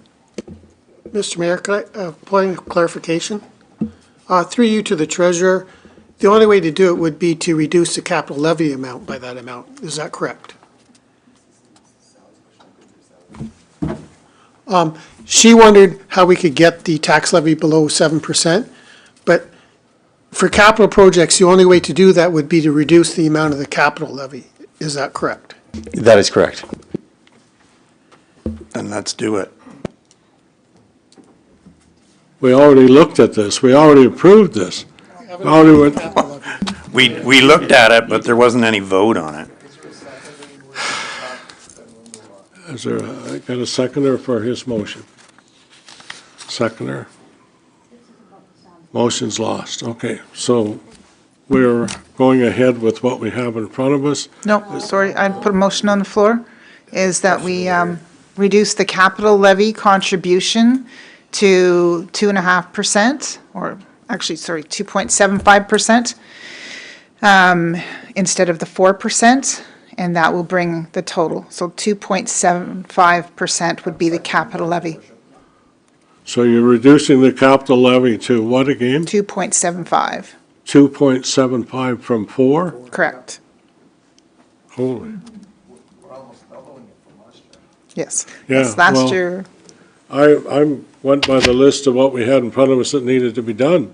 So what are we going to cut out then? Don't we have to come back and cut some things out to get down to this? So through your worship, we'll talk about the capital program after this is set, and you'll see we'll update how much debt we need to take on. So there'll be slightly a bit more debt we need to take on in year one. It'll also affect the 10-year program, but or we cut capital projects and we don't have to take on as much debt. So at the end of the day, this is the right way to do it. We set the capital levy, and then we can talk a bit about how that affects the financing of these Okay, capital so we got a projects. motion to reduce the capital levy to 2.75% from 4.91. Got a mover, need a seconder? Councillor Boyce, seconds. Questions, comments? Can I speak to that? Go ahead. To the motion I put on the floor? Thank you. Thank you, Worship. This is a difficult budget year, and it has been a difficult budget year since I've been on council now. But in this particular, with these numbers, I understand why we need a 4%. And even with this reduction that I'm proposing to the capital levy, I think that brings us down to, if I'm correct, about 5.9. Is that about what it'll be? 5.90% to our taxpayers is still pretty brutal. That people are dealing with increases that for cost of living, they've got their own other issues that they're dealing with regards to, debt and trying to pay property taxes and trying to put food on the table and everything else that we've heard. So, I mean, even having a 5.9%, 5.9? Is 5.92% is very difficult for taxpayers. But on the other hand, I have to support that we at least do the 2.75 capital levy, which is far more than I would like to, but then we incur debt, which it binds us in the future if we don't put something towards it. So we do have to at least try to get some of this old debt that we've got paid off.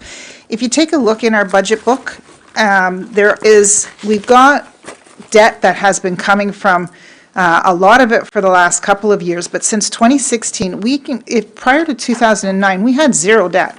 We also had, and it was discussed yesterday, our PILT from the federal government went from $6 million to $9 million, and that additional $3 million was supposed to have been put aside into a reserve every year, and it wasn't. And so now we are sitting here with a lot of spending that's been done by previous councils and debt to pay for it, but the previous councils didn't put that $3 million aside every year when they should have, and they were advised by the finance staff at the time to put that money aside. So we struggle right now with this year with increases that are not acceptable because our cost of living is only 2%.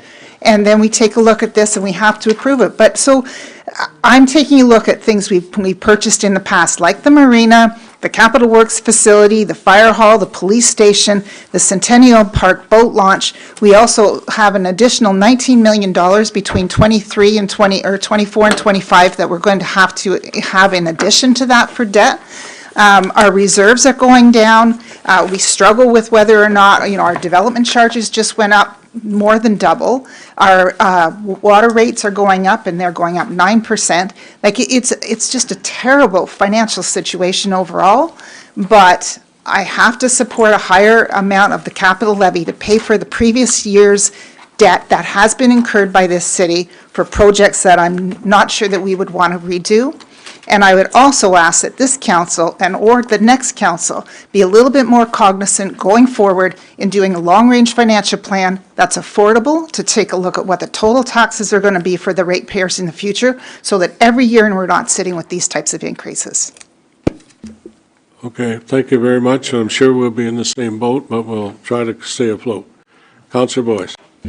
I could make it real simple and just say ditto, but I agree with you 100%.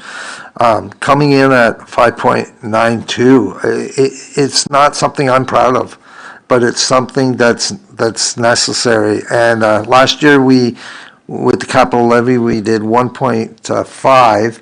This year we've at least increased it because we know we had to. And so 2.75, the increasing, I feel as good as I guess I can be, but the 5.92 is a figure that I never really, to be honest, thought I would have to say that I'm going to vote in favor for it. But I guess it's the best of whatever. I'm just glad that it's that we can get down below 6. Facing what we face, and Councillor Stedall nailed it on this one. Mr. Councillor Card. Thank you, Your Worship, and yeah, it's a very tough situation. I made this point yesterday before 2009 with the debt, and I actually think there's some positives to and my point yesterday, I know Councillor Quinte, I talked to him afterward, that it wasn't that those facilities, and I think about things like Public Works Building and Fire Station 1, it's not that those shouldn't have been built, it's just that I think that taxation needed to rise in line with those projects, and I think that that's kind of the struggle now, because if we look on the board here, and it's just in clarity for us, municipal departments, 1.12, and external, we would be below 2% if we didn't have the asset management, the infrastructure gap. We'd be below 2% this year, which is honestly quite an accomplishment for staff. I would give them a pat on the back because inflation ran at 3.1, I think, for 2024. So the fact that we're significantly below that, and I don't think we rated reserves. I mean, there's not much, to raid. So it's an unfortunate situation. I think that we're moving in the right direction. I think that this is the right direction, the only one that we have to go with. When we slash capital lower and lower, the problem is that the issues compound. So yes, we're not putting on the credit card because we're already the 15 cents of every dollar, we're maxing that out. But if we cut the capital and we put off some of these road sealing and the crack sealing, some of these projects, it ends up costing us more later anyway, or when there's catastrophic failures in the water, wastewater with mains. So you try to save a nickel and you end up losing $1 down the road, but it can't go on the credit card anymore either. And so it's an unfortunate situation, but this is, I think that we're doing, relatively speaking, the best that we can of not good options. That's right. The original police station that was used was built for 28 officers. That's what it was built for. Councillor Quincy. Thanks. So, clarification that the City of Quinte West did have debt prior to 2009. It's just that those debts have been paid off, so you don't see them on this chart. But there was debt there. And whether you believe it or not, I know I was there. We're not arguing. So to say that there wasn't any debt prior to that, that's incorrect. So also factors into the lower taxes happened to be right in the middle of COVID, if everybody can remember that, and everybody was running around with their hands in the air like, what do we do next?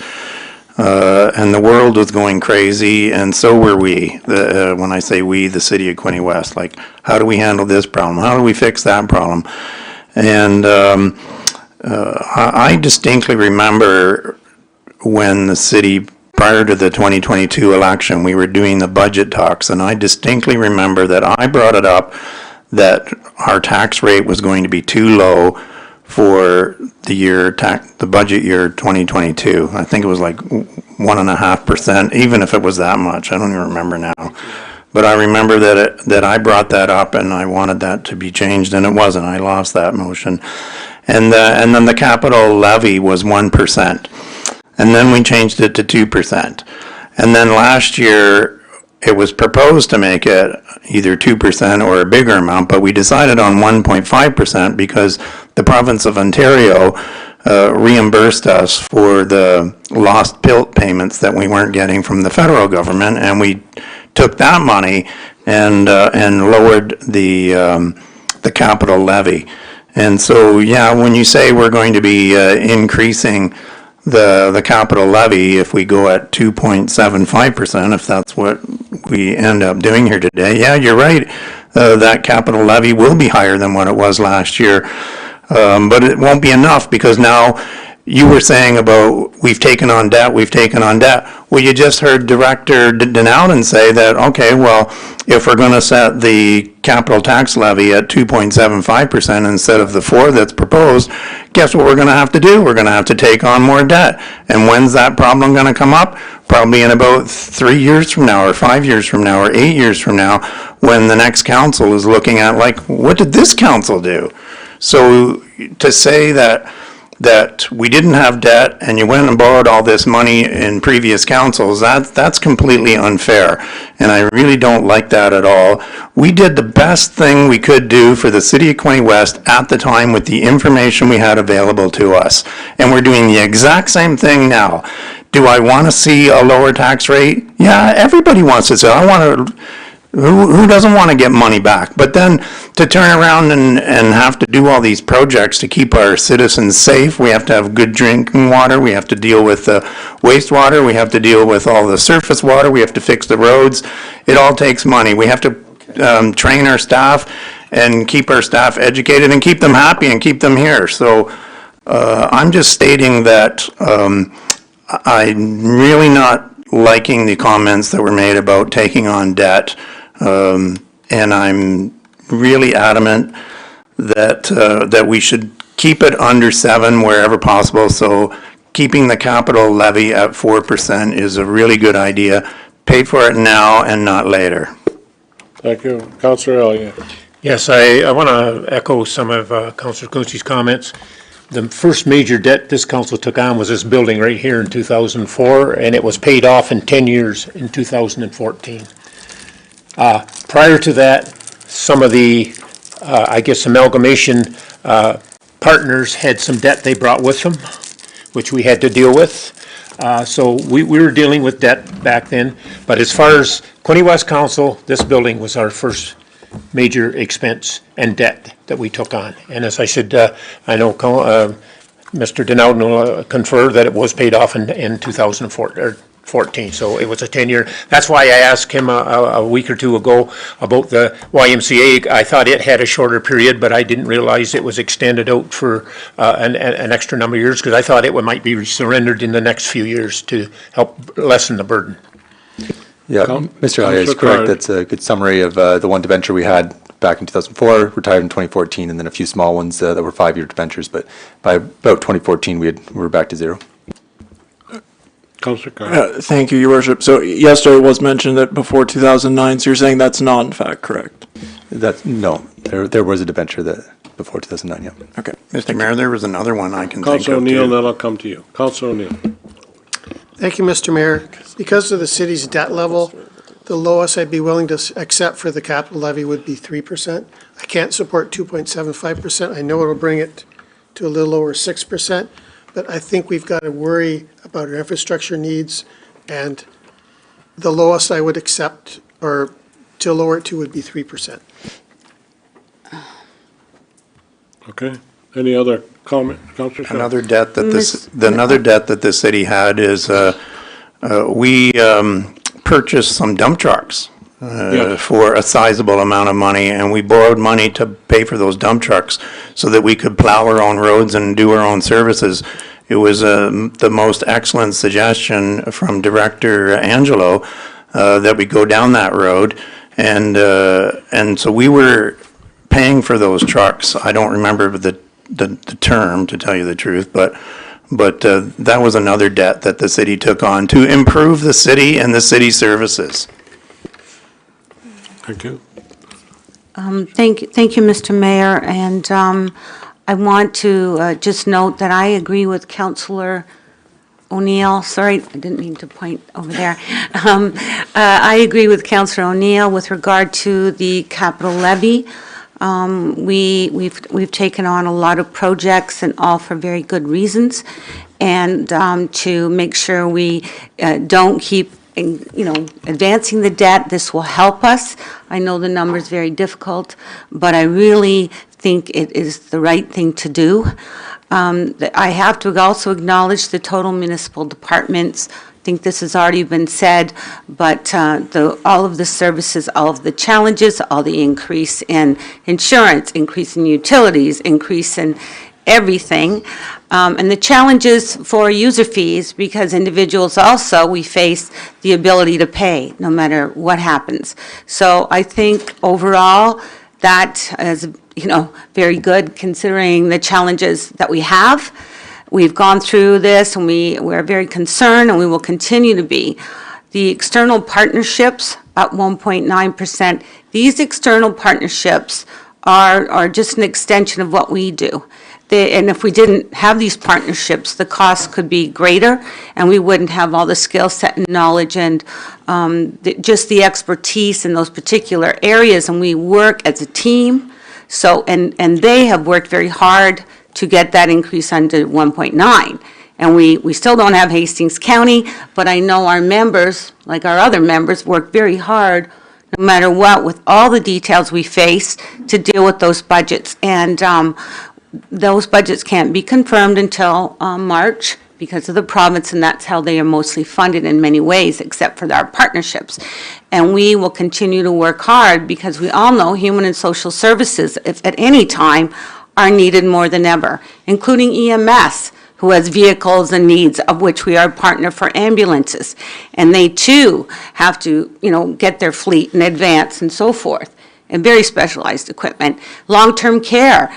I mean, there are a number of agencies here all trying to do their best. It's very difficult to have this increase, but I can't or I won't support the capital levy going lower, given all the things in this book with the capital. We couldn't even find a project that I couldn't say was a priority. They're just so extensive. I mean, and so I appreciate that councils and staff over the years have done the best they can with the work they have and all the information. And we're trying to do the same around this table. So that's all I want to say. Thank you. Councilor Kutsovas? Thank you. All we've talked about so far is the levy. Should we bring it back up to 3%, but council would like the overall tax rate to be under 6%? We can still accomplish that. I would ask us to look closer at the fleet. I'm not proposing that I consider the snowplows and those types of larger vehicles more essential. I'm more or less asking if we can reduce the pickup trucks and small SUVs, whether they can be shared within departments, whether it has to be that size of vehicle for every department, because certain departments aren't hauling large things and do not need those larger vehicles. They could get around in a smaller one. Perhaps too, that they're left here overnight. I know some residents call in and say they see them after hours. All these things, I'm not saying I have the answer on how to reduce it, but we should take a harder look at the actual, I guess, the smaller vehicles, the pickup trucks, as I said, and the SUVs. Okay, I'll come to you, Mr. Zach, just give me a minute. I want to recognize Councilor Sharp's statements. EMS, that's a vital service that we have continued to support Hastings County with their improvements over the years. And I can remember, yes, I can, when we had an ambulance in Kingston, and there was a requirement for an ambulance in Sydney. Let's say Sydney. But that ambulance had to come back to home base before it could be dispatched to where it was needed. Now, today, when we require an ambulance, it's dispatched as soon as it possibly can be. No ifs, ands, or buts where it's located, but where it's needed. So we made tremendous improvements in that area. Yes, and the vehicles are still used far longer than they should be. Yes, but that's the way it is. And try to get a replacement. It's a challenge. But I really appreciate the fact, and it's the same with Lower Trent. People are using your judgment, using your gut, telling you that this is what we need to do. We know it's going to cost money, but this is what we need to do. And so, I appreciate that, and I see it as Councilor O'Neill is saying that we need to keep the capital levy at 3%, and I don't disagree that it needs to be there, and it may even need to be higher, because we have to determine we will have to determine what we're not going to do. And we know at this time that many of the projects that we're shy and are needing to have completed total $440 million. Yes. So, staff's going to come back to us and say, what don't you want us to do? And we're going to reach out to the province too, because in many cases, we've got to build wastewater lines. We've got to do major improvements to our facilities and to our wastewater treatment facility in particular. So those are things that we've got to do in order to comply with the province, build houses, build more houses, and so on. So yes, we're between a rock and a hard place, as has been said, but we will get through it. Councillor Card. Thank you, Your Worship. So similar to Councillor Kotsovo's point, though I wouldn't suggest the fleet necessarily, because I think it's kind of inextricably linked to capital in a sense.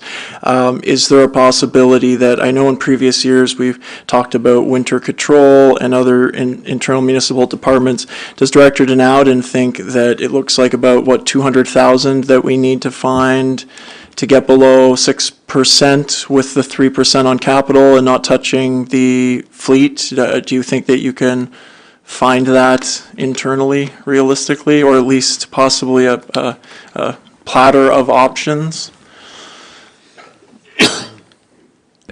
Through your worship to Councillor Card, if that's a direction council would like staff to take a look at, I would suggest that I would probably need about 5 or 10 minute recess to confer with senior staff to take a look at those operational things. Is that of interest? Councillor Stedall, then we'll take a break. So I believe staff's been working on this budget for about 6 months now, and for them to have to go outside the room for 5 minutes to try and find $300,000, I feel that's inappropriate. That information should have been done before now, and I don't want to cut operations. I think we haven't requested any service level reductions. So, unless there's some other reserve that apparently is going to come out of the air that we can use, I just don't see how we're going to, all of a sudden find $300,000.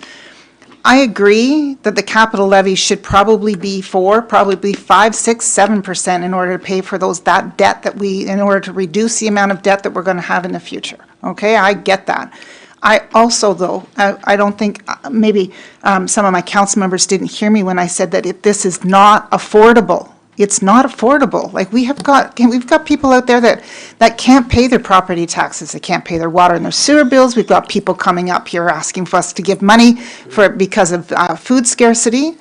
We've got more homeless, we've got issues, we've got all kinds of problems. So I think we can figure out how to make the 2.75 capital levy work right now without making any other changes in the budget and get it to 5.90, which is still pretty high and not affordable, without making additional changes. So I don't feel it's appropriate to ask staff to make operation changes at this point in time on the fly.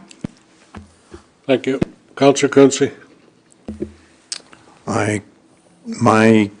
I don't agree with Councillor Stedall's comment. So if the staff need 15 minutes or 20 minutes or 3 weeks to find $200,000 or $300,000, I am in favor.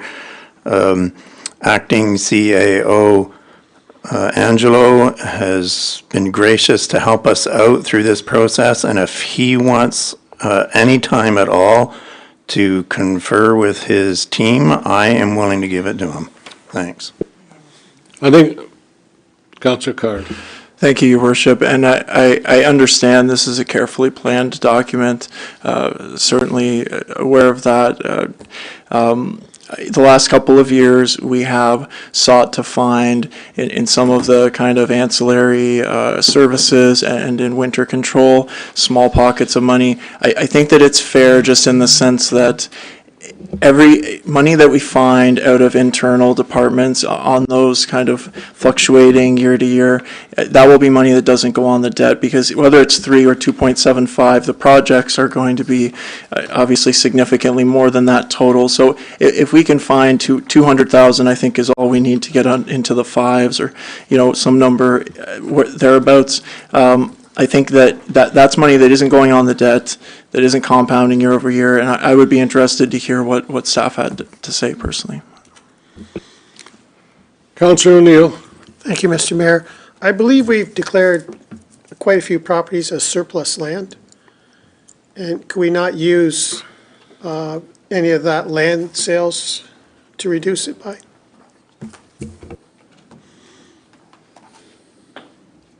Sorry, Your Worship, if we could just specify, are we talking about tax sale properties or? City-owned properties that we declared surplus that we intend on selling.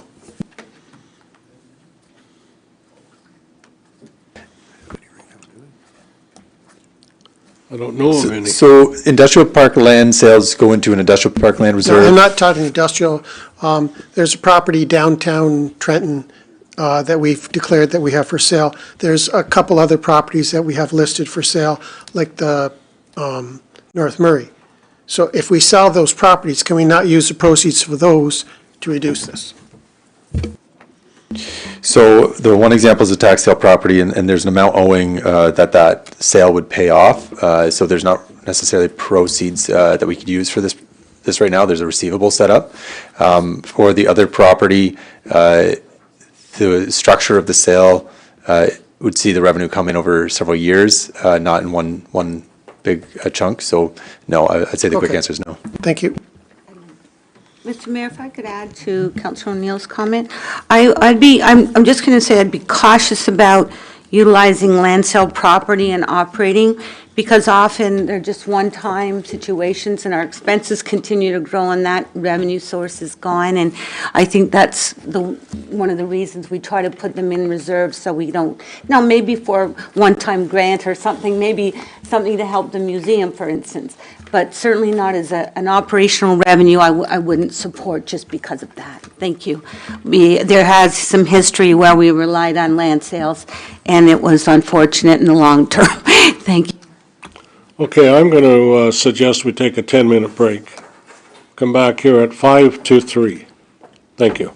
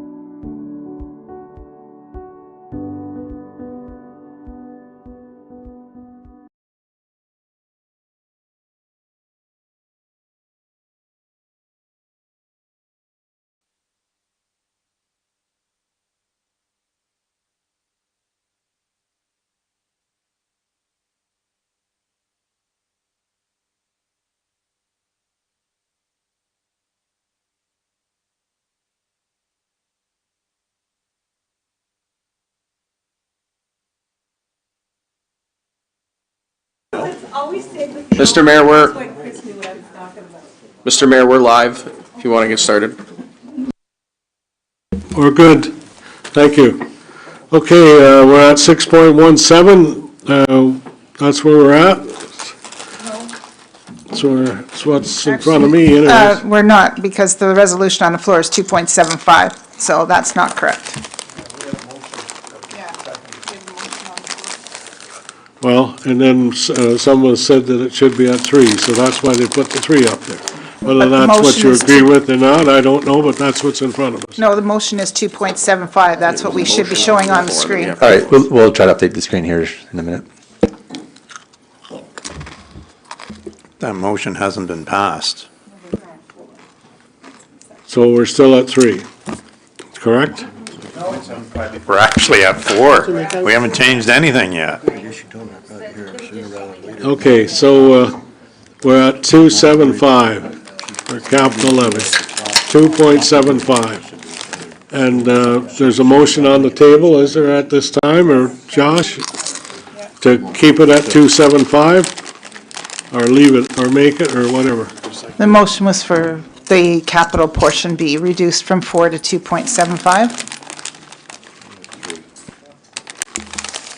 Okay, so, all right, so I guess that's the motion on the table right now. Yes, Councilor Katsoulis. May we hear what staff discussed before we Sure. discuss further with it amongst ourselves? Yeah, comments, CO, go ahead. Thank you, Worship. So senior staff did talk a little bit about the operating budget, and I had a chance to look at our winter control budget this year so far. What's come to light a little bit is that I think I can find about $150,000 in savings out of that budget based on what we spent to date so far. What concerns me, though, I'll be perfectly honest with you, is going forward, is that that $450,000 we have in the winter stabilization fund right now might have to get depleted in future years based on what happens and the severities of winter storms. But at this point in time, it looks like we're going to be trending under budget in that winter control budget right now, and I'd be prepared to reduce that sand salt budget by $150,000. So, Your Worship, in addition, staff did talk about that capital levy at 2.75 versus 3%, and from our perspective, we would certainly recommend to all of you at 3%. That gets you to a residential tax increase of 5.98%. And I will also point out that reducing that capital levy from 4% to 3% means on taking an additional $785,000 in debt with the projects that we have planned right now and forecasted in front of council. So we're not winning. Councilor Sharp. Thank you, Mr. Mayor, and I very much appreciate that comment and review and help. And I wanted to ask Director Denouden, with regard to sometimes we have a year-end surplus and sometimes we don't, but can you anticipate what it might be? And my secondary part of the question is, I know we put that back in capital, generally, if there is anything, is my understanding. And giving council, or CAO, or acting CAO, Mr. Angelo, comment, we may be closer to depleting the snowplow if it doesn't trend as expected. Could we take a portion of that year-end and allocate it into the snowplow reserve, just to share that, if that could be of any assistance? Because I do appreciate, we don't want to deplete that reserve completely when we get a snowstorm every day. Thank you. Yeah, through your worship, there are a few contingency areas. Winter control is one of those areas where if that area is under budget at the end of the year, we can put some money into reserves. It does look like that's trending under, as Dr. Angelo says. So if we can put a bit more into the reserves, that'll help with that contingency if we do end up in a bad year. This is similar to the insurance area where if we have low claims, we put that money back into reserves. I don't know if this, I guess going back to the first question, which is overall, it's still a bit early. We will come back to council with our year-end results. If there are surpluses beyond these areas where we see discrepancies, then we can make the motion at that time where, and actually our reserve policy outlines how those funds should be allocated. But right now, there are several areas under, several areas over, and so I don't see, it's too soon to give you a really good answer.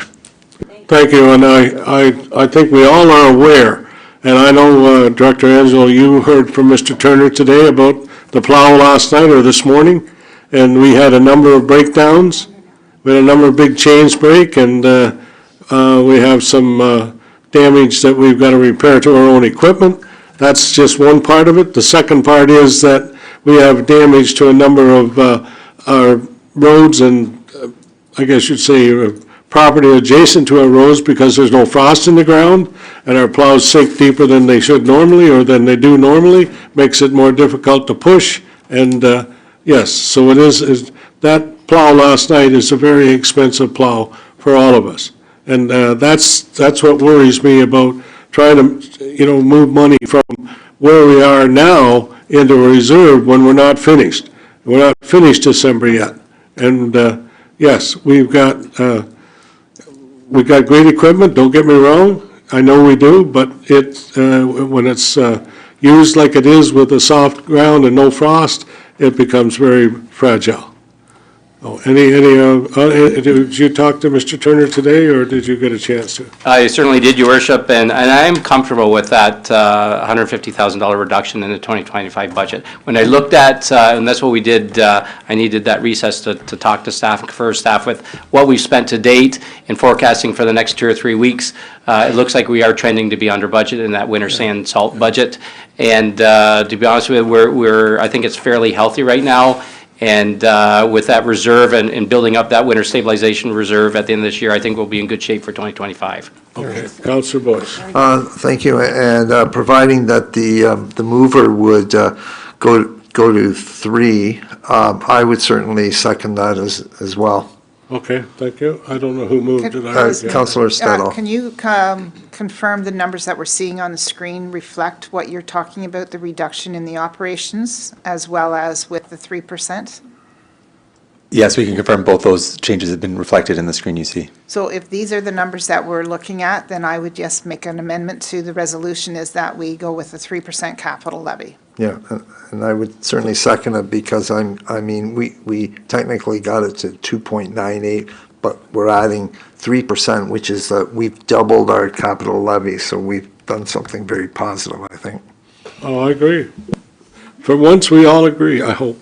Councillor Carr. And I would just further, I won't say happy to support this. I think as comments have been made, this is an unfortunate year, unfortunate circumstances, but to staff's credit, with taking out the capital and the fleet portion, if that was an issue that we weren't dealing with, 0.93 and 0.73, 1.66, that's remarkable, frankly, half of inflation. So I think everyone deserves a lot of credit for that. I just want to point that out again. Okay, anything else? Can I just say all in favor and? Okay, carried, thank you very much. Councillor Reid. No, I was just late putting my hand up. Sorry. I agree totally. Thank you, I'm glad to hear it. Councillor Freeman, anything from you? No, you're good, okay, all right. All right, so now, what's our next move? Where are we? I believe the next staff report would be the capital budget to finalize here. So there's both the capital and then the fleet, for both current and future year approval. So if there's any changes to capital, please let us know. Otherwise, we'll approve the capital budget as presented. Okay. Sorry, I thought there was a motion some time ago in regards to the removal of the sound system. And then yesterday I had a conversation about at least trying to find a corporate sponsor to cover that. So I would put a motion on the floor that the sound system at the arena, if it's going to go forward, that a corporate sponsorship to pay for it be sought before it gets updated. I thought, I didn't think we're going back to taking things. Just ask for a second.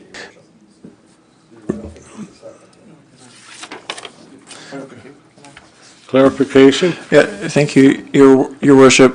So are you saying, Councillor Stedall, is the proposal just that corporate sponsorship be sought, and failing that it's just included in capital? Is that? No, I would say that it be deferred to the next year.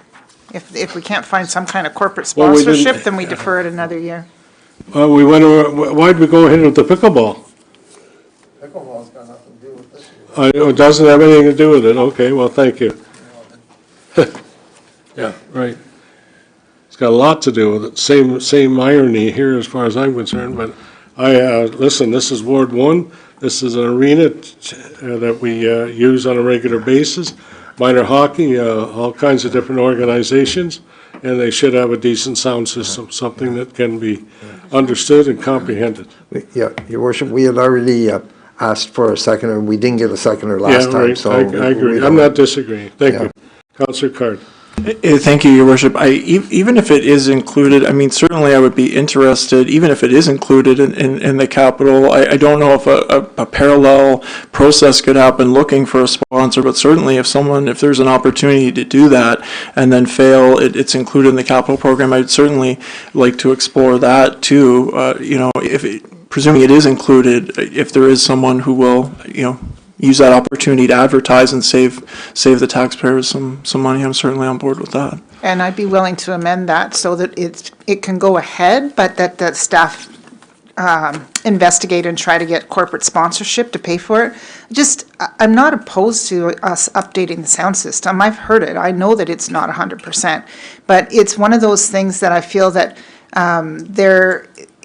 there's enough people, there's lots of other things that are more important, exactly what Councillor Quinte said, and a lot of people don't use it, so if we can look for some alternative financing besides the tax rate or the capital reserve fund or debt, then I think we should be looking at those alternatives first.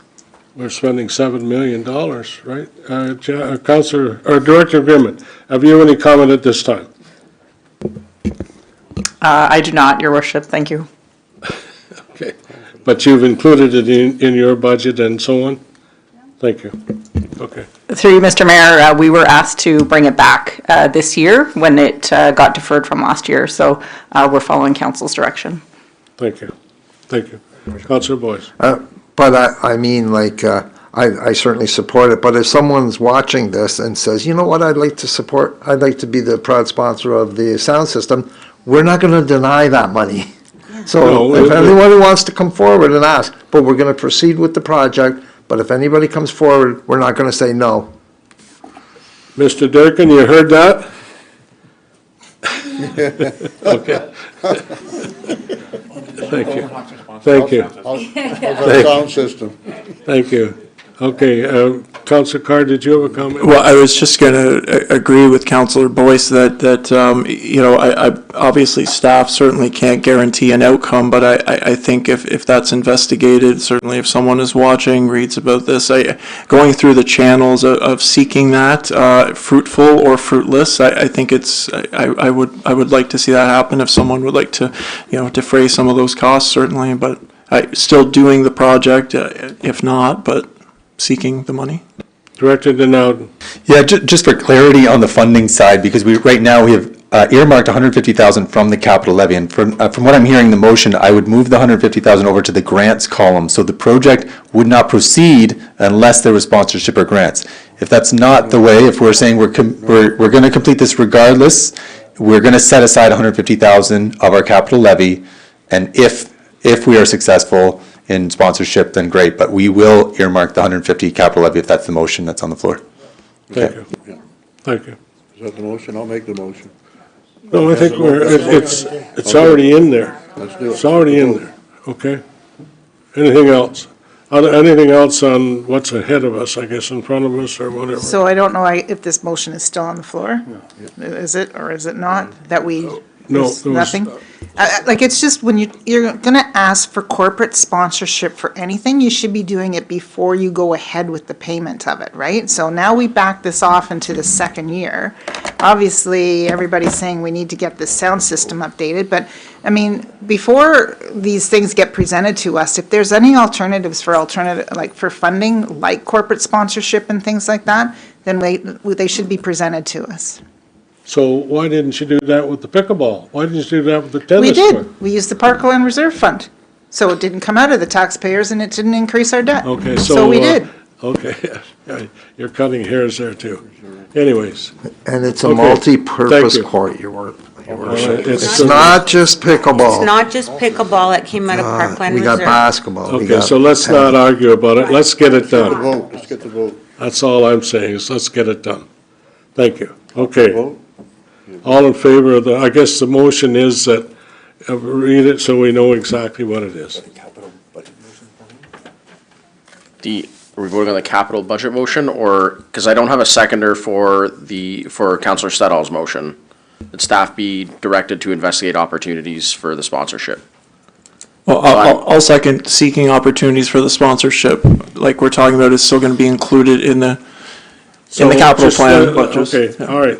So let's be clear then. So we expect Director Grimman and her staff, or Director Grimman specifically, to go out and raise money for the sound system. Is that what we're expecting her to do?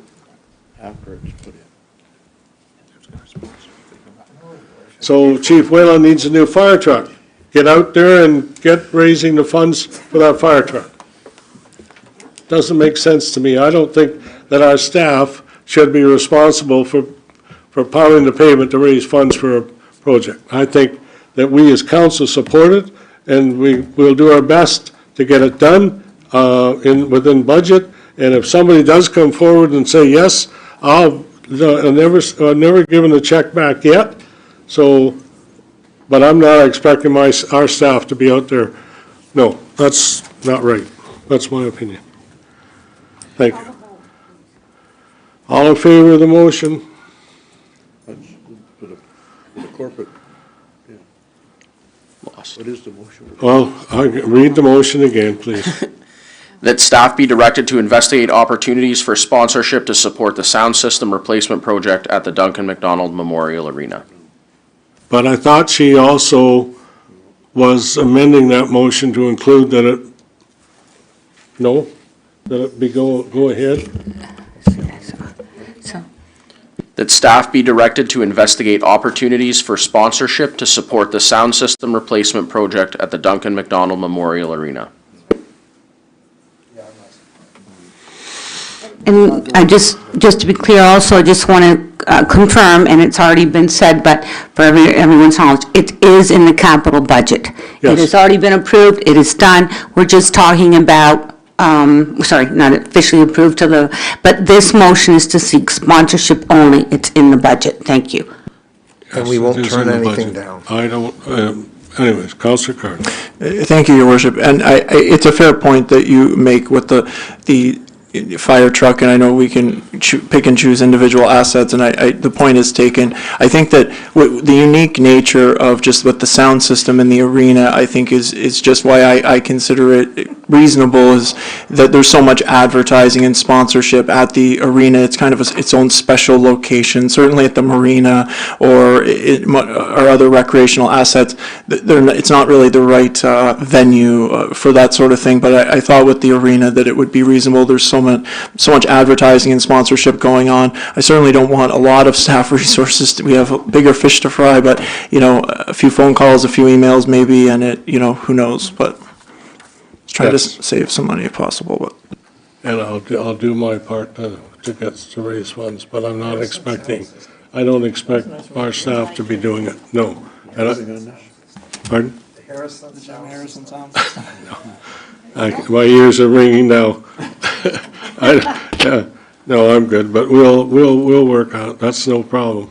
But I want to get it done. Counselor, I'm losing this time. See, all in favor of the motion? 2, motion's defeated, thank you. Okay, and anything else from over here? Your Worship, just so the capital list is in front of you, if council wants to approve that now, now's the opportune time to do that. Okay. Moved by Councilor McHugh. Need a seconder for the capital. Seconder, Councilor Card. Okay. Comments or questions? Who's on first? All in favor? I guess that's where we're at. Carried. Thank you. Okay. What's on next? Where are you going next? The next budget for council to deliberate on is the fleet budget, the capital fleet budget, your worship, Okay. for 25 and 26. Is that under C? That's under D. D, sorry, okay. Capital's budget is as presented for 39,688, right? You got 36,399. So the new figure is Can they put it up there? 36,399, 3,639,000. Correct. The second line there, and the council approves the 2025 City of Quinte West fleet budget as reapproval for $3,639,000, as you can see on your screen. And I'll add the third line as well, that council approves the Quinte West capital fleet budget as pre-approval for 2026 in the amount of $3,165,000. Okay. Councillor O'Neill. I'd like to make the motion with the provision that staff investigate fleet usage to see if there's any opportunities to reduce the size of the fleet. Before you do that, can I ask CL Angelo to comment on what you were doing with the fleet evaluation? I think you had mentioned that. Yes, thank you, Your Worship. As I mentioned earlier yesterday, with the vehicle tracking systems that we have in place now with the GPS systems, et cetera, we're able to pull that data together. So we had planned on maybe looking some of that in 2024, but staffing resources, there are other priorities. So we'll attempt to get this report done in 2025 before the 2026 budget presentation, for sure. Okay. Okay. Thank you very much. I'll second. Seconded by Councillor McHugh. Comments or questions? All in favor? Carried. Thank you. Okay. Keep going. What else do you need? So E is the Quinte West water and wastewater budget. The resolution would be that council approves the 2025 City of Quinte West water operating budget in the amount of $11,146,050 as presented. The council approves the 25 wastewater operating budget in the amount of $12,969,750 as presented. And further, that council approves the water and wastewater capital budget as presented for $31,786,000 in 2025 capital projects, as well as reapproval of the 2025 to 2026 capital fleet purchases of $1,210,000. Okay. Moved by Councillor Kunze, seconded by Councillor Sharp. Any comments or questions? Comments or questions? All in favor? Carried. Thank you. Okay, I think it's 20 after 3, and I'll take a thanks staff for being here with us and listening. And I want to just let you know that Rogers is putting new cables along Miron Road, and they're actually coming in Harrison Road. Mm-hmm. So I'm told. Yeah, cool. There's some fluorescent paint along the side of the road where they're going with the cable, which I'm completely shocked but pleasantly surprised. We're not done. That's good news, but Mr. Mayor, we've got some items still to receive on the agenda. I know, it's just another 2 items, but I'd make the motion to receive the printed correspondence and non-printed. Thank you. Seconded by Councillor Stedall. Any comments or questions? All in favor? Carried. Notice of the motion now, Your Worship? Yes. Any notice of motion? Thank you. Closed. Anything else? New or other business? Any other business? Your Worship, if I just take 1 second to appreciate my staff here who've been with us the last 2 days doing all the work behind the scenes and all the numbers and everything that's gone into the budget book. So I just wanted to thank them for their work. Are they the guys with the cash? So if I ask them for money, they'd give me some? Is that what you're saying? You've trained them the same answer. No money for the mayor, right? Thank you. Well, that's good, because I don't want to go to jail either. So I appreciate the honesty. And Need 2 and 2. Just pick 2 for. we need to. Yeah, sorry. 2 for confirmation and 2 for adjournment, and thank you very much. That was great, 20 after 3, that was good.